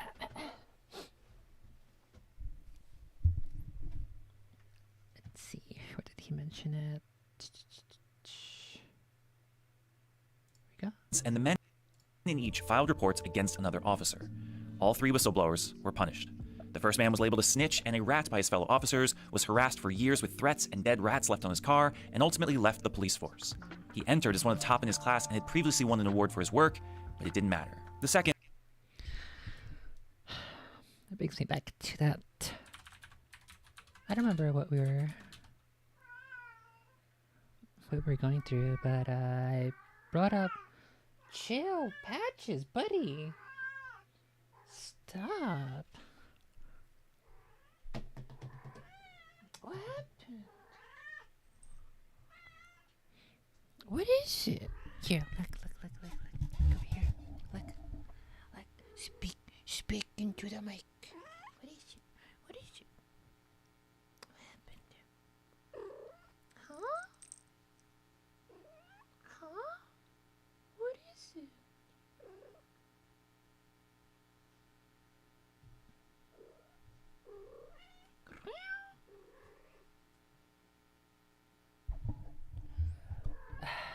Let's see. I think it was only in New York where that I had heard where if your IQ is too high, they would not allow you into the police force, or at least for street patrols, might be, or something like along those lines. I would imagine they would, for if you had a high IQ, let you in for detective work. That would make sense to me. Let's see, NYPD police IQ requirements 2022. Uh-oh. I didn't know about this one. Quora. Is it true that there are maximum IQ cutoff points for police applicants? There is no universal IQ cutoff. However, the law has determined that police departments can, if they choose, not hire someone because they are too smart. And yes, some police departments do turn away people because they are too intelligent. Why?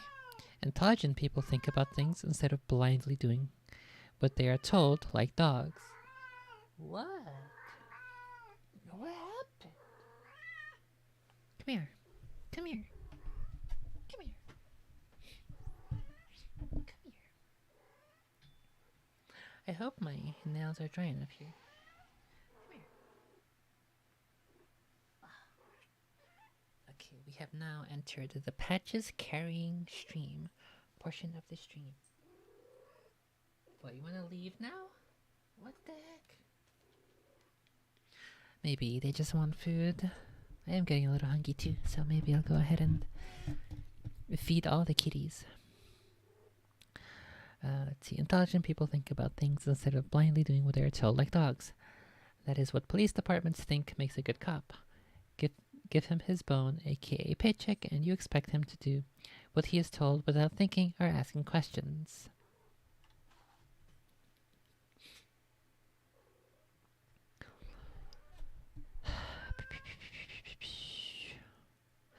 Judging by some of the officers I have met traveling, I would guess the maximum IQ cutoff is around 9.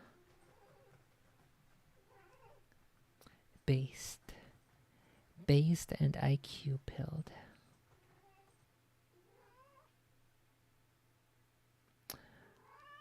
Okay, so here is the article that this guy here mentioned earlier. I didn't read it, but he said you could do a quick Google search and find an ABC story on it from 2000.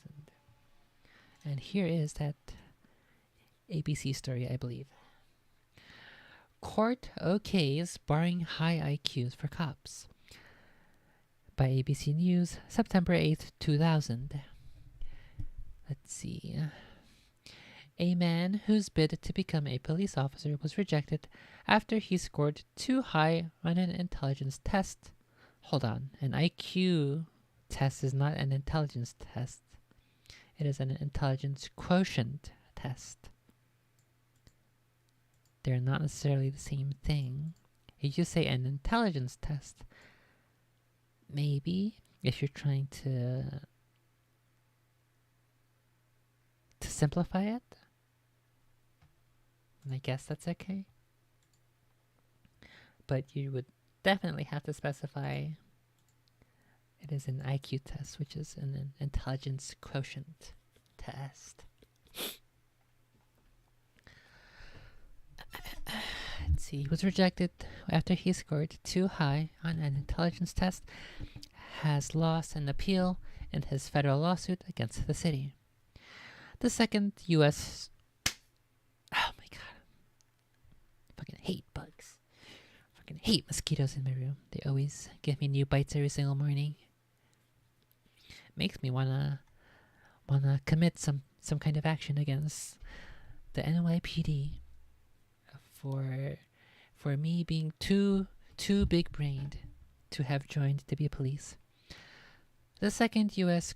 Circuit Court of Appeals in New York upheld a lower court's decision that the city did not discriminate against Robert Jordan because the same standards were applied to everyone who took the test. Quote, "This kind of puts an official face on discrimination in America against people of a certain class," Jordan said today from his Waterford home. "I maintain you have no more control over your basic intelligence than your eye color or your gender."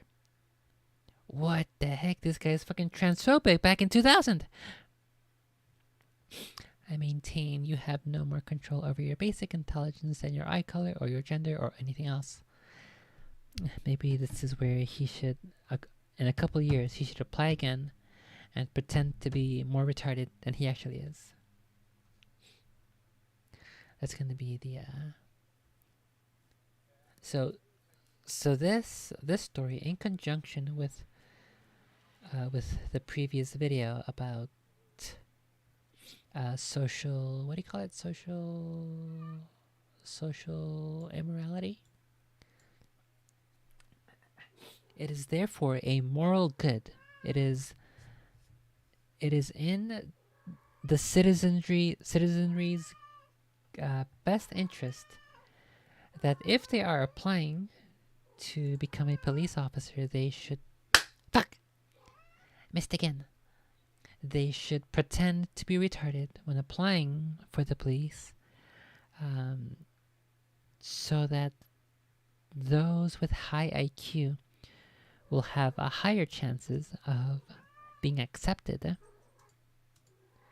and therefore over time police officers will have higher IQ, and therefore we can fix the disorder and the corruption that exists within police departments. Chill. Come here. She's gonna try to jump up there again, which I keep telling her she's not allowed up there. Gotcha, bitch. Okay, you stay here. You stay here. No! Okay, well, she gets to go. I booked it the mic stand. Let's see. Should be a quick fix. No biggie.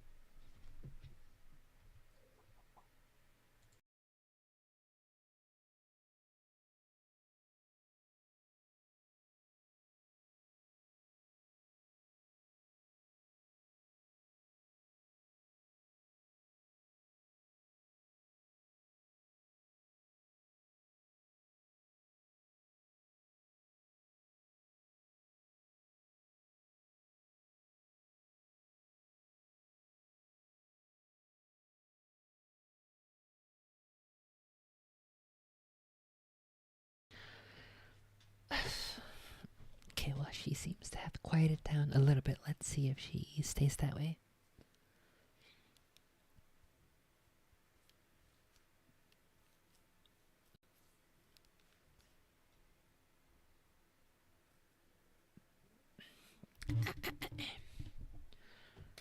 Okay, as I was saying, we have to socially, culturally,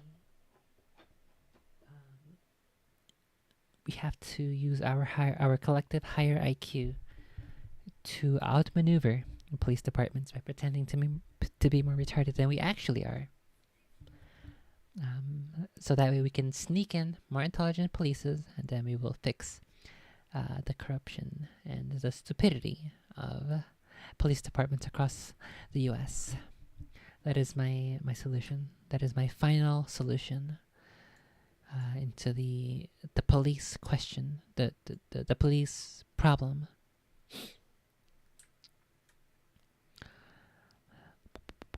Let's see. He said he did not plan to take any further legal action. Jordan, a 49-year-old college graduate, took the exam in 1996 and scored 33 points, the equivalent of an IQ of 125. But the New London police interviewed only candidates who scored 20 to 27, on the theory that those who scored too high could get bored with police work and leave soon after undergoing costly training. Most cops just above the average score nationally for police officers is 21 to 22, the equivalent of an IQ of 104, or just a little above average. Okay, I think they're definitely getting hungry. I'll go ahead and read this article, and then we will read the other article about American equipment in the Russia attack, and then I will take a break and get some foods and feed the kitties. Jordan alleged his rejection from the police force was discrimination. He sued the city, saying his civil rights were violated because he was denied equal protection under the law. No, you are allowed to discriminate against more people. But the U.S. District Court found that New London had, quote, shown a rational basis for the policy. In a ruling dated August 23rd, the Second Circuit agreed. The court said the policy might be unwise. Okay. The court said the policy might be unwise, but was a rational way to reduce job turnover. Jordan has worked as a prison guard since he took the test. So now they're gonna turn him into the Stanford thingy. He's gonna be a prison guard. He's gonna take out his rage against the police, and he's gonna turn it into beatings against his prisoners. Stanford social research psychology. What is that? Stanford experiment. I always mix them up. The Stanford and the it is the Stanford prison experiment.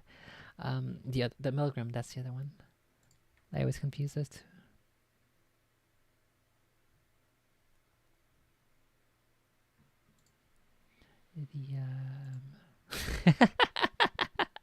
And one of the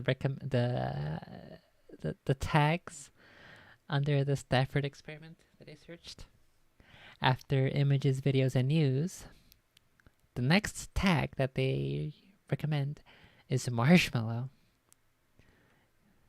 That's pretty interesting. Was the marshmallow experiment already a thing by the time they did the Stanford prison one? The marshmallow experiment in delayed gratification in 1972. And the Stanford was in 1971. It was 1 year after. Why is the marshmallow one showing up then? Okay. Whatever. Okay, let's go ahead and read this. New York Times. Russia-Ukraine war. Okay. From the New York Times, published May 23rd, 2023 by Riley Mellon. Pro-Ukrainian forces appear to have used US-made armored vehicles in an incursion into Russia. At least 3 of what appeared to be American-made tactical vehicles, known as MRAPs, were part of the cross-border attack. According to visual evidence, Russia captured 2 of them. Pro-Ukraine fighters appear to use at least 3 American-made armored vehicles. Pictures and videos verified by the New York Times reveal. Russian forces appeared to have captured at least 2 of those vehicles. Additional visual evidence shows it's unclear how the pro-Ukraine units behind the incursion, which consist mostly of anti-Putin Russians, came to possess the vehicles, known generally as NRAPs, for mine-resistant ambush-protected. The circumstances that led to the Russians capturing them are also unknown, but pro-Russian Telegram groups began posting pictures of the equipment on Monday night, hours after the incursion started. The Times identified the vehicles by their markings when they were inside Ukraine and once again after they were in the hands of Russian forces. MRAPs were first built for U.S. forces in Iraq and Afghanistan, and the United States has provided several hundred to Ukraine's military. The specific model appears to be the International Max Pros. They have been seen in videos of various front lines around the country. While numerous countries have purchased and used the vehicles, the United States is the only country known to have specifically sent them to Ukraine.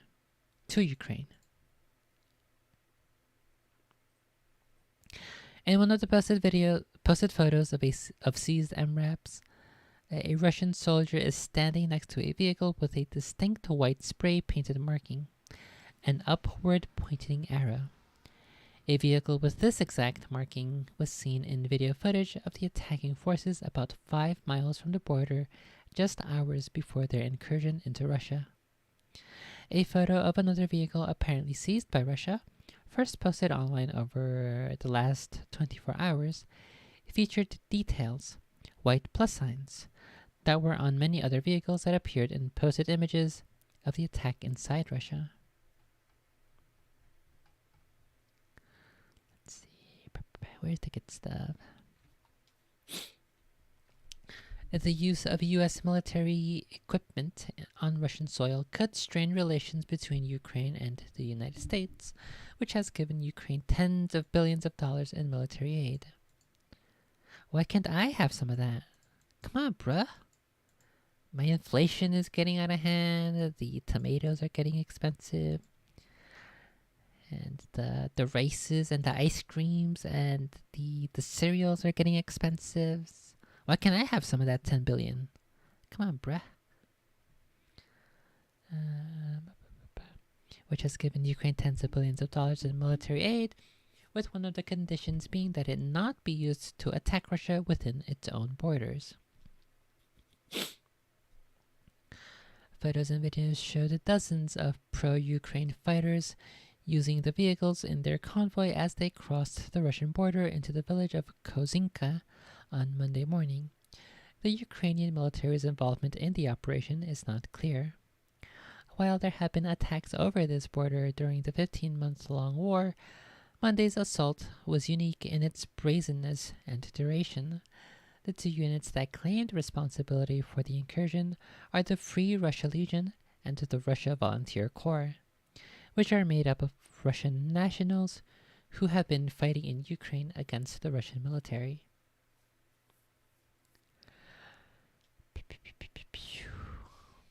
The Free Russia Legion is part of a unit overseen by Ukrainian officers. A presidential advisor said Ukraine had nothing to do with the incursion.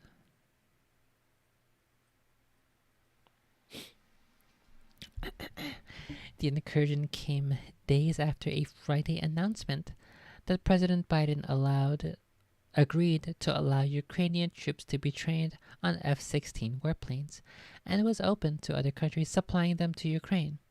A reversal after a year of denying Ukrainian requests for the aircraft over concerns it could be used to strike targets within Russia and potentially escalate the conflict.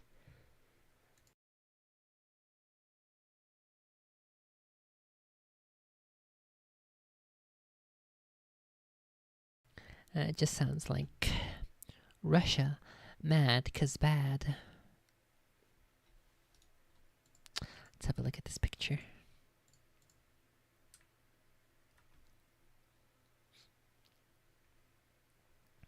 Maybe they were just using this for nap times, 'cause look, it's got a whole bunch of Z's. Z, Z, Z, Z, Z, Z. They's doing the Kuromi sleepings. This is just the nap mobile. The sleepings mobile for when the soldiers are being attacked by the sleepings demons.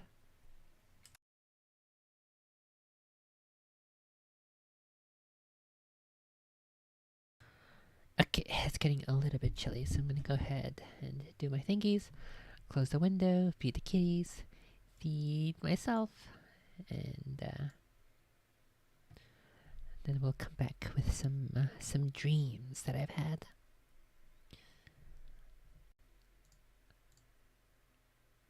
I have had a couple of dreams that I haven't written down anywhere, so maybe I'll just take this opportunity to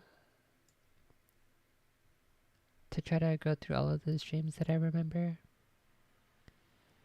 But particularly, I want to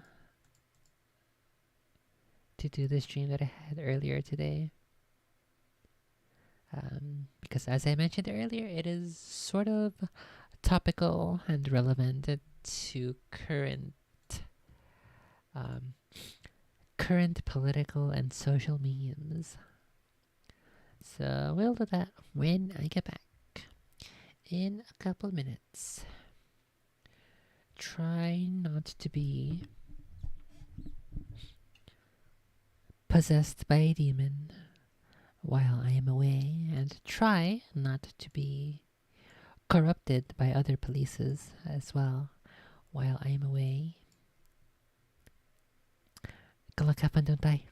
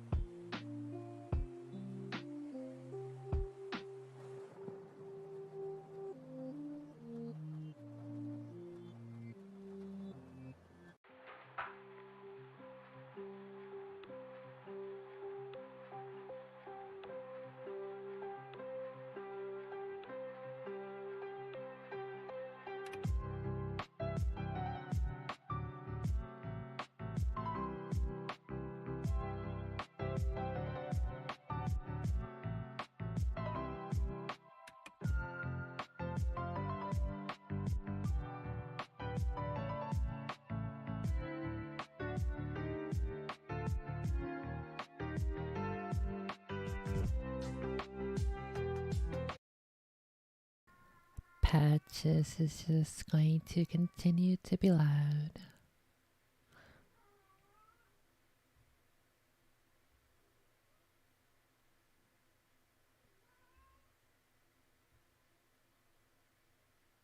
It's just that she seems super quiet right now because she's not in the room.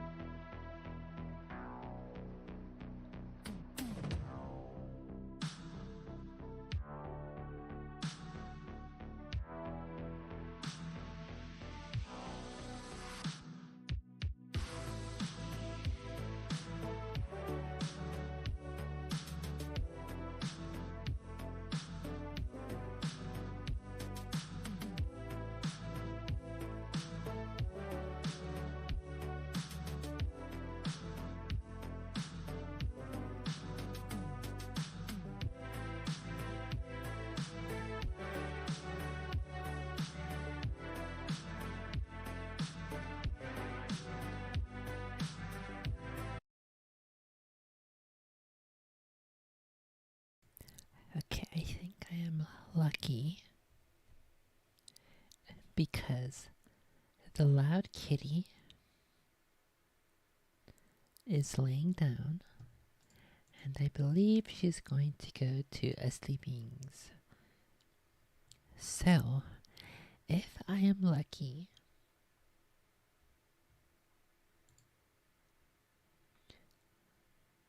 probably the majority of the rest of the stream might be calm.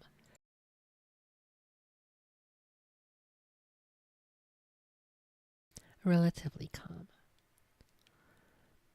Other than me sneezing because it's getting cold.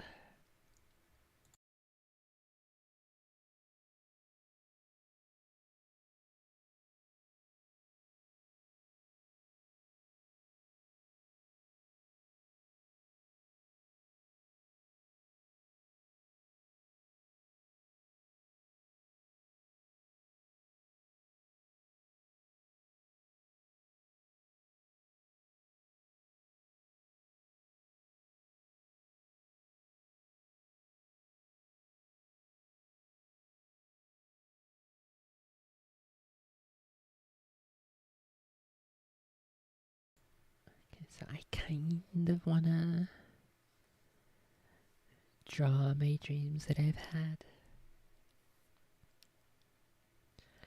But if I'm gonna draw, I would want to do it with my drawing tablet. I don't know if I trust that my nail polish has dried completely just yet. Might be a bit of an issue here.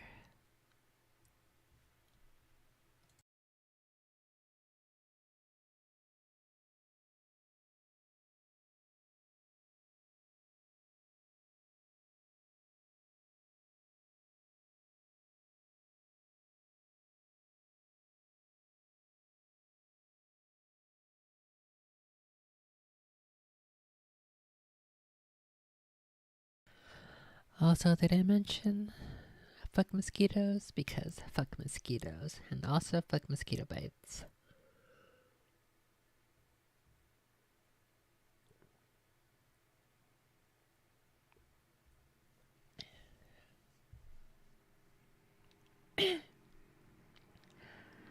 Literally, fuck all of those.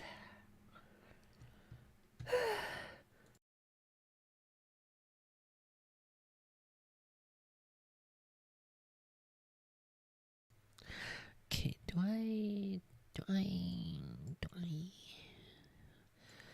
Is this run still winnable? Yes, it is. It is still winnable. Okay, let's see if I can grab some more stories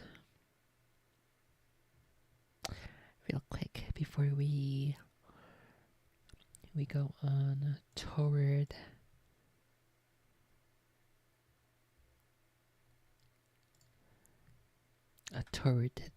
the dream stories. I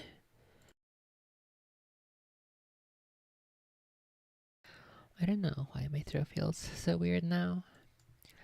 After eating, it could be either the cold or just like the food, the sugar obstruction. Unlucky. Unlucky.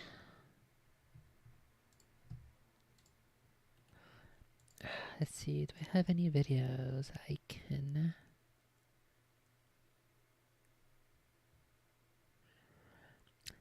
listen to here that aren't too long?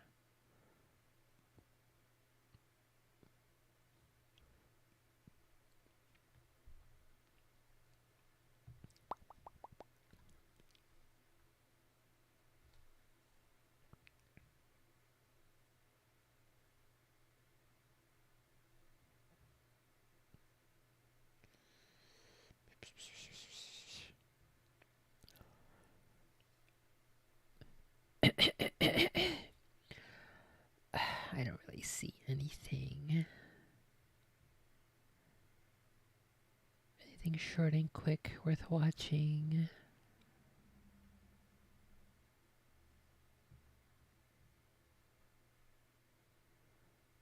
Fuck.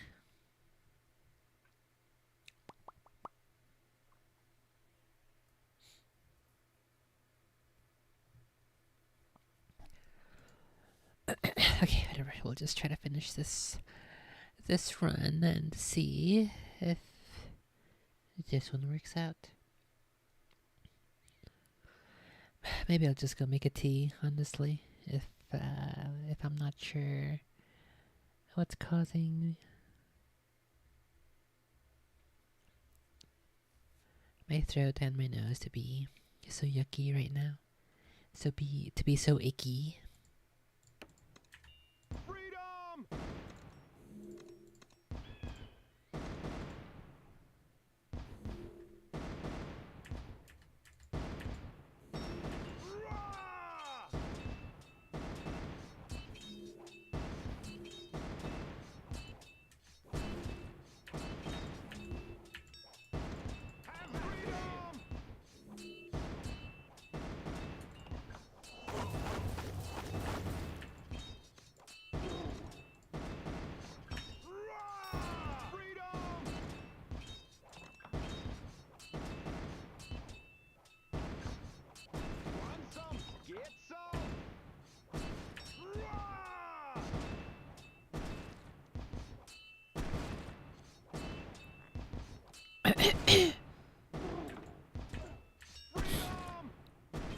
Okay, so far so good.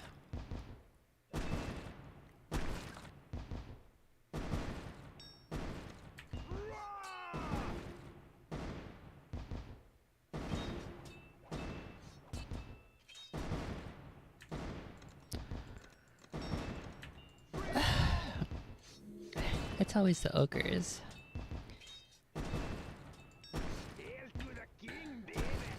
that spook me. Even though in theory it should be the shamans who spook me.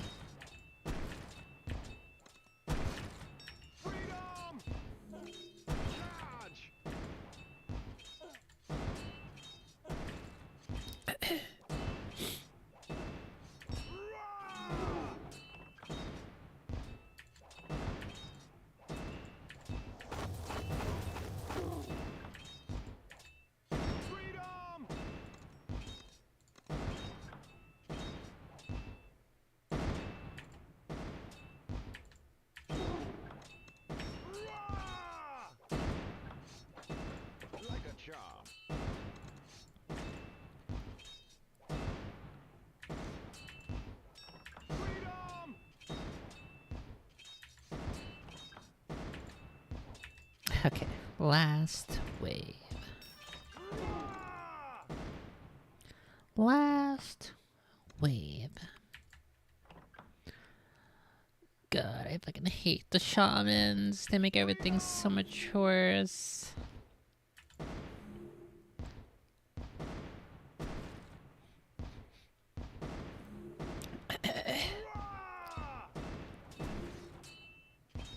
Oh no, he's not even close enough to get hit by this guy. Oh no, unlucky.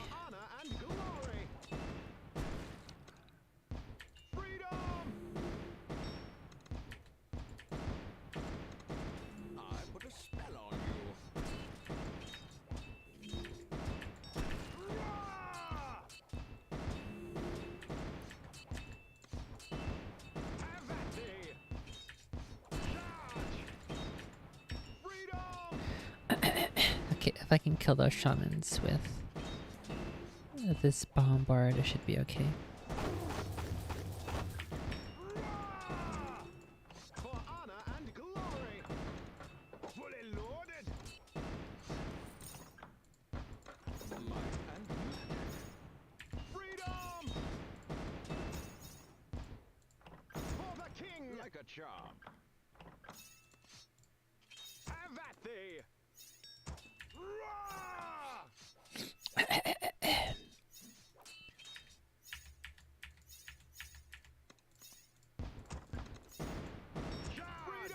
Oh no! Okay, just two. I don't know if I'll be able to get it. I should be able to.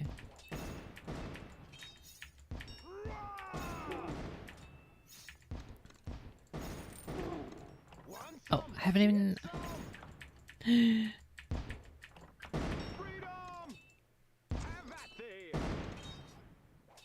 Oh my goodness, I totally. Okay, hang on, hang on.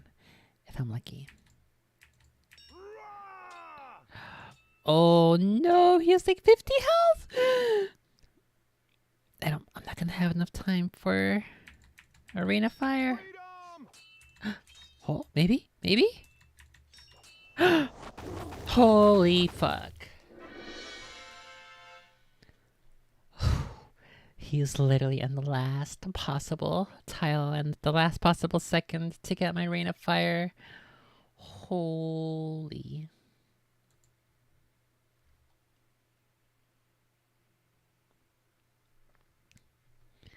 Knights and Merchants, Soldier Sounds. Oh, a dick. What do you mean?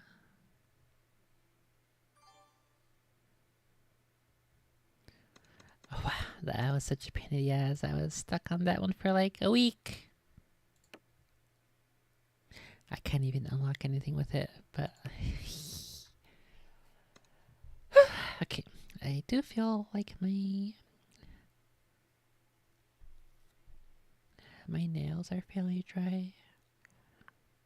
I think it'll be okay if I use my drawing tablet glove. So let's drop this to the back.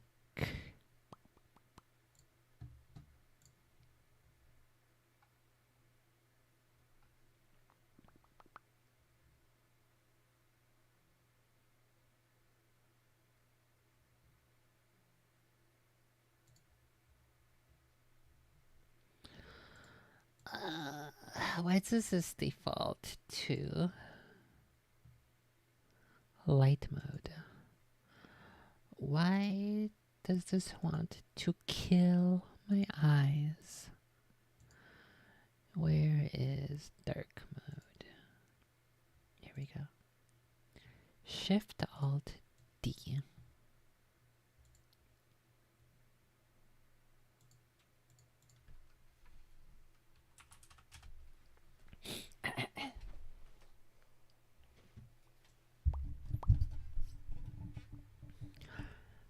I wasn't planning on reading Harry Potter today, but maybe I will.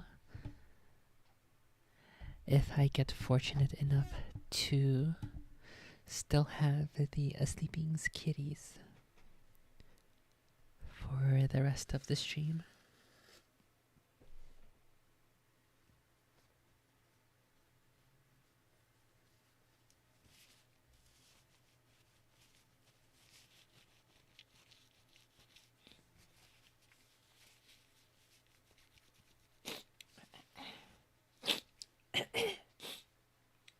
However, if I go to the kitchen to make my throat soothing tea, I believe the kitty will awakened it and follow me there,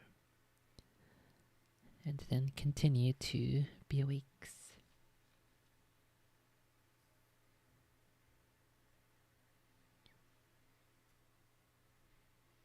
I'm kinda spooked that almost anything I do might wake her up. Cause I kinda wanna go get a hoodie from my closet. Okay, let's do baby steps. Let's start with the hoodie.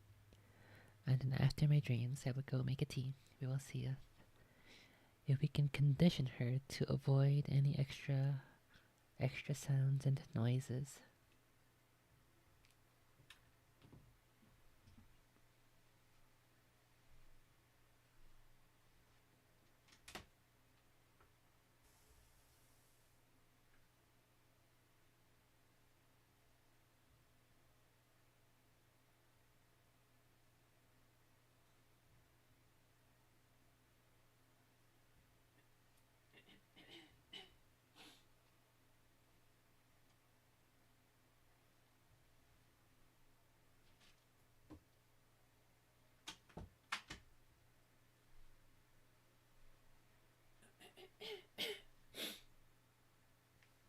Okay, so far so good.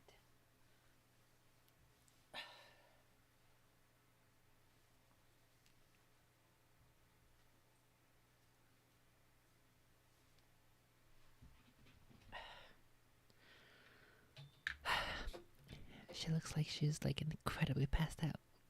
Like, seriously.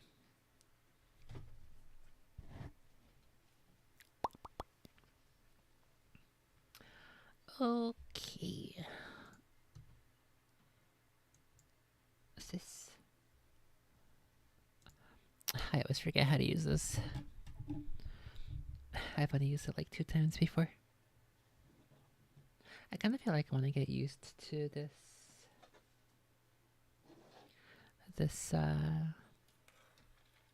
this plugin to use it as like a handwriting note taking and sketches program.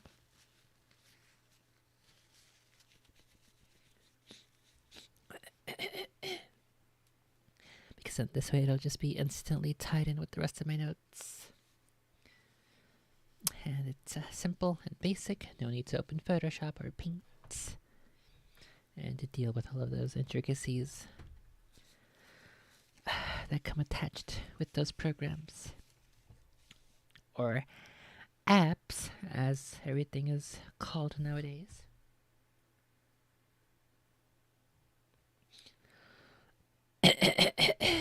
Okay. Let's see. Give me the pen.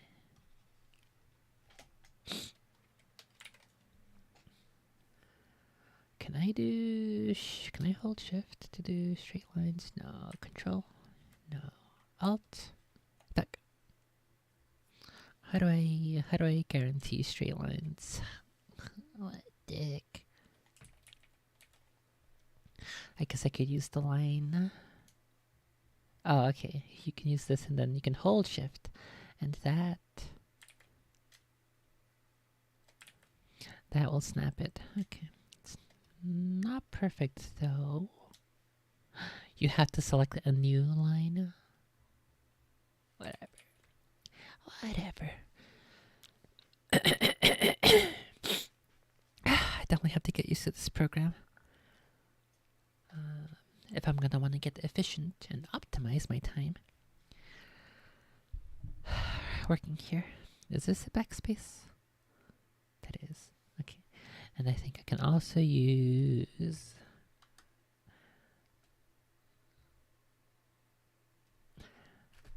the Control Z button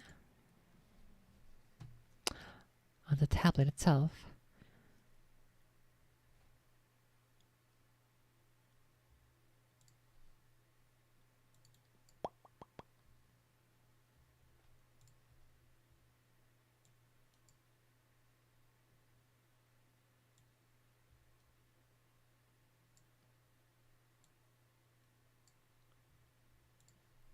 Okay. How does this look? I can hardly see shit. We can adjust this though, no biggie. Let's move this down here.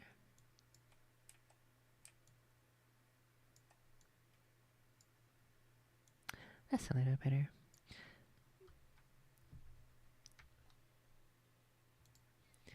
The camera on the tablet doesn't even have to be the focal point, but you know, it's a nice little addition. Oh, get this! I almost fucking spilled my cup.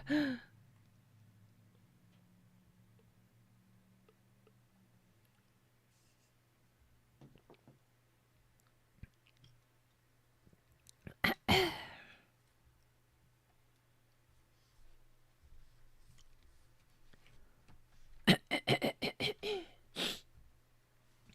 think I'm definitely gonna need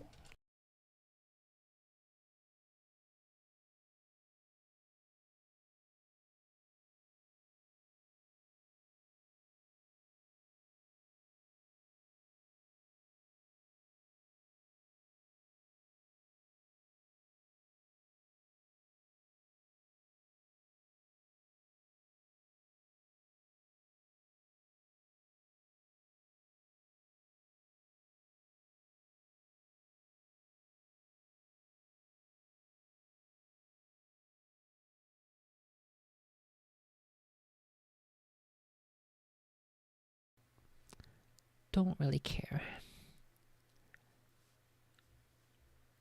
Uh-oh. I've been muted this whole entire time. Okay, dream time. And then I'll probably get a tea. A throat soothing tea.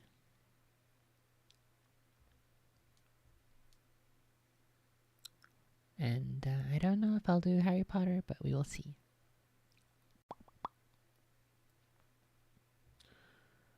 Okay, so the dream that I had today, I think there were technically like two.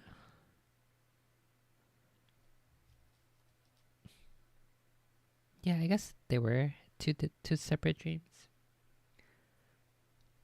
So the one that I've been thinking about all day, that I said was topical and a little bit relevant to current events, is in the New York subway.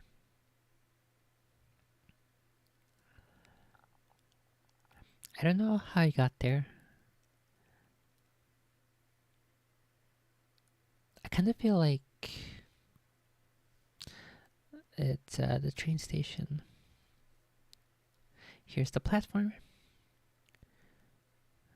There's some seats in the middle.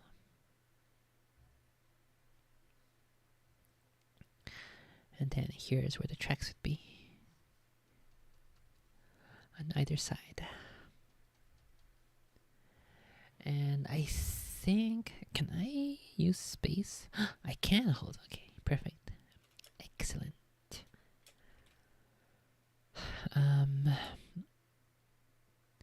I think what might be happening is that like I woke up and then I'm heading to work. And I think somewhere down here by the southern part, okay, by the northern part, there is a staircase leading up toward the... Fuck, that's not gonna... how do I draw stairs? That doesn't look exactly the same as the train tracks.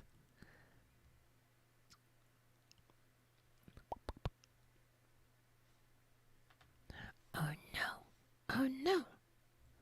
I typically make stairs like exactly the same as train tracks, so I don't know. This is even a good way to do this. Anyway, let's do it this way. Here we go. So this is a staircase here. The rest of the platform continues around it, as do the rest of the train tracks. And over here on the opposite end, for some reason, there are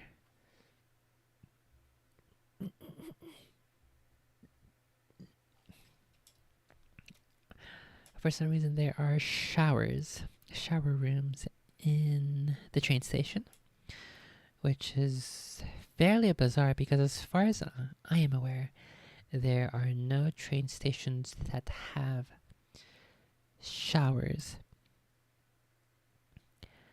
There might be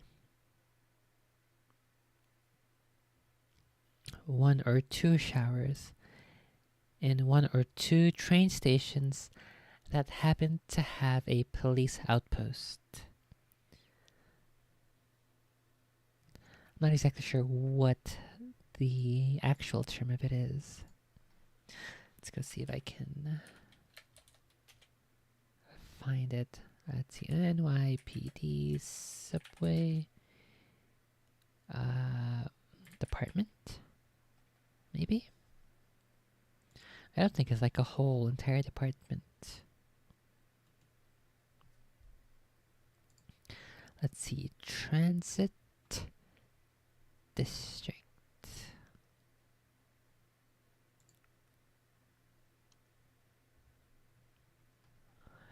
No, maybe if I just go looking by images. Fuck.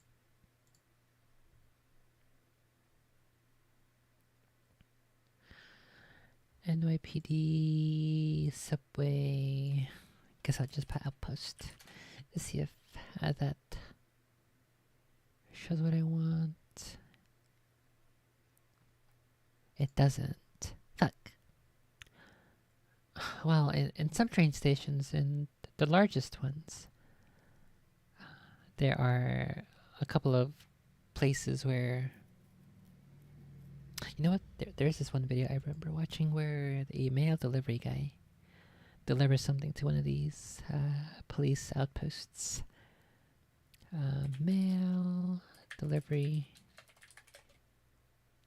Or, hang on. Police arrest mail delivery guy. For some reason, I can't remember in New York subway. I can't remember which station this takes place in, but I know where it is, like physically, if I were to like see it.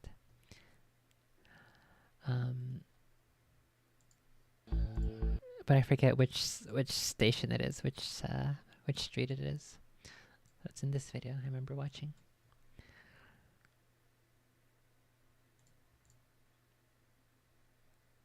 Okay, let's see. Which station is this? Surely, it must say it right here. July 29th, that happens on my birthday. It's a sign. So one of these places.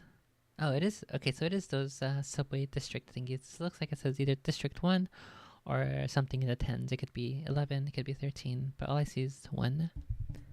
Okay, so it is that subway district thingy. So I assume places like this do have showers. Except the shower. I'm curious. Is this like 14th Street? Wait, was that it? Did that say it? It's too blurry. I don't know if that says street. I don't think it does.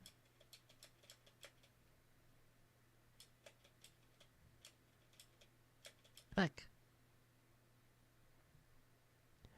I gotta know. Which one is it?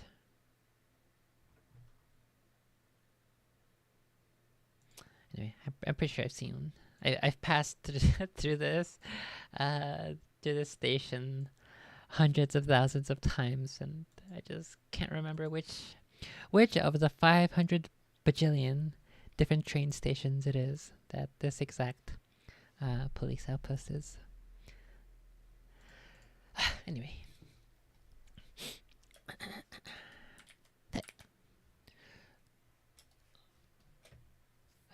I believe it's possible, but I can't say for sure with absolute certainty that maybe there's another staircase down this way, in which I took to get down here, and then here there's like a shower rooms. It could have just been like the bathroom, and then in there's a shower. I don't really know, but I think I took a shower.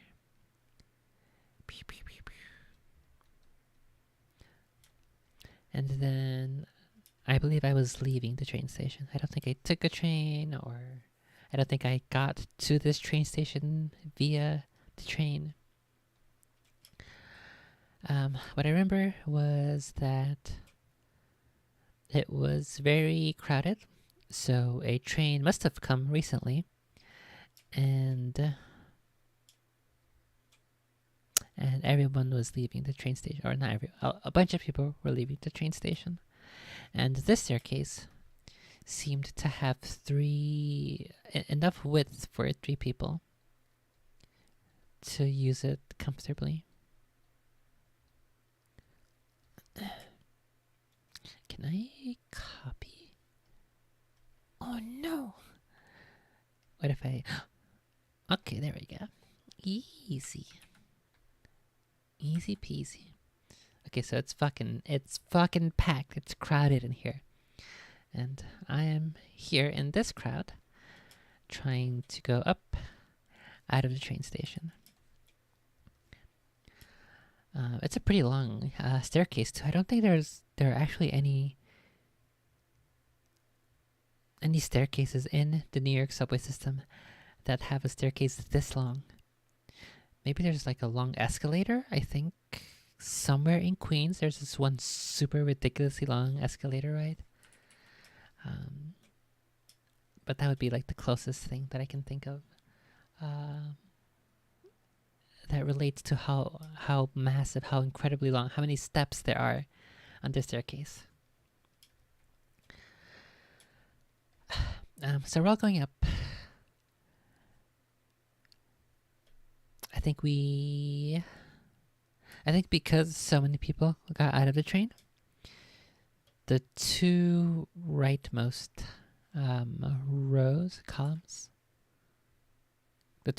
columns are people heading up, and then the left one is people coming down. Because we are American, and if we are on the right side, we go forward. So we're on the right side, and we're heading up this way. And these are, on the left side, these are people coming into the station from outside. At some point, maybe like a little more than halfway up the staircase, the massively long, huge staircase, there is a guy over here. On the rightmost column. And he seems to be a little deranged. He seems to be unwell. He does not seem to be acting normally as you would expect of somebody who is on the staircase. And so, as we are approaching, the two lanes of people who are heading up and out, they merge into one lane to go to his left. So he's blocking the rightmost. The middle lane is now the only lane going up and out, and then the leftmost lane is people coming in. And I guess he's just being erratic. Kind of looks like he's dancing, but also not dancing. So he's like kind of flailing his arms about in a fairly aggressive way, I would say. And so then I am on the rightmost lane. Unlucky me. And so before I get to him, I think I do merge onto the center lane. As I'm getting closer, he seems to be getting more and more erratic, if I recall correctly. And then by the time that I am passing him, I am right next to him. I am walking by up the stairs, and I am basically right next to him. I think he either lunges at me or punches me or tries. He somehow engages in physical contact with me. And so, obviously, I want to protect myself. So I guess I wrestle back in return. And I don't know exactly what happened, but something happened. What I think happened after waking up and thinking about this dream over and over again for a little bit, I think I may have accidentally pushed him off of the staircase, that super long staircase, so it's pretty high up. I think I pushed him off of the staircase. He went over the railing on the right side, and I don't know if he landed on the platform or if he landed in the train tracks, or if there was a train coming as I pushed him off. So I am not exactly sure what happened. But then at some point later, I was outside, basically outside of this exact train station. It's a public street. There's a train station, little building thingy where the staircase comes out from. It's basically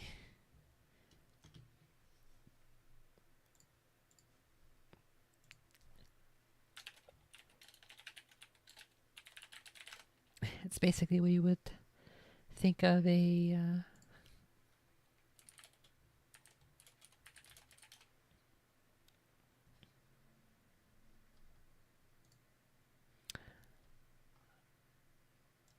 it's busy. There's a bunch of streets, a bunch of cars, a bunch of people. Where is... Here we go. Here's a pretty good spot. No! Get ungoofed. Go back. Go back, go back, go back. Okay, so here is New York. It's a place called The Hub. I am on Google Maps. Let's go over here to this little intersection. This big intersection. So it's basically like this. Just imagine this, or is it anything similar to this, where here is the little the staircase leading out of the subway system, and then you're in this massively populated area.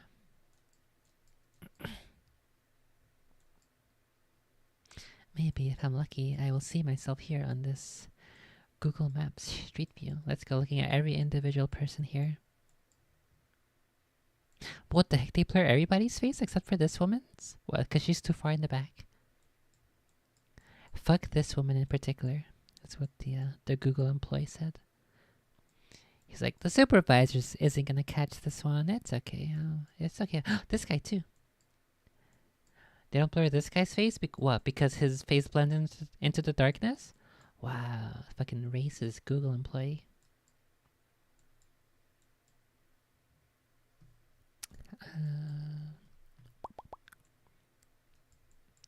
Well, I don't see myself here, so... Wait. They blurred out the faces on... Oh, okay.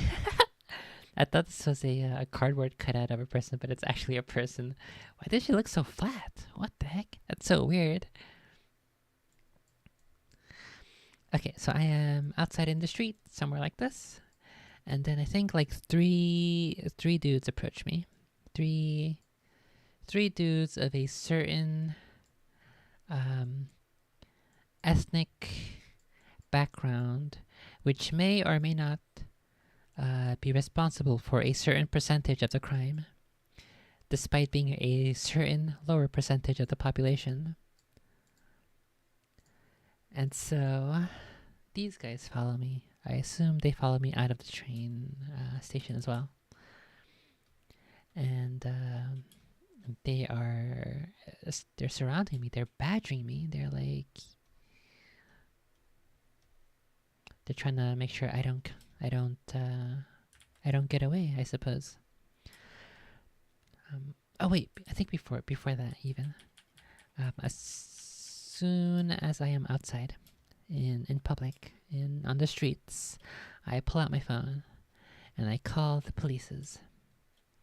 Beep boop boop. And I try to tell them that there was an encounter and this person tried to touch me and I had to defend myself. I don't know what else I said other than trying to tell the police what happened. So I think I'm on the phone with the police. But I think I'm having like either... Okay, yeah, it's too loud. So they can't make out what I'm trying to say. The 911 operator. And so they tell me to repeat what I'm saying.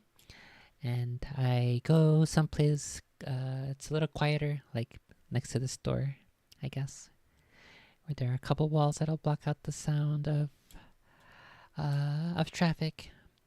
So I go there, and then I repeat to the 911 operator that I was engaged in a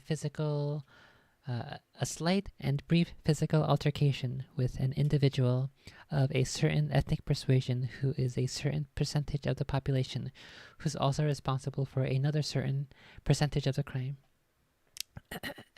who was acting erratic and deranged and mentally unwell. And at this point, when I am in the store, trying to block out some of the noise of traffic, that is when the three other individuals of the same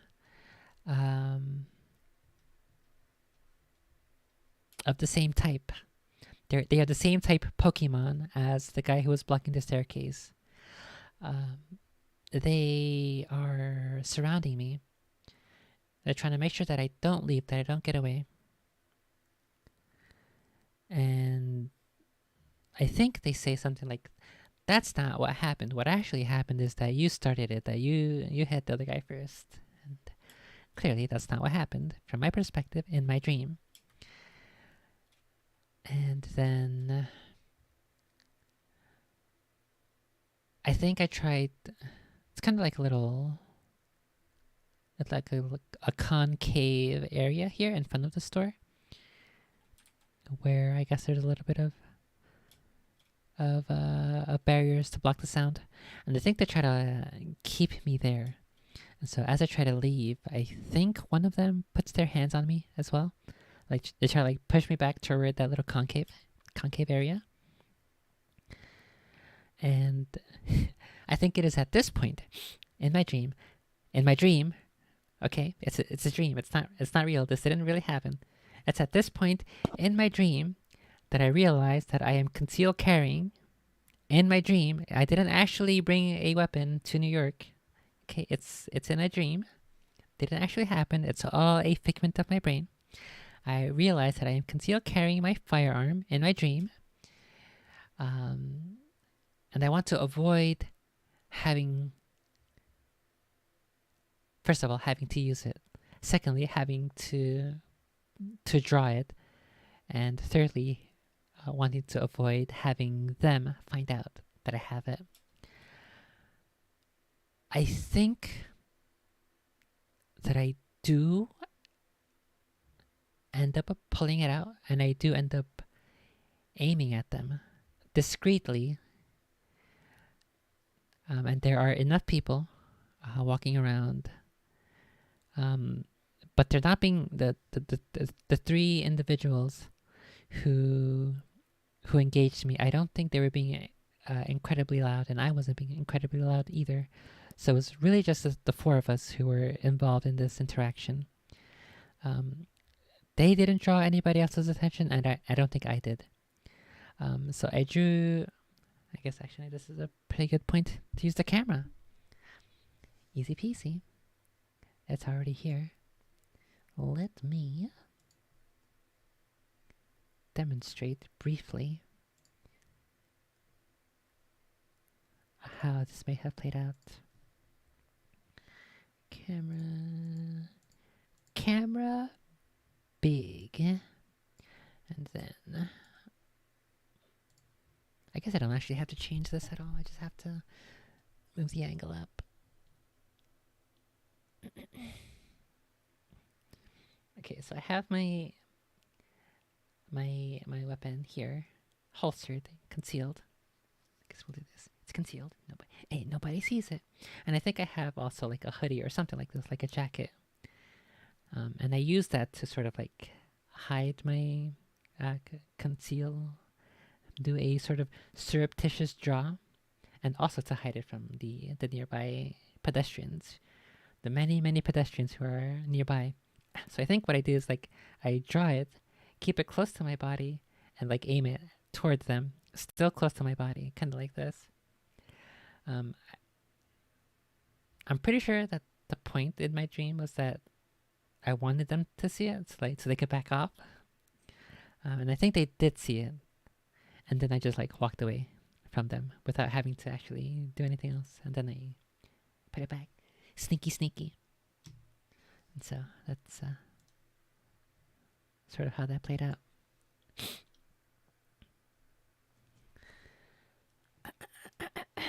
And I don't know what else happened.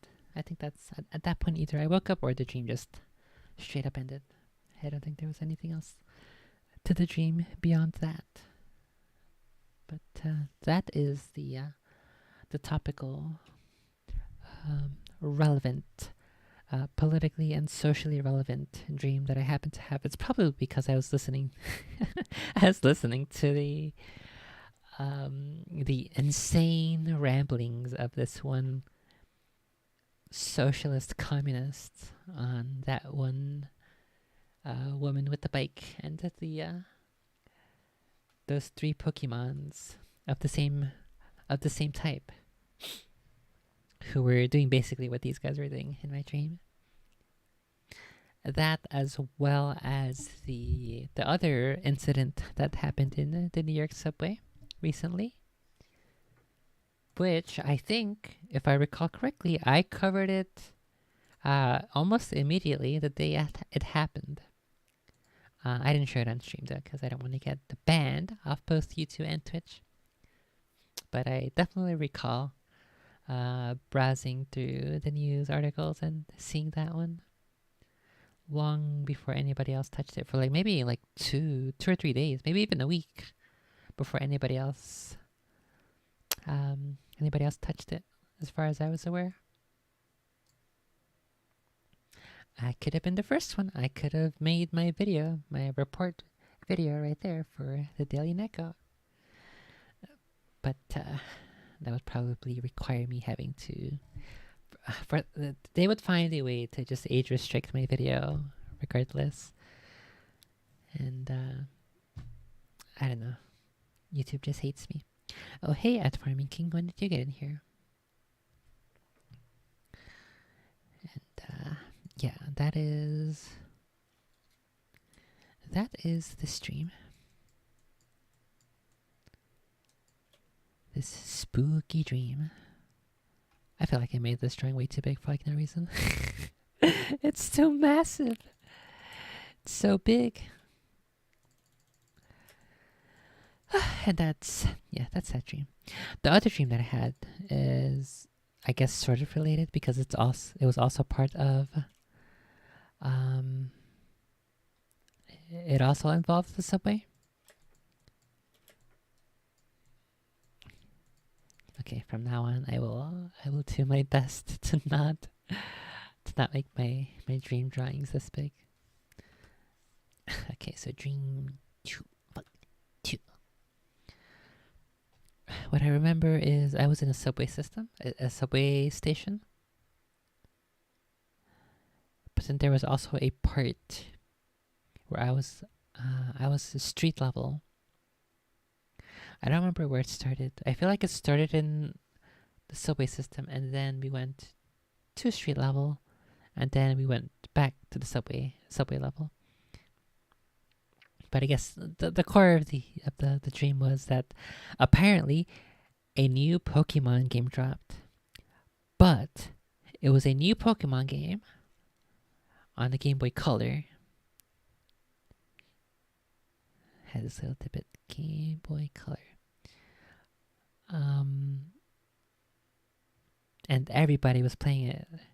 I think in the dream I was either a teenager, I was somewhere between a teenager and an adult. So I could have also just been a college student. I don't remember exactly. Yeah, so everybody was playing it. Me, my friends, my other classmates who I don't think even touched a video game ever once in their life. And I had this fucking massive chonker of a Game Boy. It was like, I think it was like the original Game Boy too, not the Game Boy Color, just the Game Boy, the super chunky big one. That I think did those take 6 batteries? Am I making this up? I think I'll look. Original Game Boy battery. I can just put batteries.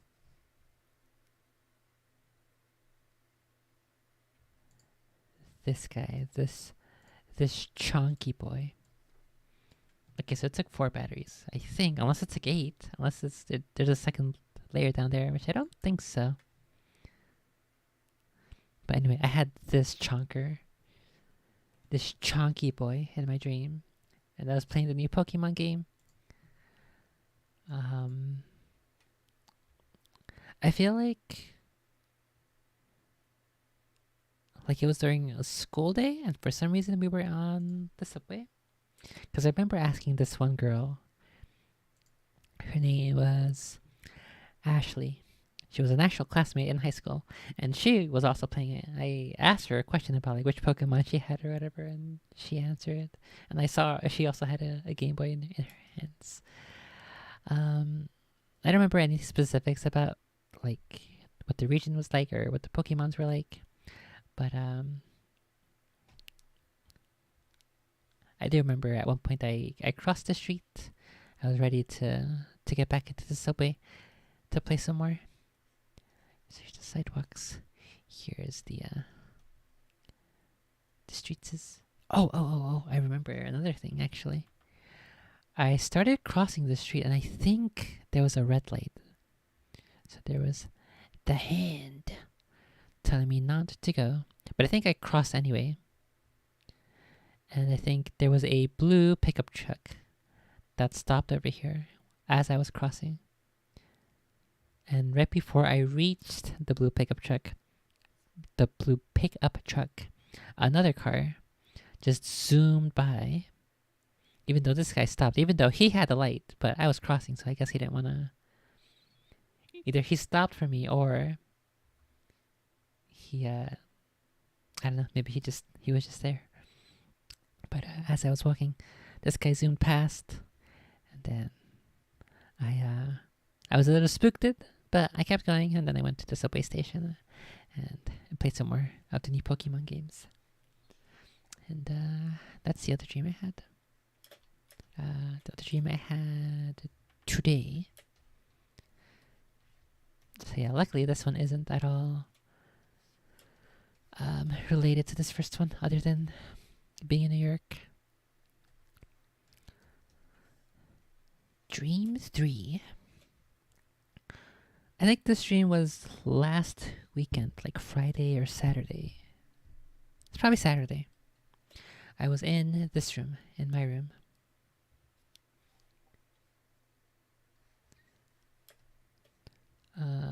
I think my computer is currently this way. Here's the entrance. Here's my pewter, and here's my bed. But in this stream, the pewter was against this wall. Door is still over here, or maybe the door was over here. And then the bed was down this way. I think could have been done this way as well. And then I think I had a window over here, as well as a window over here.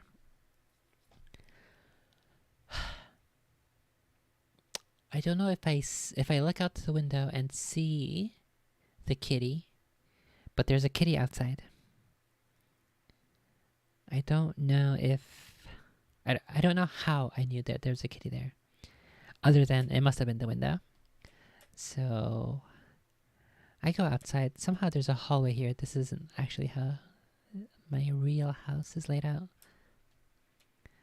There's a hallway here, and then I think this leads to a doorway. A doorway to the outside. And so I go out this way. It is nighttime in this stream. And there's enough light that you can see in the lawn here. So this is all grass. And then over here, there's a small little black kitty who's just sitting there. He's just chilling with his little kitty paws and his little kitty tail. So I'm over here. I'm chilling. I'm trying to talk to the kitty, trying to show him that I am friendly.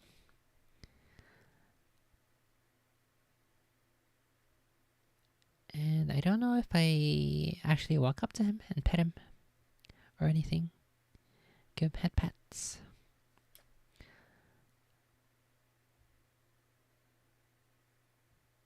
And then for some reason the house is like way, way bigger. There's like this whole other segment out this way. And then there's this other thing that goes down this way, I think. And I'm not sure how this situation with the kitty, how this resolves itself, but still in the same dream, in the same layout to this house in the dream. I think this is like the living room over here. And then this is the front entrance. So the front door is over here. Front entrance. And then I think there's some staircases here. I don't remember exactly how it was laid out, but I think there's some staircases leading upstairs. I'm not sure if it's this way or this way. in relation to the front door, but not a huge deal. I remember, I think there's also like a hallway down this way. Like this. There's probably a room in here. I don't exactly recall. And I think this might be the kitchen. So I am over here. And then I think two people. They breach the building. And they have guns. So I grab my gun and I start blasting. So we are engaged in a firefight. I don't even know how the heck this happened. I'm just fucking over here trying to play with this black kitty outside. And then I think they have rifles. I think I have a rifle too somehow. I don't know where I pull it out from. I don't know. If I carry a rifle with me at all times, I don't know. You're going to have to figure out for yourself where I carry it. Where's my holster? So I think I also have a rifle. And we start trading shots. I think there's like a table here that I kind of use as cover. It's like waist high, so I duck behind there. And I'm firing back.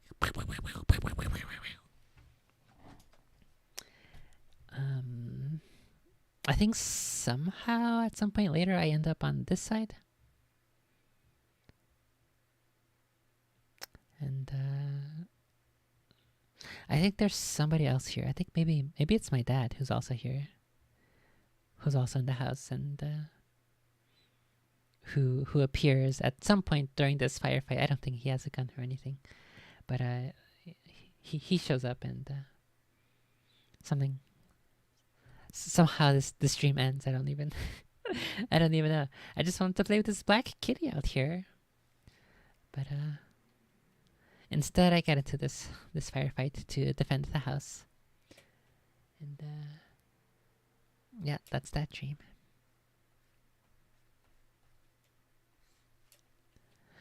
Do I have any other dreams that I want to go through right now?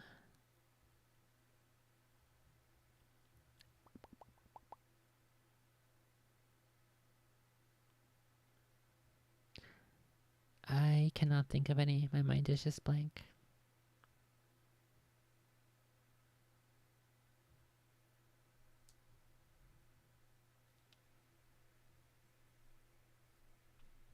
No, I think that's all I have for now for dreams. I think I had a couple other ones. A couple other dreams within the past month or so. But they're not as interesting or as cool as these, so we'll leave it like this.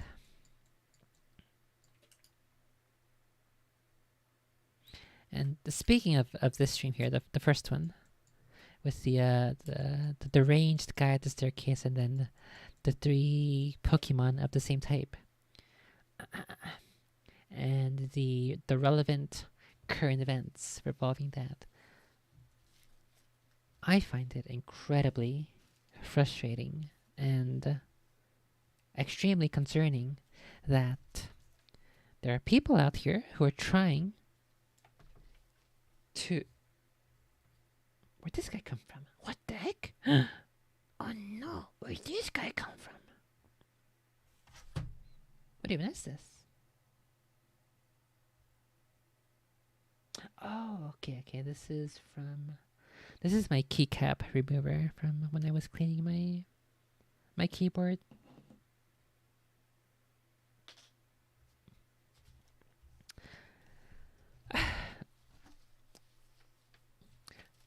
I don't know. I don't know what's driving it. Why these people are trying to make life much more difficult than it has to be. Who are trying to restrict and limit our civil rights. What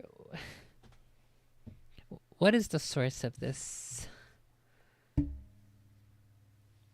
seemingly cultural nationally, I don't know if I should even call it like a national movement, but this current trend of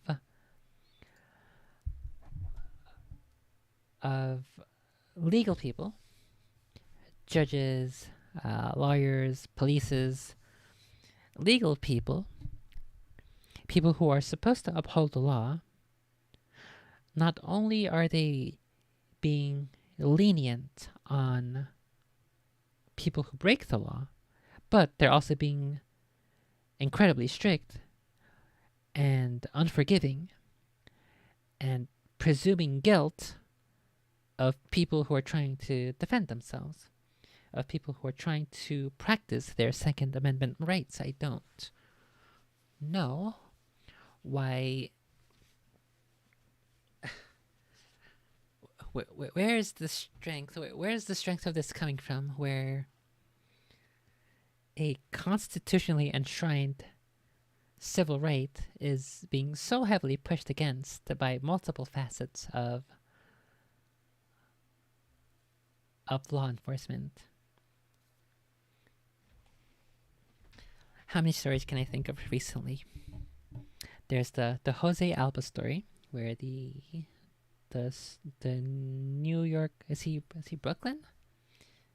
The New York bodega clerk was attacked by the woman and her boyfriend with the knife, that he had to protect himself, and he did protect himself, and then they try to go harshly on him. That's a pretty major story. There's the most recent Subway one. They're going hard on that guy now as well for trying to be a good Samaritan. Why is there an attack on good Samaritans and people trying to defend themselves?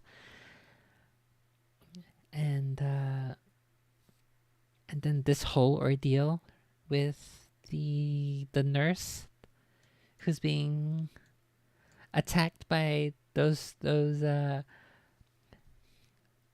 same Pokemons as these guys over here. Look. And just the presumption of guilt, and then all of these assumptions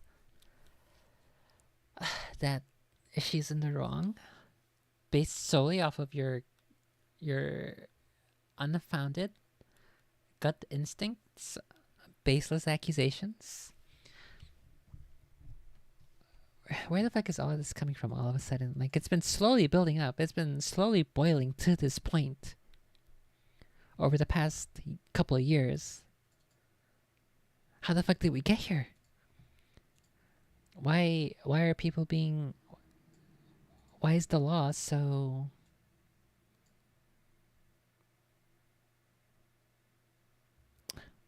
What's the word? I don't want to say like reviled. Why are they so... I don't think it's draconian.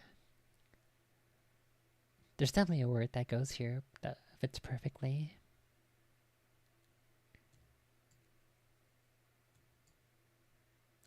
I just don't understand why they are being so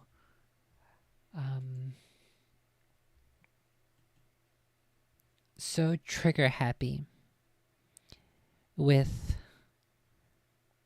charging people for protecting them, for wanting to protect themselves, even when they are already making things worse to begin with by not using proper bail systems, by allowing people to not even serve a single day. How many was it? 40 times? Is that the meme? That the Subway guy was arrested?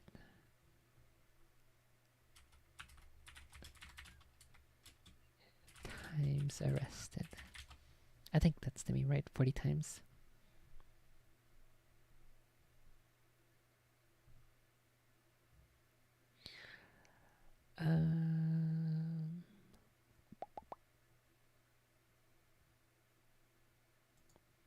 Let's see.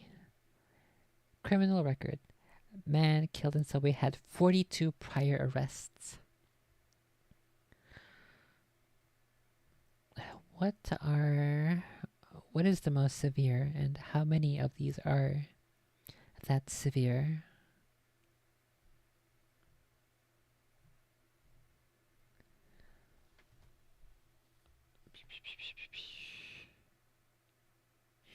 Even if he had 40 murder charges, which he didn't because no one racks up 40 charges unless they're minor, he didn't deserve to be executed by a random person in the middle of a train for yelling about being hungry and thirsty. He didn't just say hungry and thirsty. So, I'm not sure. It's not just Twitter who's being retarded and obfuscating and omitting very crucial information. It's also people in... I mean, it's the lawyer's job to do that, I suppose, to make his case. I guess in this case, the district attorney's job to make as strong a case as possible. But, fuck that. Fuck lying by omission. Wouldn't it be cool if lawyers were just honest? Wouldn't it be cool if lawyers tried to make the best reasonable and honest and realistic case against somebody? Wouldn't that be super cool? Let's see. Some have decried it as deadly overreaction to a person suffering from mental illness, while others have defended the Marine veteran.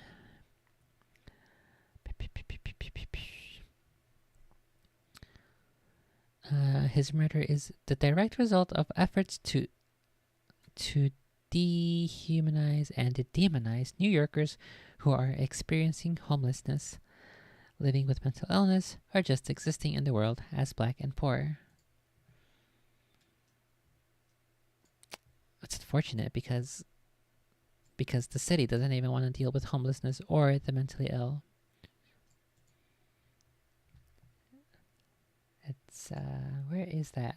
Let's see if I can find it. Lewis Rossman, homeless shelter.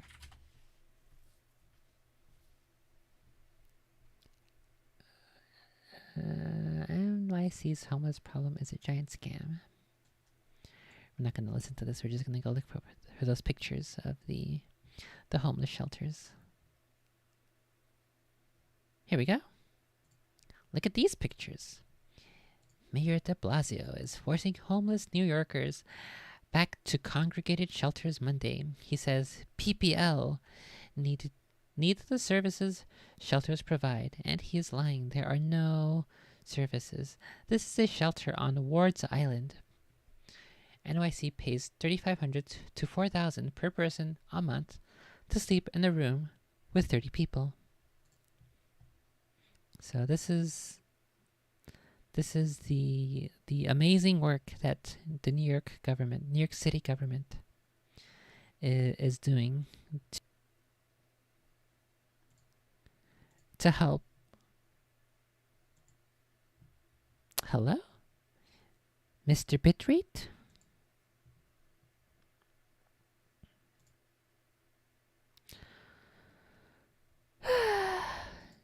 Bitrate is the stupids.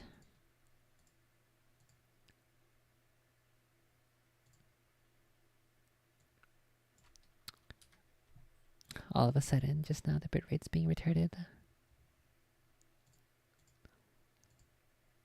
At 331, okay.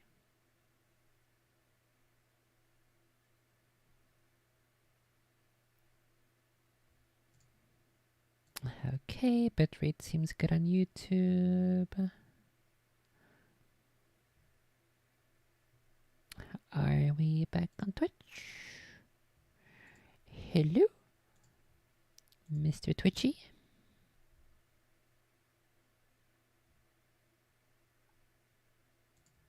Okay, I think I lowered the bitrate about 1,000 in total. 500 on each. Okay, it seems to be a little bit better now. But look at this. Look at this magnificent work that New York City is putting toward helping the homeless crisis. They're doing such a splendid, amazing job. They're taking all of our tax dollars and doing this. Look at this. Amazing. Or those other pictures of the actual rooms. Look at this bed. If I didn't know any better, I'd think this was a prison cell.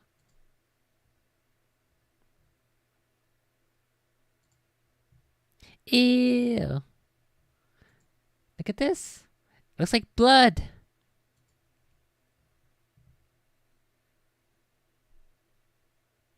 I would rather have my tiny New York closet room than this. I wonder if this even has a window.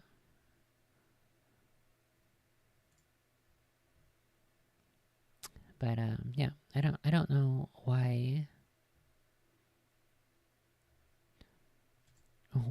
the state, with all of its money, is refusing to uphold the law, is refusing to help those people who need the help, is refusing to allow people to defend themselves when they are feeling threatened. I don't know. I don't even know where this leads us. What does this have? What does this say about society and the downfall of society? What is one to do about the current state of affairs?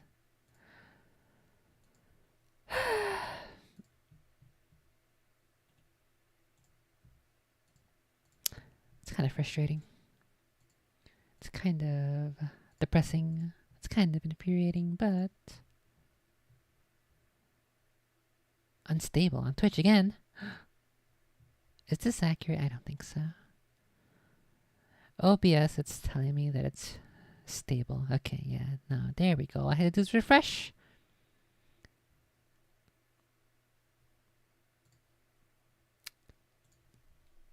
Yeah, I don't know. I think I'm just. I think the fact that I had this stream that basically combines combines both of those two recent events with the bike and in the subway. My subconscious mind is extremely concerned about where this will lead us, and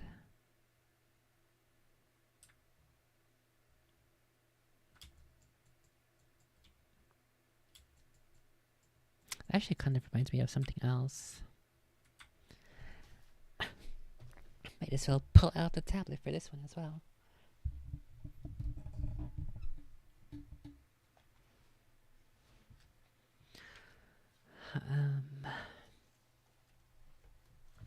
I was thinking about this earlier. I don't remember exactly what my points were. But I also have like I'm also concerned about this idea of the further and increased infantilization of people. If I can recall what I was thinking, I'm not even sure if these ideas are fully fleshed out, or it's just like a nebulous cloud of thoughts that I've had. Probably when I was remembering that first stream. Let's see if I can. Infantilization? What the heck? Infantilization?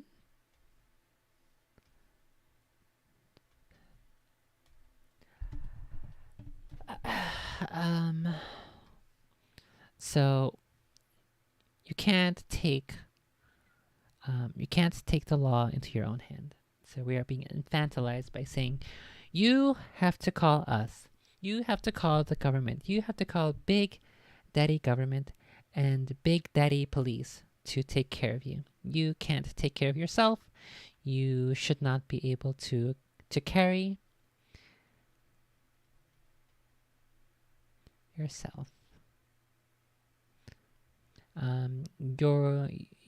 Your duty should be to retreat, and then we will handle everything. But of course, they're never going to be there to stop the crime. They're just going to be there afterward. If you don't protect yourself, then the police will arrive to find your corpse. So that is what the current trend, the current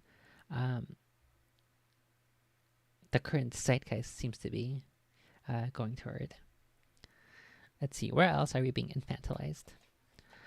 I guess this one might be a bit controversial. The we'll just call it the jab. You have to do what we say, and otherwise you will lose your job. Lose employment or access to services if you refuse to abide by our demands, because you're too stupid to consider the risks for yourself, and you're too stupid to take into consideration that other people might get sick. Let's see, where else are we being infantilized?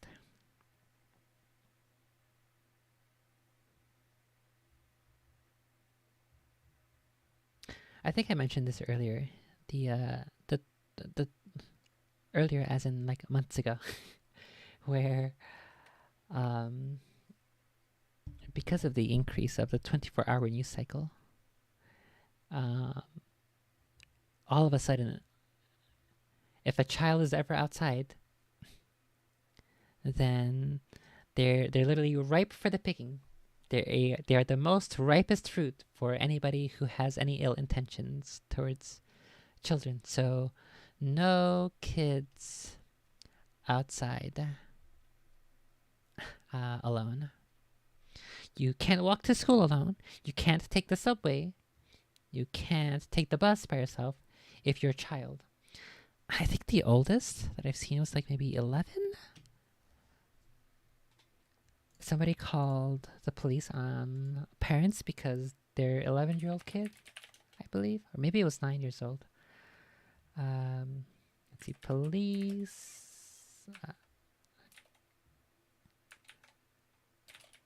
Police called for child taking New York subway.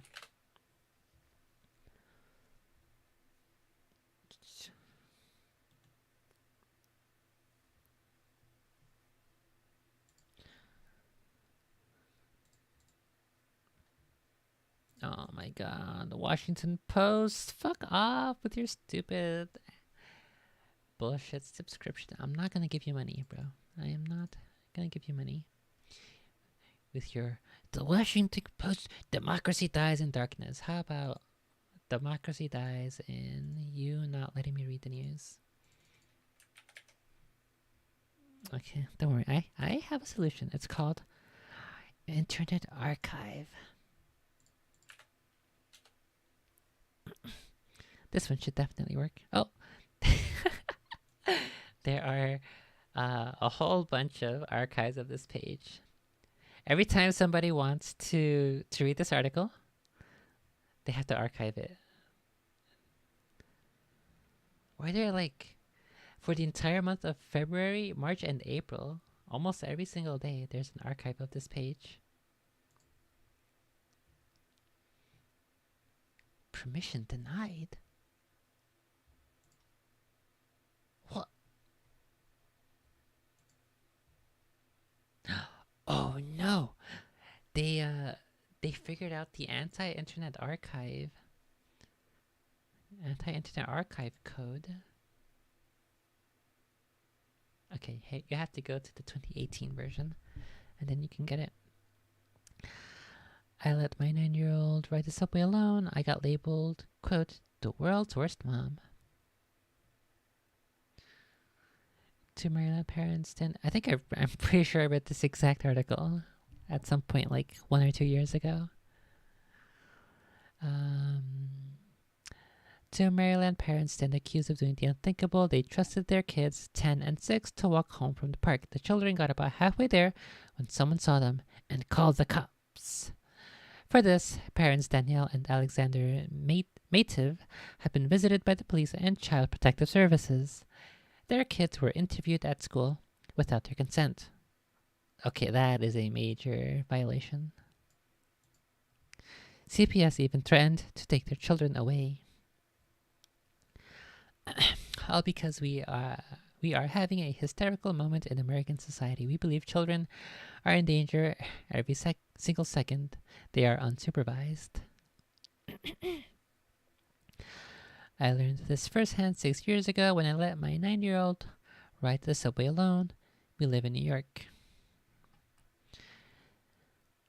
Based off the way things are going, this might actually be the case nowadays where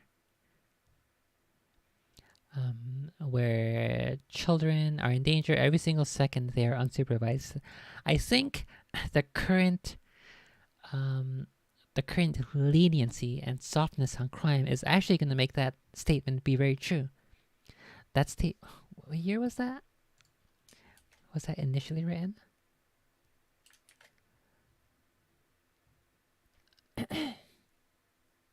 Load!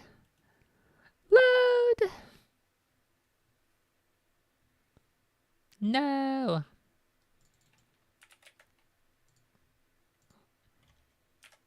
I closed it so it cleared the cache. And now the archive is dead. Let's go redo it.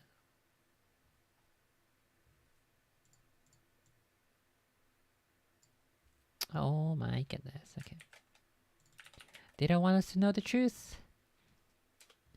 2015. Okay. So between 2015 and 2023, specifically in New York City, crime has risen. And now that statement that every single second that a child is unsupervised, they're in danger, that's actually becoming more and more true as time progresses.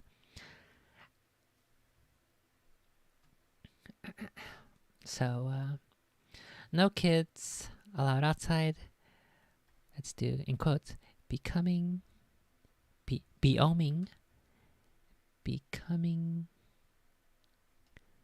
more and more true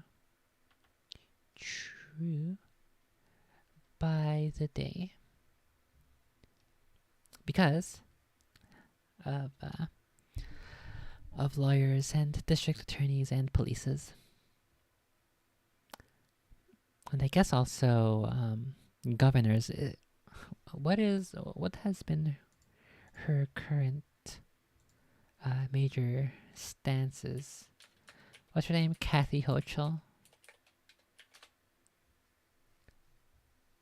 Kathy Hochul. No! That's not what I wanted to put. Kathy Hochul. Let's do crime policies.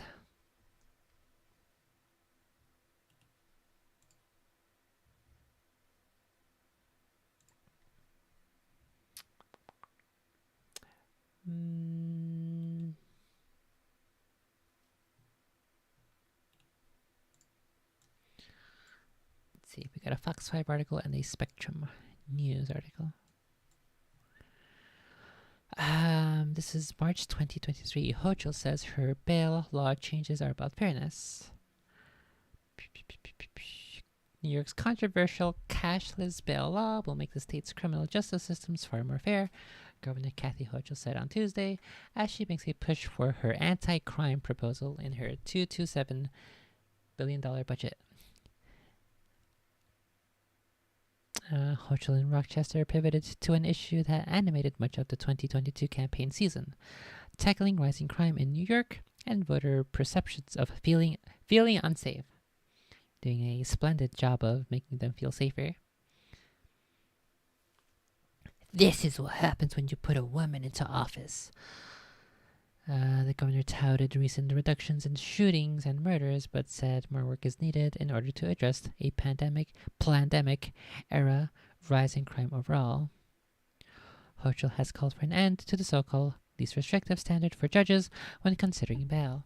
She wants to double the number of state police classes in New York and boost spending for anti-gun violence programs while also spending $1 billion for mental health care. I believe a multifaceted approach is necessary, she said Tuesday. Over time, it will make a difference. Build back better. Democrat leaders have called for ways to address underlying issues surrounding crime such as poverty, housing, and mental health. Republicans, too, have urged Hochul to go even further and allow judges to determine if a defendant is too dangerous to be released without first setting bail. New York moved in 2019 to end cash bail requirements for many criminal charges as a way of addressing inequalities in the criminal justice system. But a rising crime coinciding with the COOF pandemic has placed those changes under scrutiny. To me, that says we're back on a system of unfairness. She says it depends on the judge and political leanings or the philosophical leanings of the judicial leanings or the judicial leanings of a judge versus looking at common sense, commonly accepted criteria.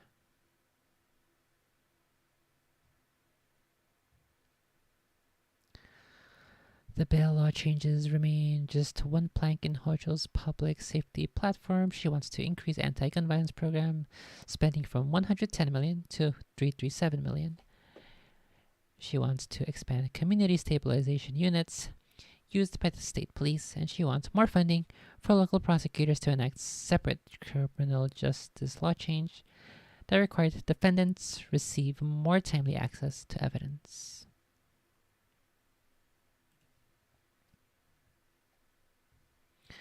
Okay, what's this article from Fox 5? We cannot rest until every single New Yorker feels safe in their homes, in their streets, on the subway, their places of work. It comes as the governor unveiled new crime stats. Statewide murders are down 11% from 2021 to 2022. But other categories such as robbery, assault, burglary, and larceny are up. The entire picture is not as positive when we look at index crimes, which measures serious crimes, but are not just shootings and murders. It's other serious crimes that's actually up 21%.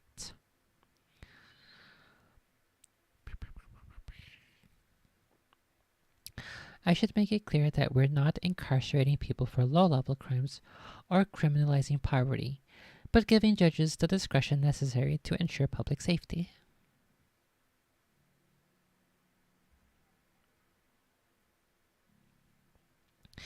New York State Director Ilana Sivin says in a statement, over the past 3 years, study after study has shown the positive impact of bail reform. Bail reform has reduced incarceration, kept $104 billion in communities, and prevented at least 24,000 people from spending time in jail, allowing them to continue to care for their families and to work, and keeping them safe in their homes.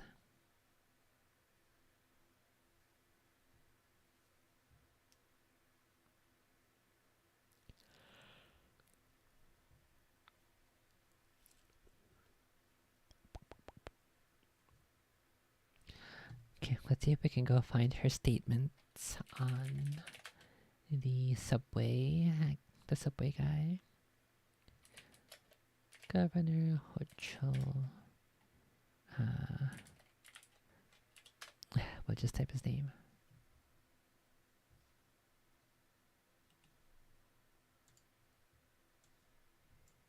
Let's see. Fox News. Uh-oh, she's awake, sis.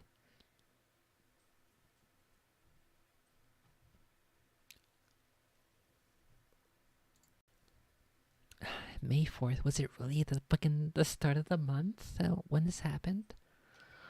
Holy Christ, this month just like fucking disappeared. I guess I should keep this on if I'm gonna keep writing notes.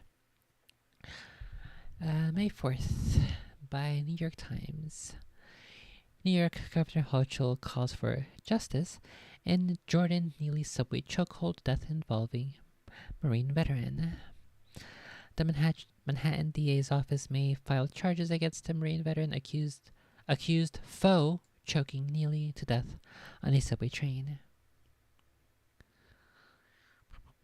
Hochul called for justice in the case of a Marine veteran accused of putting a homeless man in a chokehold in a New York City subway train.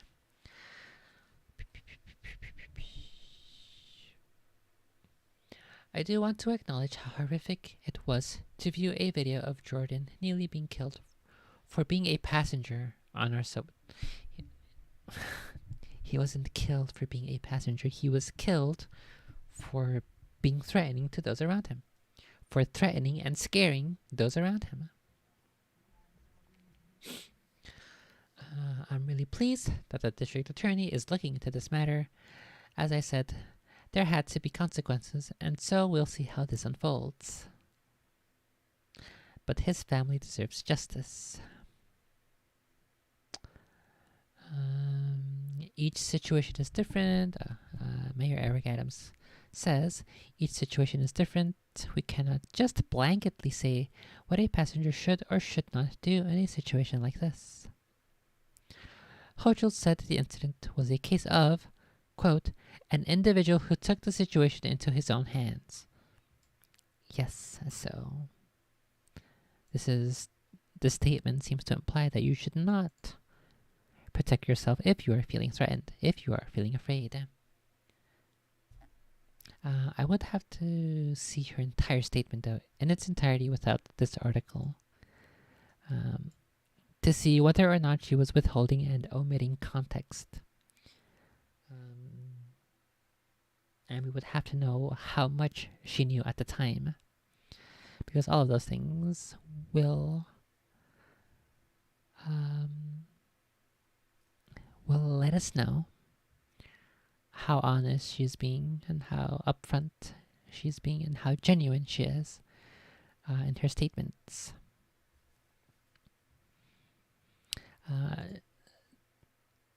This statement also definitely sounds like someone who, one, has never, this is probably the largest assumption, this sounds of somebody who has, one, never taken the New York City subway system, two, doesn't take it frequently or often or daily, and three, someone who either doesn't live in New York or just uses a car or has somebody drive her around, which I'm pretty sure she does. So I think I have very little, I hold very little weight to her comments as somebody who lives in Albany, as opposed to somebody who lives in New York and uses the subway system every single day. Just looking at that video, you know it's wrong, she said of the incident which was recorded. No one has the right to take the life of another person. And in this circumstance, I have said all along and have stood firm in our commitment to helping people with mental health challenges, giving them an alternative. You should do what Trudeau is doing and offer them medical assistance. That should be your alternative. This honestly feels like a new low, not being able to clearly condemn a public murder because the victim was of a social status some would deem too low to care about. The last sentence is especially rich from an admin trying to cut the very services that could have helped him. NYC is not Gotham. We must not become a city where the mentally ill human being can be choked to death by a vigilante without consequence. Who wrote this? Comptroller Brad Lander. Adams has called it not very responsible for elected officials to denounce Neely's death as a murder as the investigation continues. That's pretty reasonable take. Not responsible for elected officials to speak on matters which are still being investigated.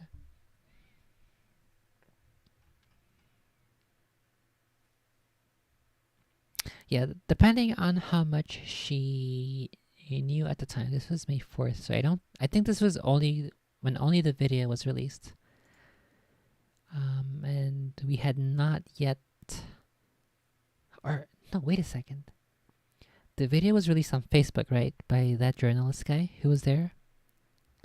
And he wrote on Facebook what the guy said, that I don't care if I die right now, I'm not going back to jail. I think he wrote all of that and put it on the Facebook post. Let's see if we can go find a screenshot of that. It is possible that she only saw the video, that somebody in one of her aides only showed her the video and didn't even at all acknowledge or consider showing her the Facebook quotes.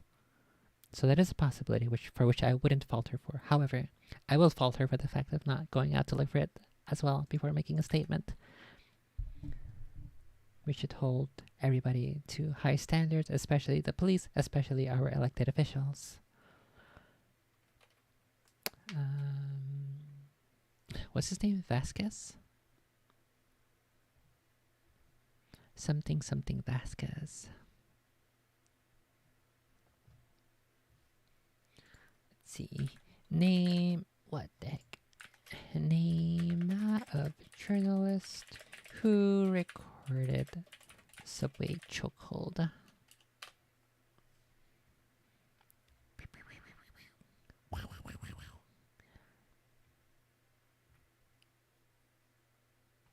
I just type Vasquez. I think it's Vasquez. Ah! I put an X in there. In the video recorded by Vasquez. Okay, let's see this one.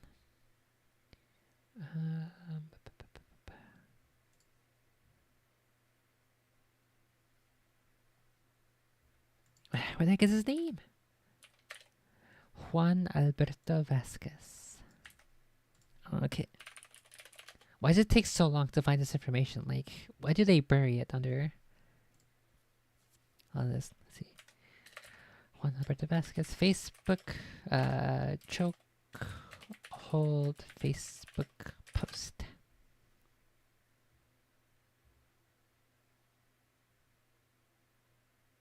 I guess we'll go under videos. TheRoot.com. Death by vigilante. A black man killed by a white passenger, I think is what that says. I'm not going to click that link. When your immediate framing. Or, oh my god, what the fuck did they do this? It shows 1440 by 1440, and yet when I click on view image, it gives me 255 by 255 image. Like, literally off yourself, Facebook. Literally off yourself.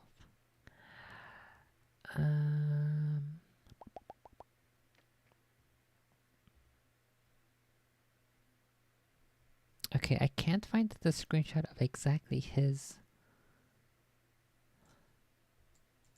Facebook post. However, this Instagram post does quote what he said here. In his post, Vasquez shared that Neely walked onto the train cart at the 2nd Avenue station and yelled, "I don't have food, I don't have drink, I'm fed up. I don't mind going to jail and getting life in prison. I'm ready to die." Okay, so that's what he said. I don't mind going to jail. Somebody else, I think, quoted that as saying, "I am not going back to jail."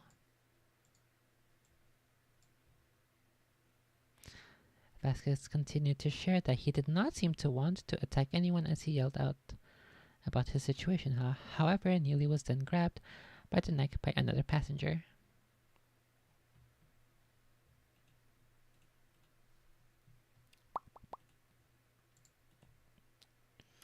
Unluck.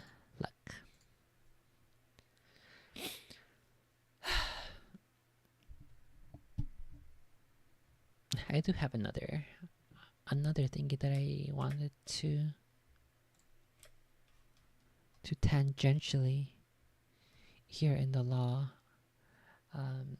not about infantilization, but about having to rely on Big Daddy government.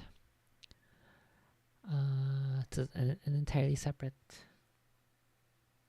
nebulous idea that I had in my brain about no more good Samaritans. That's one thing. Another point.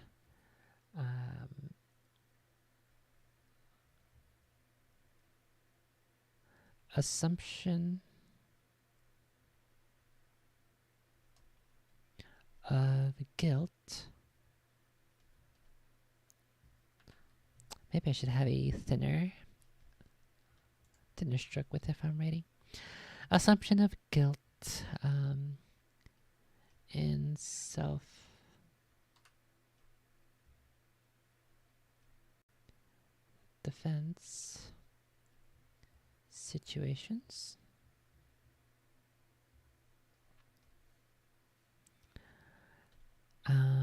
What else was I thinking of? I think it's what I mentioned earlier, where I was saying the consistent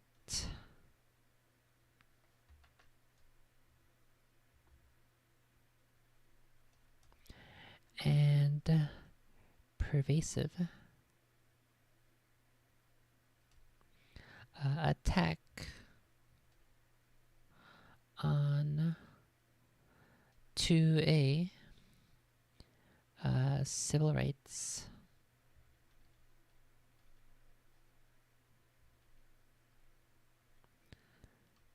and lastly the need, it's almost like a requirement, I think at this point,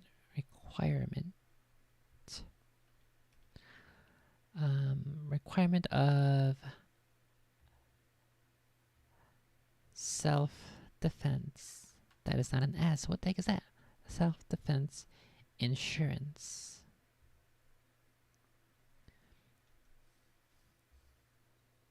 When, that's another thing I wanted to look up. When did self-defense insurance start becoming a thing? When did that become a business?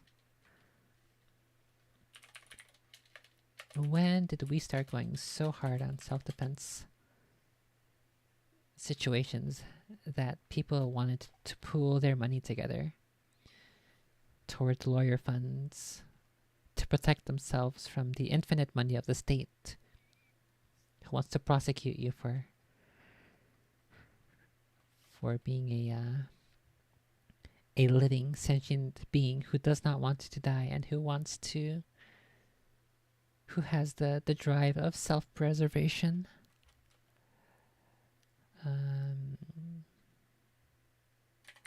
Guess we'll just do self-defense insurance. I guess we'll do insurance history. Background on gun liability.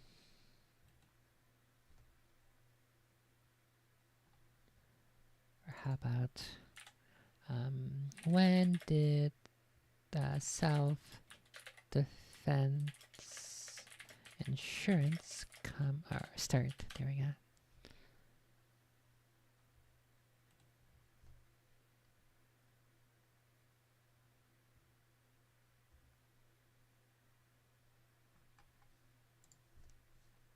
Oh my goodness, what the fuck is this picture?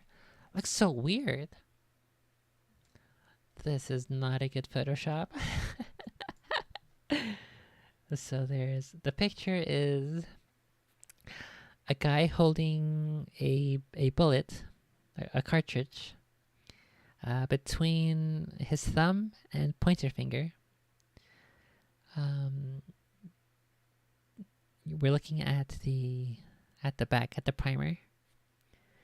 And why is it like this? So we're looking at the primer, and that's in focus and everything.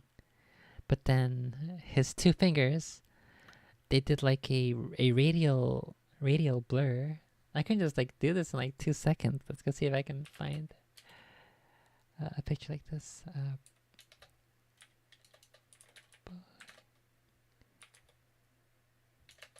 Bullet cartridge primer.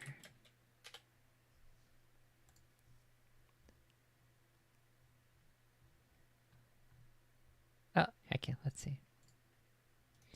Here's a pretty nice picture. Oh my god, it's massive! It's a massive fucking image for like no reason.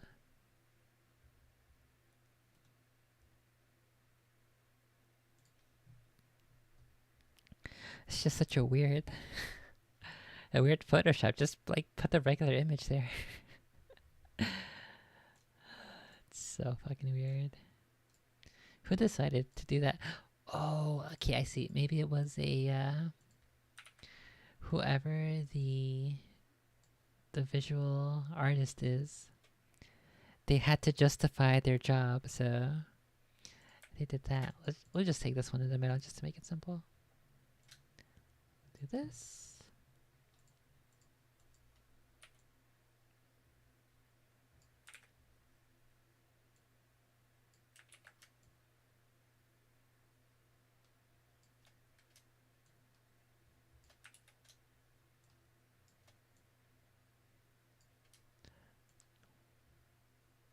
Okay, let's do it like that.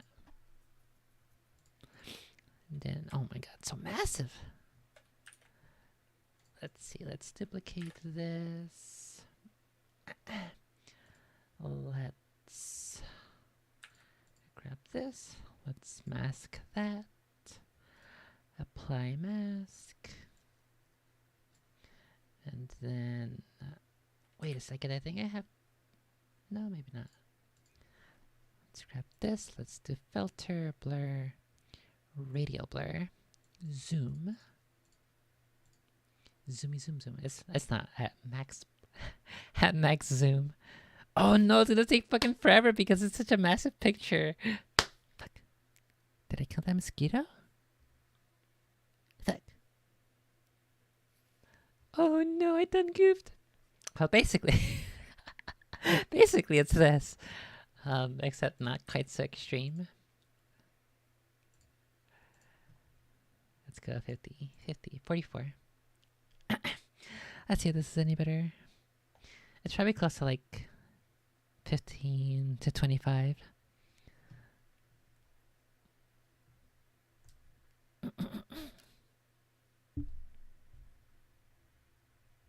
No, this is still too extreme, but yeah, probably like 25 then. Filter, blur, radial blur. Let's do 20.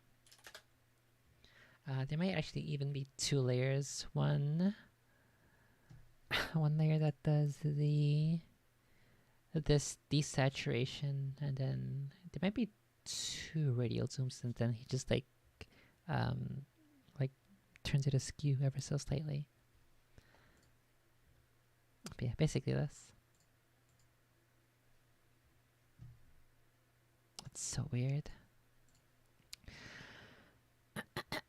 Let's see, the idea that insurance can help prevent deaths from firearms often rises to the forefront of the nation's consciousness when following mass shootings. Advocates believe that if gun owners were required to purchase insurance, the cost would provide an incentive to own fewer firearms and or more carefully store those they own. Most insurers do not offer separate, standalone gun liability coverage. In considering whether insurance is an appropriate mechanism to prevent mass shootings, it is important to note that no insurer, primary or excess, provides ability coverage for illegal acts, which makes sense. You know, the idea is to protect you in cases where you are in the right, where you have legal grounds to protect yourself against the state. Looking ahead, there is very little likelihood that insurers would develop such a coverage.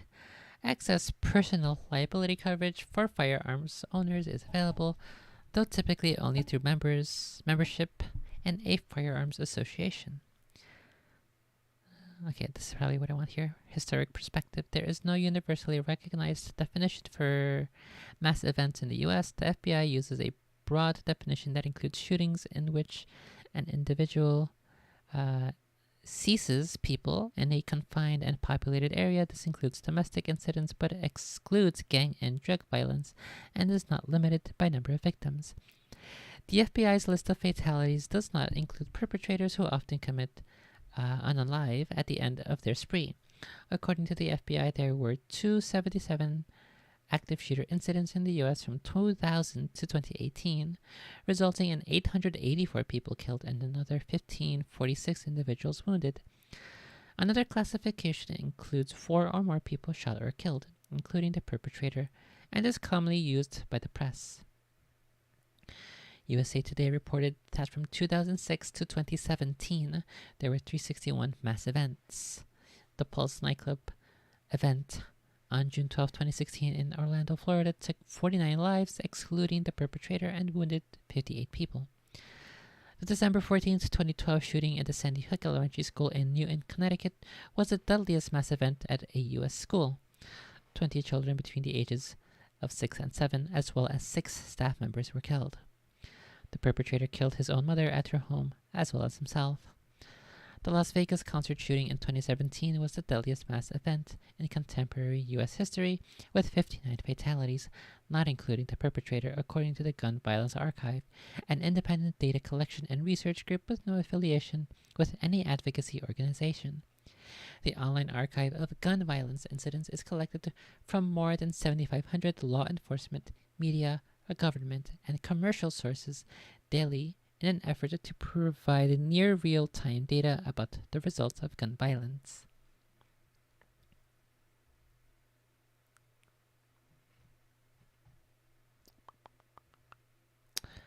Okay, here we go. Personal insurance. Insurers rarely offer any separate gun liability insurance policy. Most individuals have some property and liability coverage for firearms in their standard homeowner's policy. Additional liability coverage is available through a personal umbrella policy. A few policies cover losses from accidental shootings in excess of the homeowner's coverage. Accidental shootings, you mean firearm negligence? Negligent discharges, which are a natural part of firearm ownership?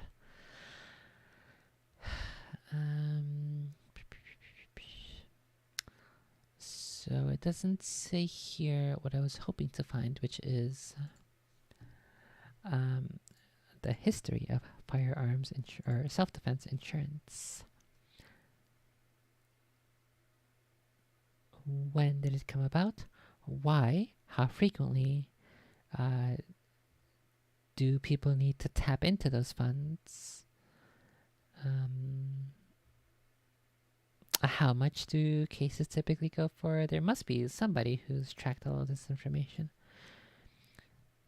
If not, then fuck it. I'll do it myself. Fuck it. We'll do it live.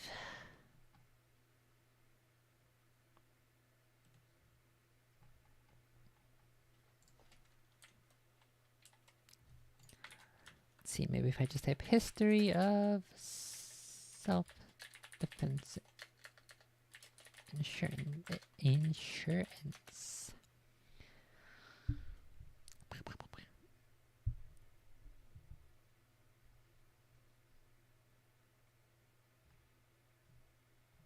Okay, what if I just go to Wikipedia?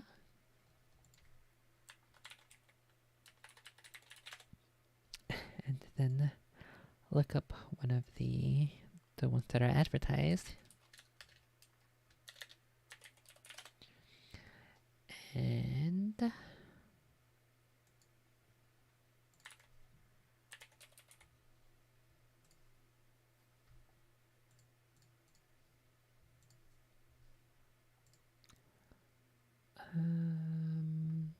nothing really comes up, but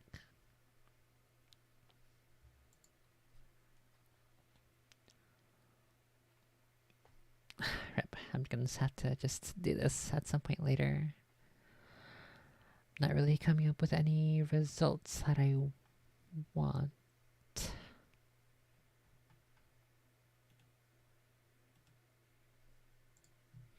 So I'll have to just go more in depth at a later point. Okay, well, anyway, all of that is a tangentially related thing. I'm pretty sure I had a couple other things regarding the infantilization culture.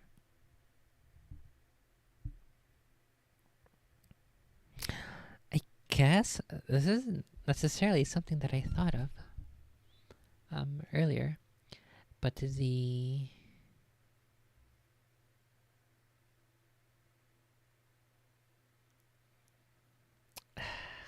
gonna be one of those thingies. It's gonna be a controversy for some people. They're gonna call me victim blaming, but treating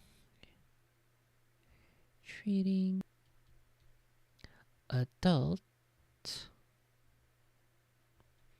human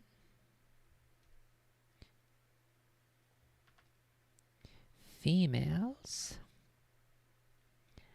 as children and not culpable or responsible for their actions / choices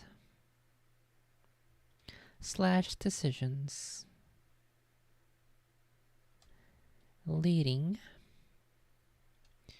to SA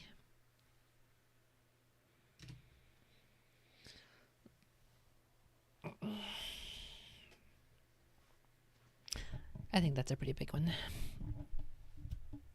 They're adults. They can think things through. They can make choices and decisions.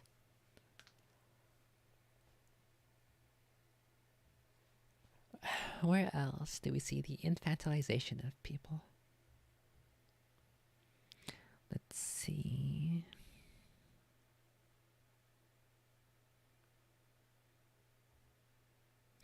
I don't know if this counts, but just one of the things that always infuriates me is people who they know how to read, they know how to write, they know how to use computers, they know how to type, they know what a search engine is, they know what social media is, and yet they have the fucking audacity to say, "Why did nobody teach me how to do taxes in school?" When they literally teach you the most basic, fundamental two things that you ever need to do to learn anything in the world. Blame school for not teaching them a very specific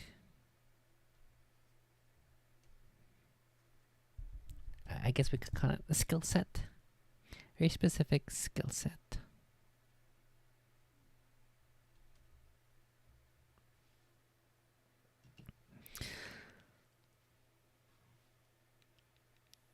I mean, I am personally of the belief, of the mindset that we should teach people, we should teach students, kids, as they are becoming teenagers and young adults and college age.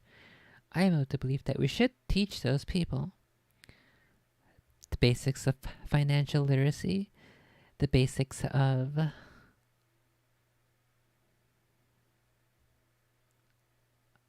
I guess just Googling things, of learning how to find information. Back in my day, we had to physically go to the library. to look at this collection of 500 different tomes, to open up the encyclopedia to find the information. And then, luckily, at some point, we got computers, and then the encyclopedia was in the computer, and you can type it. And now, all of a sudden, we have Google and we have Wikipedia. We have so much stuff. We have so many resources for free in a language that you can understand, that you can easily look up, and you're still fucking complaining? I don't know how to do it, so I'm just gonna blame school instead of looking it up. Literally, go to Canada. They can help you. Justin Trudeau has the perfect medical assistance for you. Literally go do that.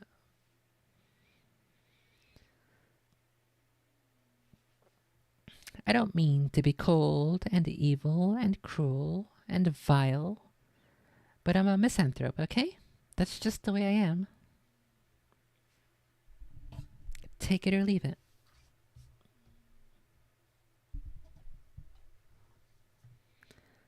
What else? What else? Where else are we infantilizing people? Let's see, we have legally, we have medically, we have, I guess we can call this like agentic. No kids allowed outside alone. Kids don't have agency. We are infantilizing people agentically. We are trying to absolve them and remove them of their agency. Legally, medically, agentically,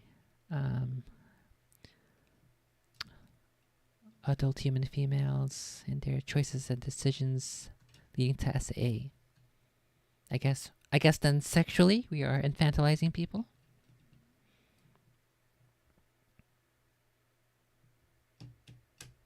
There was another thing. I literally saw this earlier today. It's so stupid. Oh no. There is some merit to this thingy that I saw. But it's still stupid, and it's still yes, it does hold water, but not really. It does hold water in the terms of yeah, I can see your point, but legally it's okay. It's all good. Legally. Whereabouts is it? Gotta scroll all the way past this. Here we go. Here we go.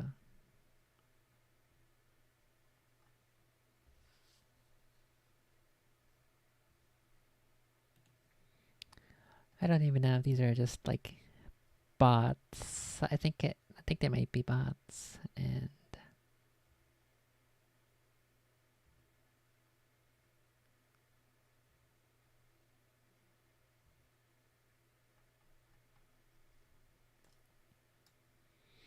I assume it's just some dumb fucking bullshit. By the way, follow me on Twitter. Like, here's my Twitter, @ZeroSuitSonia. Follow me on Twitter.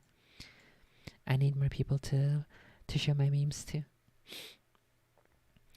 This person, who is a furry, I'm pretty sure, based off this picture, and the name, and this stuff over here, says they got called a Jeffrey Epstein because apparently he is 30 years old, and he was dating somebody who's 21 years old. Or I guess discussing dating somebody who's 21 years old. And apparently this person says a 21-year-old might be an adult, but in some ways they're still kids.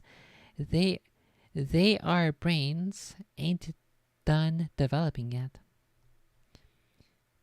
You are tell them it's okay to date 30 plus when they can be manipulated with their underdeveloped brains. Literally, everybody can be manipulated regardless of your age or how well your brain is developed. I can see the case where if you're younger and your brain is not yet fully developed, that's an even stronger argument in this case. However, However, if you're under 21, then you can essentially a kid in some sense. And now 21 years old is a minor.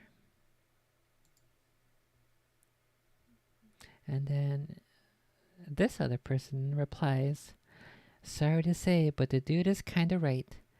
That age range is very much a yellow light. Some, I guess I'll just pull this up as well. Some are certainly mature enough to engage in intercourse, but this fandom is very different and has different standards. Pro tip, if in your 30s, don't fool with post minors. Post minor is a term I did not see until earlier today when I read this tweet. A post minor, which I assume is someone who's not a minor but is kind of a minor. In other words, someone who is 18 but under 26 because their brain is not yet fully developed. Therefore, they are a post minor. These fucking wacky Zoomers and their fake shit, their fucking fake genders and fake pronouns and their fake age ranges now. What the heck is a post minor? You mean legally an adult? Legally classified as an adult?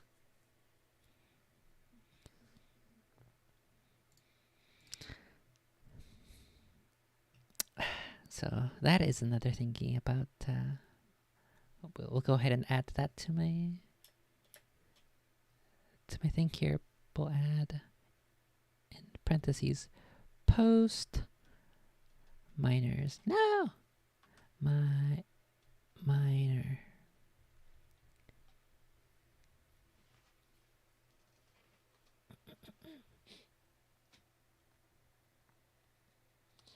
And then, what should we call this one?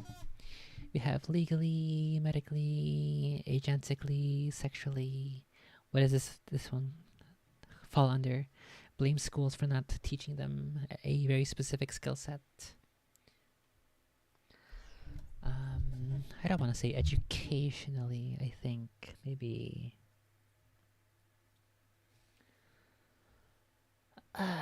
the inability to learn for yourself, maybe? The inability to...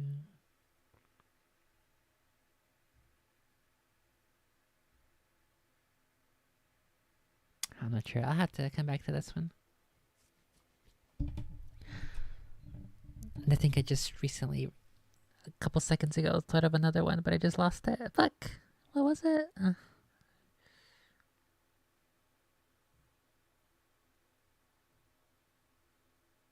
Something about ages, age ranges. Oh, was it in... This was a couple months ago, where someone wanted to ban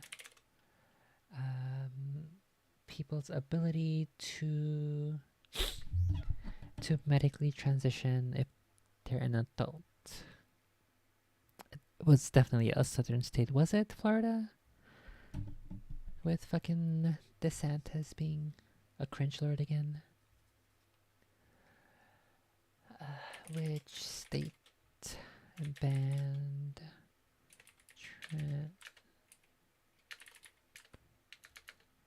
HRT for adults? I think it was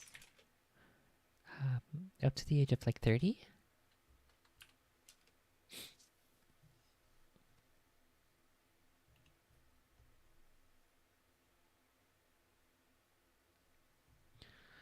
Attacks on gender affirming care by state from a human rights campaign. Let's have a look at this.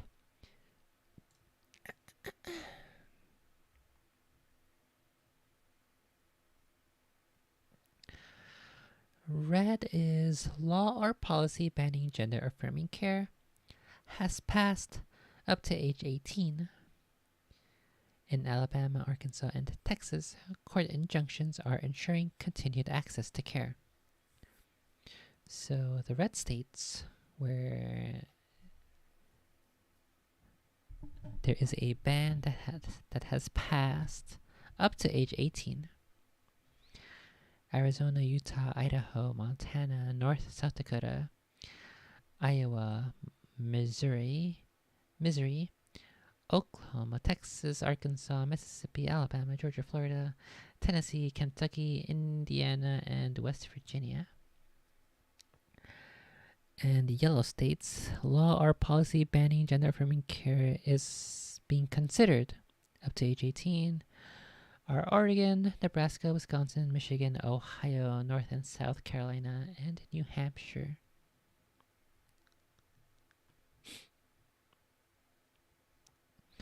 While our map focuses solely on high school age youth, ages 13 to 17, some states such as Oklahoma, Texas, and South Carolina have considered banning care for transgender people up to 26 years of age. The Williams Institute's annual reporting provides additional detail about the number of trans adults and youth people impacted of these types of laws and policies, accounting for the full range of people potentially impacted. This would probably also fall under medically, the jab, and then, or I guess, in this particular situation, I think it's quite different because it's a very ideologically cultural hot topic where people jump towards extreme one way or the other because they're incapable of being sane, rational, reasonable people who just want to live their lives.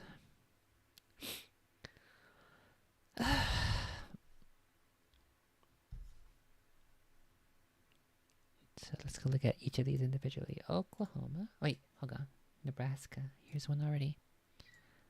Is that one of the ones listed here? Nope. Oklahoma, Texas, South Carolina. Which one? What does it say here in Nebraska? To restrict gender affirming care.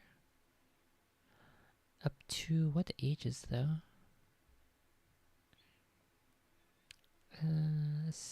May 22nd, 2023, Nebraska Governor Jim Pillen, Republican, signed a bill that prevents doctors from prescribing puberty blockers and hormone therapy or performing gender-altering procedures on people under 19.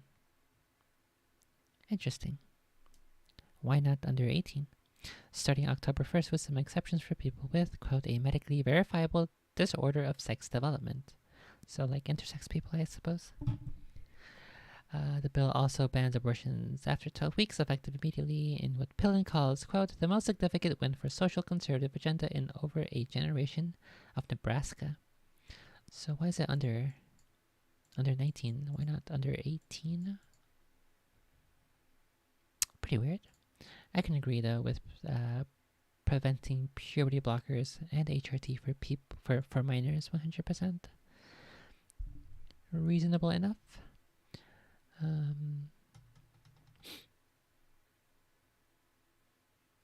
I really just feel like okay.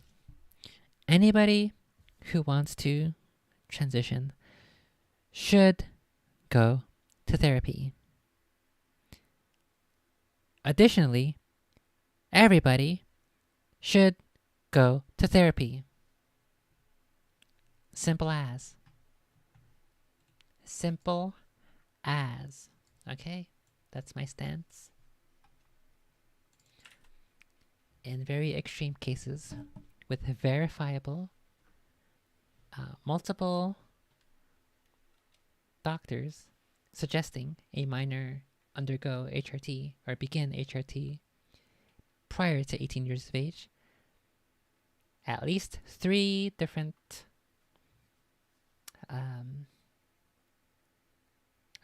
doctors, at least three different therapists. Maybe in those situations it might be reasonable for a minor to go through HRT. it should be rare, safe, and legal. To quote the great Bill Clinton.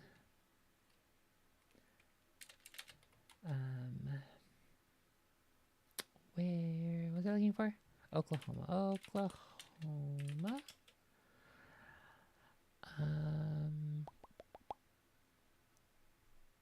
Or how about we just put banning gender affirming care for people up to 26 years old.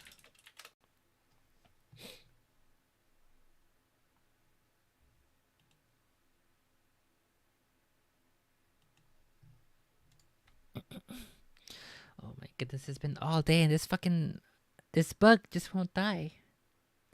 He keeps zooming past my screen, taunting me.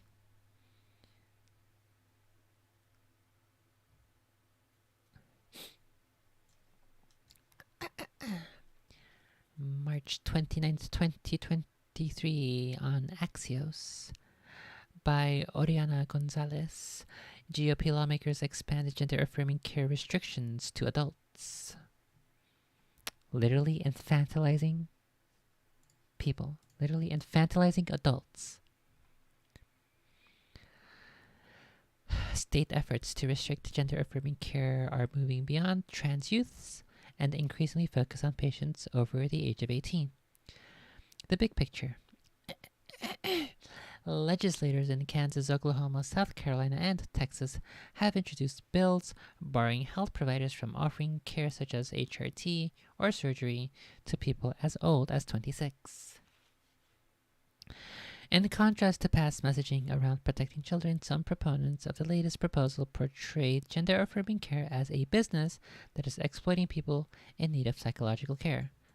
Well, yes, it is a business, but you can change that too. You're a fucking lawmaker. You can change that. It's literally in your power to make it not a business that is capable of exploiting people for money. We think that gender-affirming care is bad medicine and that it's consumer fraud. Okay, and the jab, which a handful of pharmaceutical companies are profiting from, and which the government is pushing on all people. Yeah, that's not bad medicine. That's consumer fraud. Okay, buddy. That's also not big business. Okay, buddy. I believe you. Consistent morals, consistent legislation, consistent quotes. Amazing. You'll love to see it. It's bad medicine and that it's consumer fraud, said Terry Schilling, president of the conservative group American Principles Project, which works with lawmakers to introduce anti-trans measures. That's quite a. Did I get him? Fuck. I don't think I got him, but he was like right on the fucking mic. Fuck. I think he's still alive. Why would you? Is this how they describe themselves? A conservative group which works with lawmakers to introduce anti-trans measures? Is that how they, or is that how this article describes them? That seems incredibly cringe to describe yourself as a group that is introducing anti-trans measures. Why not say a group that is introducing positive health, positive medical treatment? We don't believe that men can change into women based off of removing body parts or changing our hormone makeup. Matt Sharp, senior counsel for the conservative advocacy group Alliance Defending Freedom, said that while his organization is focused on bills restricting care for minors, gender-affirming care for adults is not something, quote, we ought to be encouraging or supporting. Oh, okay, I believe then that religious freedoms is not something for adults that we ought to be encouraging or supporting. I believe that that legal defense is not something that adults should be doing. It's not something that we ought to be encouraging or supporting. I do not believe that. What else can we say? What other freedoms? Oh, I believe that firearms for adults is not something we ought to be encouraging or supporting. I believe that home ownership is not home ownership for adults is not something we ought to be encouraging or supporting. I believe that gambling in the stock markets is for adults is not something we ought to be encouraging or supporting. Let's just go ahead and run down the list of every single political thing and say that it's not something we should be encouraging or supporting for adults. Let's see where that gets us.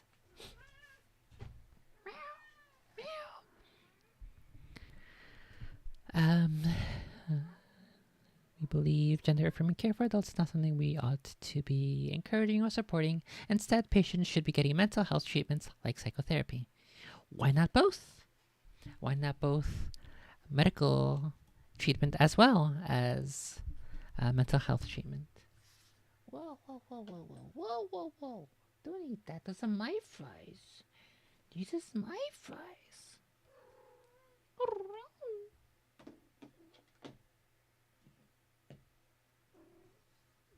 Okay, I think I'm gonna end soon here so I can go play with Patches for a little bit before I go to sleepings. No, come back. Come back. Come back.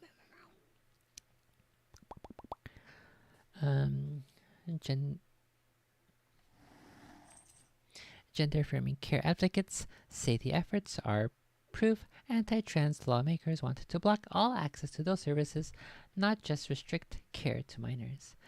This was always a... Can you not walk all ogre in my tablet? Can you not? Can you no? No, no, no, no. Wait. No. Wait. Watch out.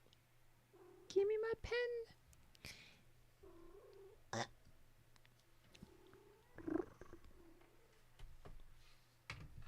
Okay, come here.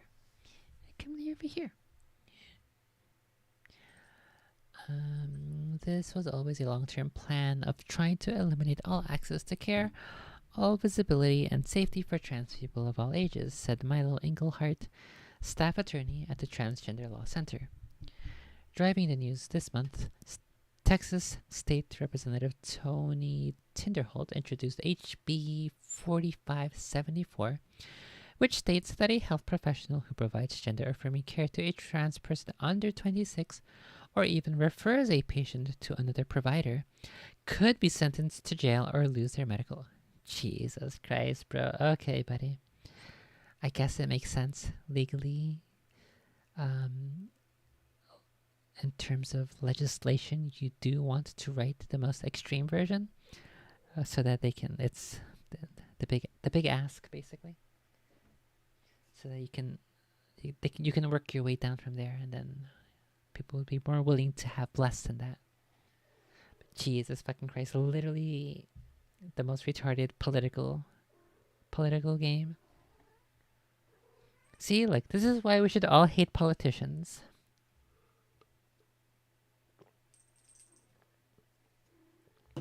And also why we should all hate lawyers. A similar bill was introduced in Oklahoma in January, but the bill's author ended up lowering the age limit to 18. Oh, okay, perfect. Following intense backlash from LGBTQ rights advocates. Perfect, go ahead, do 18. That makes perfect sense. The bills in Kansas, Oklahoma, and South Carolina look to ban healthcare for trans people under 21. Again, lower it to 18. I guess lower the ban age to 17. Once you hit 18, then you're good to go. That's at least more reasonable. Lower it to 17 and then add exceptions in very rare circumstances for people who are absolutely certain as early as like maybe 14. You can start going to therapy as early as 14 or 13. And then if in the next couple of years you're still super convinced and the doctors are super convinced, then it would be okay in my book to allow that. I shall allow it.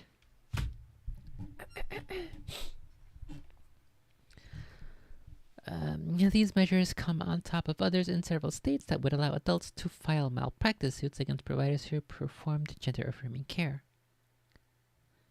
Oh, whoa, whoa, whoa. I think this was another thingy about infantilization. It's like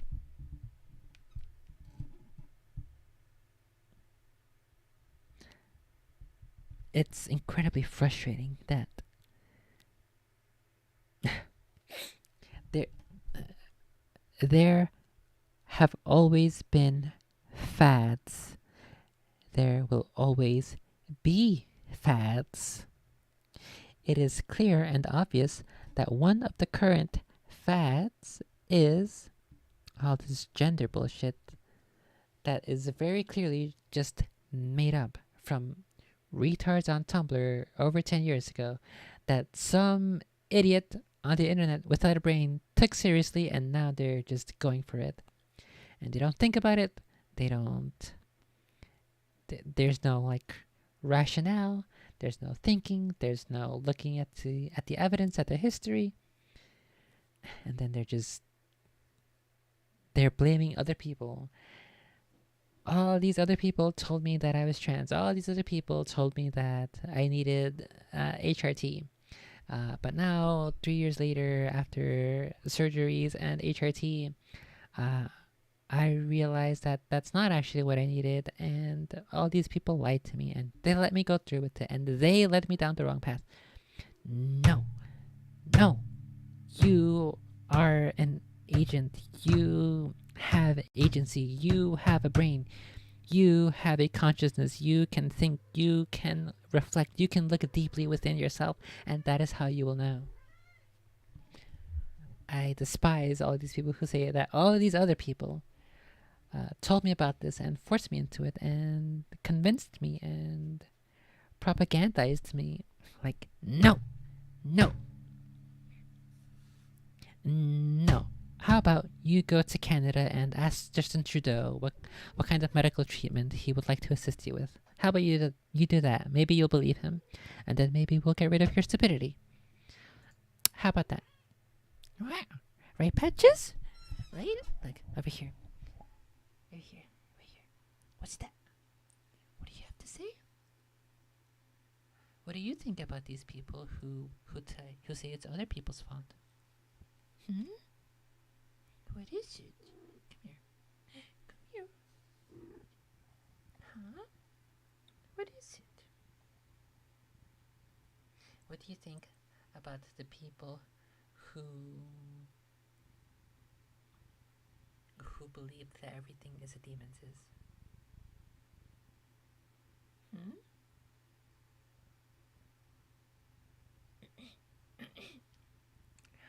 What do you think about the pastor who has all these fantastical stories about spirits and demons and near-death experiences?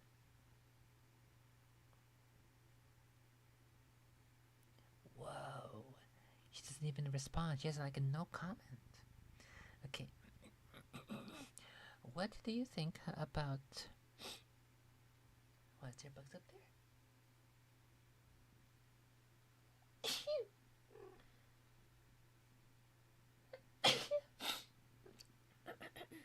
Okay, Patches, what do you think about Ouija boards? Huh? Nothing? Okay, Patches, what do you think about the infantilization of modern society?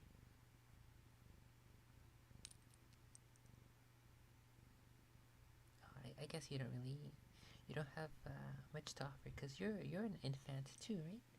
You're an infantry.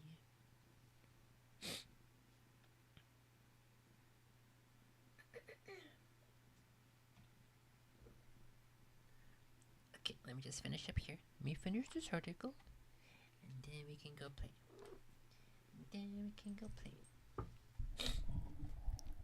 Oh, she knows. Look, she knows exactly where the camera is, so she went there perfectly.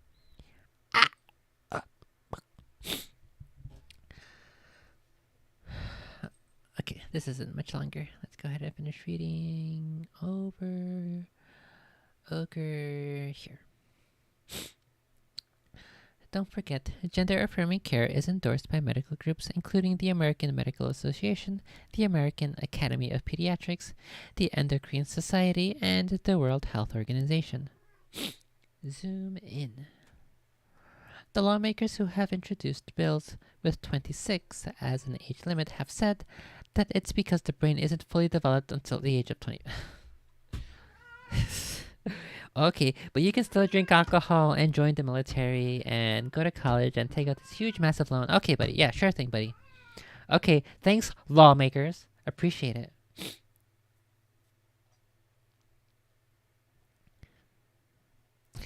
Like, why do these people exist? Like, why? Why do people vote for this? Why do people look at this and not just see like the logical inconsistencies? Why don't people bring these issues up with them? Why don't they write to their lawmakers? Oh, okay, I know why they don't write to their lawmakers about these kinds of issues. It's because they don't know how to contact them. If the YouTuber doesn't tell me how to find my specific lawmaker, then I don't know. I'm at a loss. I'm too retarded and too stupid and too childish to know how to do things myself. That's why. Also, this is the same argument that the that the other person was saying. They're post minors. That's their argument that they're making. That the lawmakers are saying that people aged 24, they're post minors, so they don't understand because their brain isn't yet fully developed. They are incapable of making these incredibly life-altering decisions. You know, like joining the military, or like taking the jab, or like owning firearms. They are post minors. Okay, so these lawmakers say that because the brain isn't fully developed until the age 25, an assertion health experts say is misleading. While most individuals' brains continue to develop until around the age of 25, the idea of having to wait until then to make a health care-related decision, quote, seems pretty absurd, said Michael Hendricks, a clinical psychologist in Washington, D.C., who specializes in transgender issues. This is a really good indication of an instance of misuse of science, he said, noting providers already evaluate candidates for gender-affirming procedures, quote, to make sure that they're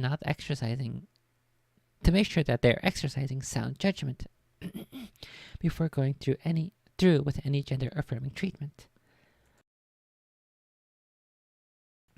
State of play. Some state bills that ban healthcare for trans youth also have clauses that prohibit public funds from being used in gender-affirming care and bar private health insurers from covering treatments, a move that legal experts say essentially are de facto bans for adults as well. I guess they want to continue to have suicides in their community then, for people who actually need it. It's so fucking stupid that the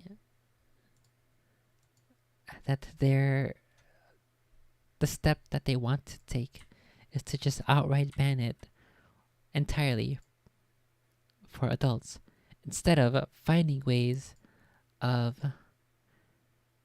getting rid of all of the false positives from the mass hysteria of teenagers.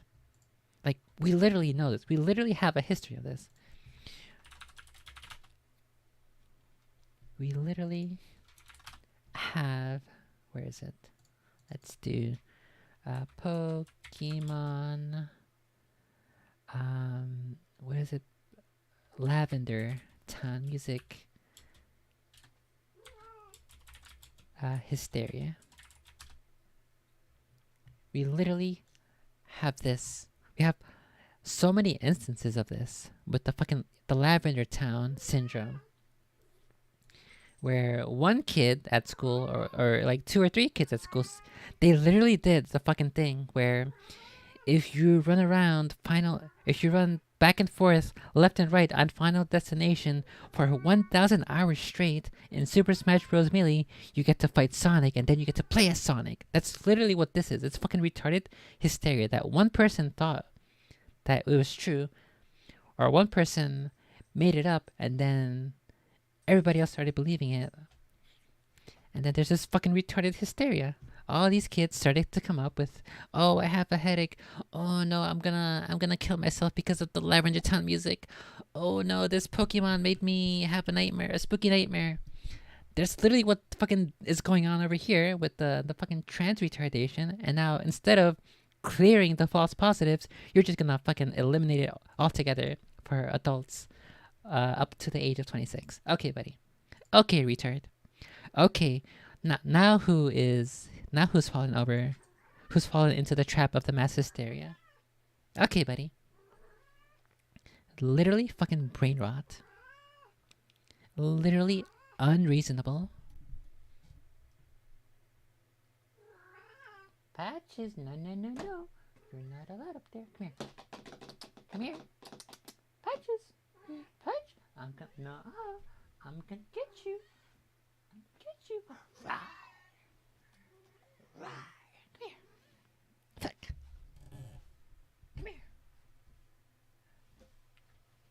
I'm gonna fuck you up, son. I'm gonna fuck you up.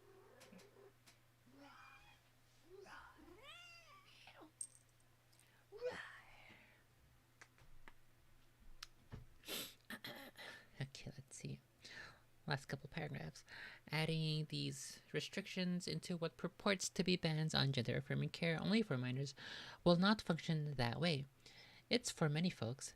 We see that as an attempt to ban care for really everyone, said Harper Seldon, a staff attorney for the American Civil Liberties Union's LGBTQ and HIV project.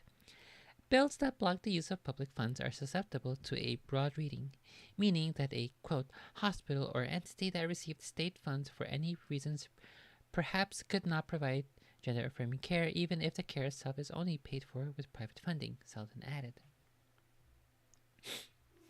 Between the lines. Oklahoma and Florida are quickly advancing bills to ban healthcare for minors that also prohibit healthcare coverage of gender transition treatments for any person regardless of age. Whoa.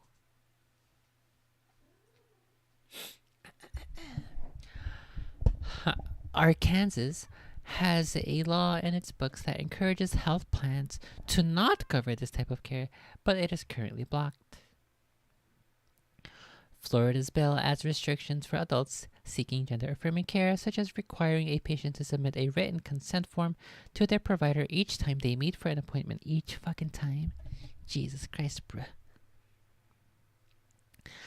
Bills that create insurance coverage regulations and add restrictions are, quote, more likely to become enacted than outright adult bans, said Catherine Oakley, State Legislative Director and Senior Counsel at the Human Rights Campaign.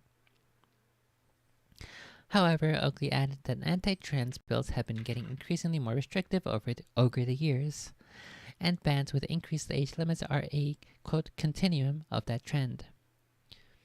What we're watching. Republican politicians have become more outspoken in their opposition to gender-affirming care, with messaging that could intensify as the 2024 elections draw closer. American Principles Project's Schilling said that consensus right now is about preventing kids from transitioning and barring insurance coverage for gender-affirming treatments.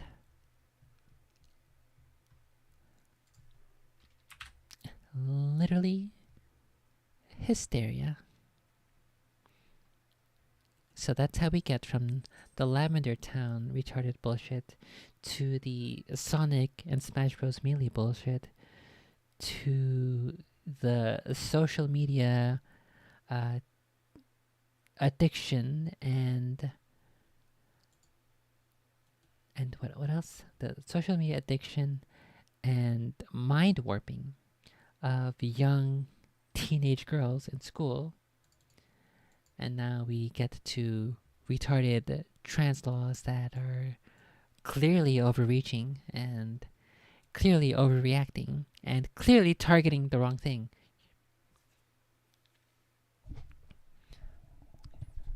So, I don't know. I guess the topic of today's stream is hysteria.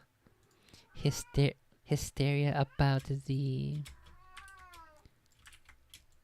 all those spooky stories, those spooky ghosts. Hysteria about the all of these social issues with self-defense in New York. The hysteria of infantilizing people. I'm gonna have to think about this further. I'll keep these notes here for future reference. I guess. No, you can't jump up there. Look, there's a fucking bug. Get the bug. No, don't jump up there. Just get the bug. What the heck is literally flying right in your face? Straight to my face.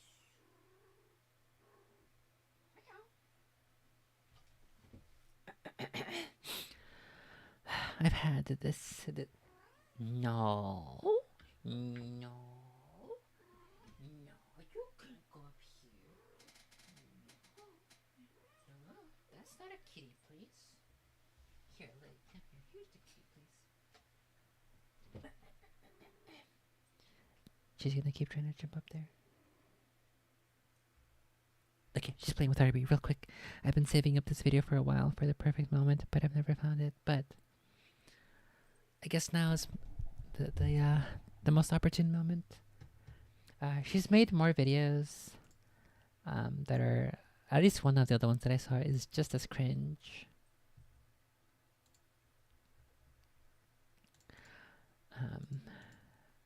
And it's really, really stupid. How do I get out of here again? How do I get out of full screen? Fuck. Exit full screen. I don't see it. Fuck. Okay, let me go ahead and hide the screen so I don't accidentally show all of my super secret, top secret, super secret notes. How do I get out of full screen?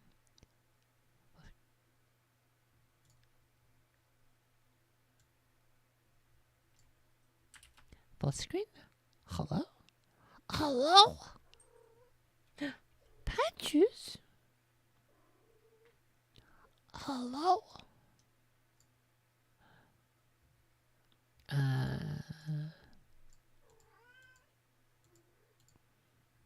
How do I get out of full screen? I remember back in the day, back when in the Windows 98 days and stuff. I think it was F4. Or is it Control F4? Or Alt? No, Alt F4. Alt F4 is to... What the heck? How'd you make that jump? Alt F4 kills the program. I'm just gonna have to look it up. No! No! Stop! It's just the last thing. Stop!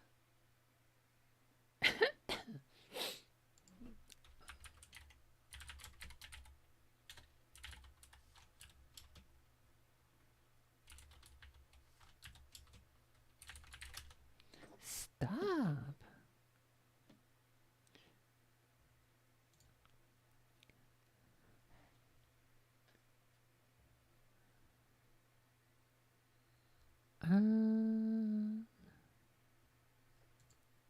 Pressing escape doesn't work? No, it does not. What is the thingy?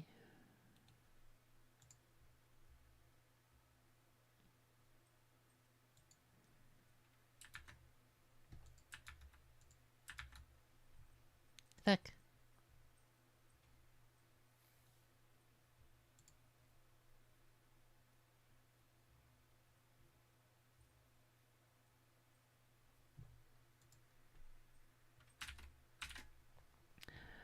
Nothing works.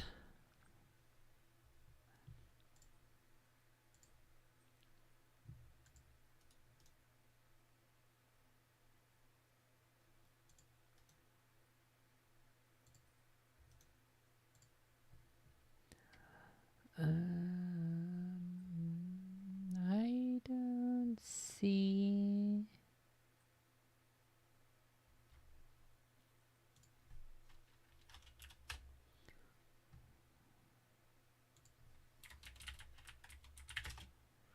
Fuck.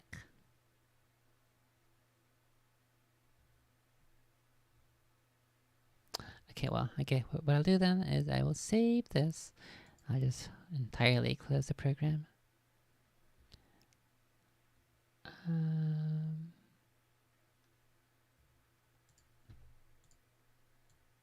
Why is it gotta be so stupid? Oh, wait, was it right there? I think it's on the bottom right. Maybe. Maybe, maybe. Maybe, maybe.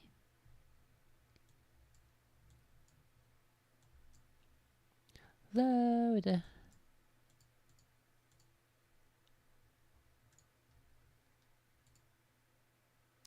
Oh, here's the, okay.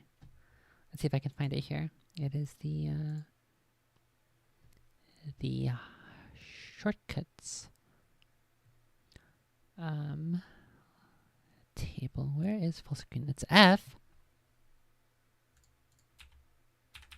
F doesn't work. You lied to me. You lied to me. It's not F.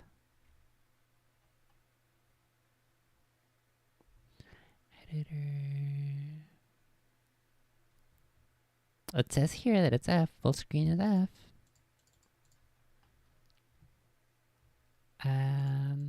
F doesn't work.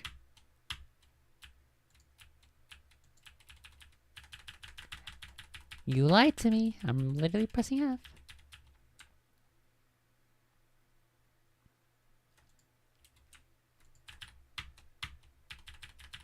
It looks like it's trying to move, but nothing's happening, so we'll just reopen it. No biggie. Okay, where is the thingy I wanted to watch? Oh no, it's too big.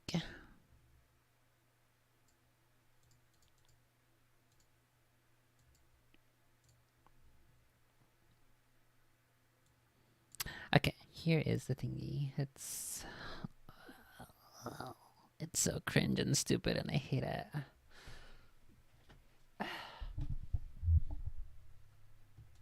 So it's day 13 of being on the right, and today I'm going to be burning the pride flag. Since speaking my political truth, I've been met with nothing but cult-like ideology from the left, and I'm not okay with that.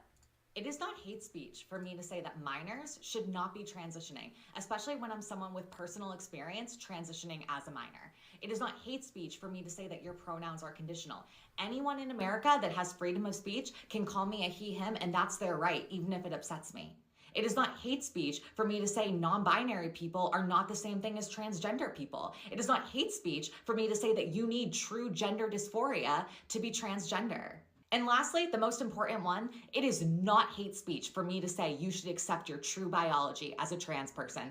I have learned to love myself in all regards because I've accepted my male biology. So now when someone calls me he, him, I don't get offended because I've learned to love myself and own who I am.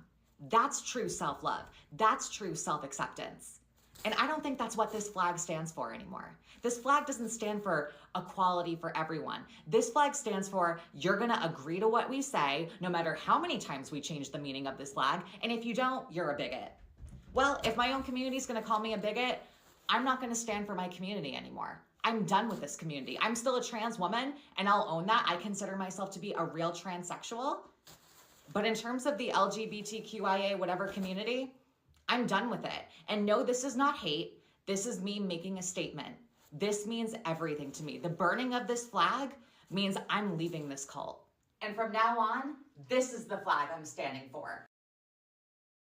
She has an American flag. And that's the flag I'm standing for, she says. This is my community. Because this country is what gave me the right to transition and be who I am. So this is the flag I'm going to stand for.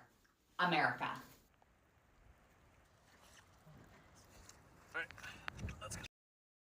And they put a bunch of gas, a bunch of oils on the pride flag, and now they're burning it. Cringe. And I think later, a couple days later after she posted this, she was, I will say, she was crying, complaining and bitching about how, it's so stupid how the people on the right weren't accepting her and were still calling her the same things you'd expect they'd call everybody else. Because of course,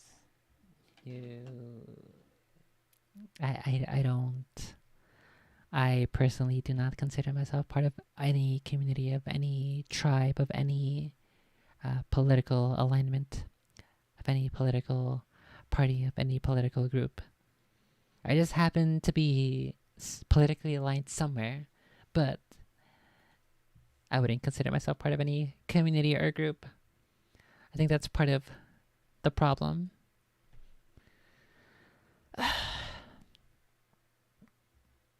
It's like, for me personally, this is the kind of stuff I believe. It's the kind of stuff I have logically come to conclude. But I'm not gonna like put it out there. It's a TikTok, so obviously this person is younger than I am, and they use TikTok,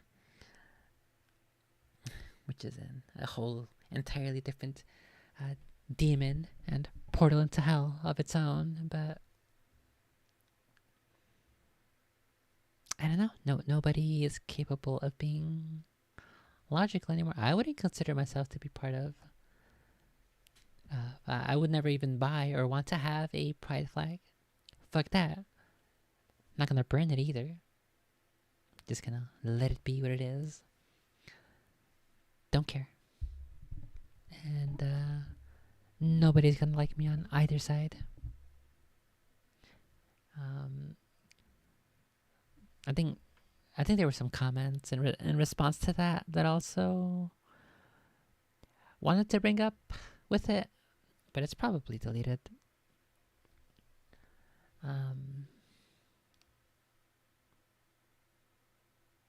The comment that she made about accepting that you're biologically male. You're never gonna win people on. You're never gonna win the progressives over with that, because they're always going to call it self-hating. What's the phrase? Internalized transphobia is what they're gonna call it. It's just stupid. Accepting biological reality is internalized transphobia. The people who believe that, who actually argue that, who actually internally think that's how reality works, that it's just internalized transphobia, you're never gonna win them over. They're either gonna have to grow up. You're not gonna change them right now. You're not gonna get them right now. You're not going to. They're not gonna willingly come over to your side right now. They either have to grow up,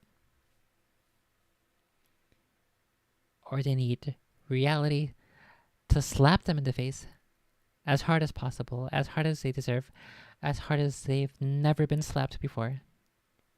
Because a lot of the people who are of that mindset, of that ideology, of that ilk, they've never received appropriate social feedback to their lies and their stupidity and their bullshit, and it shows. And now they have an echo chamber where they never have to not only will they not have to receive the social feedback about their shitty behavior, but they also will be they self-select themselves into groups where they will become too afraid to voice any difference of opinion, which is unfortunate. But I mean, you made the bed, now lay in it. It's literally a hell of your own making, so you know, we just have to hope that one day they learn, one day they get to the point where they realize, you know what, maybe, just maybe, these people do not have my best interest in mind. And yeah, that's I have too many thoughts and ideas about all the trans stuff, but I don't have to say it. I don't need to say it. I don't want to say it. It's just gonna stay in my head, and I will act according to what I believe, and I will be reasonable and just live my life as best as I can. Because that is the American dream. To just be left alone and live as harmoniously as possible with my neighbors and with my community. And I don't think that that many people either value that or are capable of doing that because they're too addicted to Twitter and the internet. So, you know, dark times we're living in. Dark times, Harry. Those were dark times. And yeah, that's it. That's all I have for today.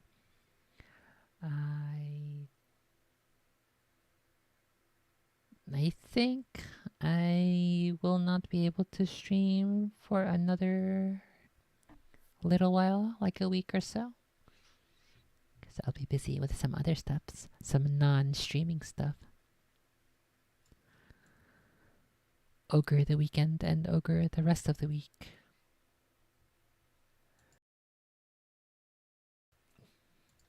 So we will see. I'll probably...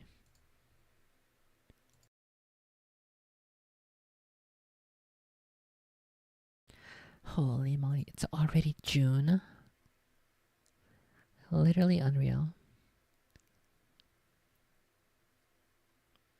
Okay, so I'll probably stream again either at the very last day or last 2 days of May, depending on how quickly I'll work on my next thingy, or just early June. I do have... I definitely want to get to this education stuff, especially if a certain teacher is available to discuss his thoughts and opinions and experiences regarding that. That'd be useful to have another voice with more in-depth experience than I do.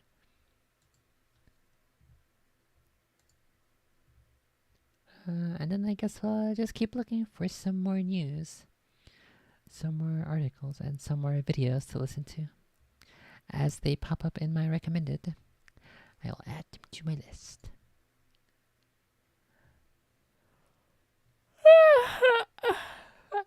It has the tired's. So I guess that means also probably not gonna finish Harry Potter until starting next month.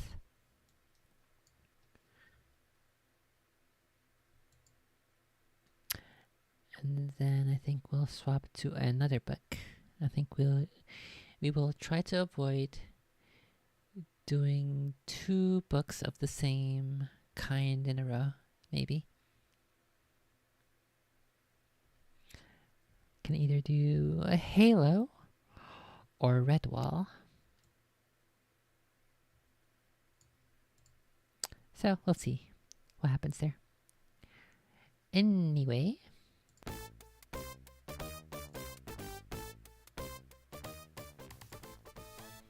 Thanks for watching and chilling and memeing.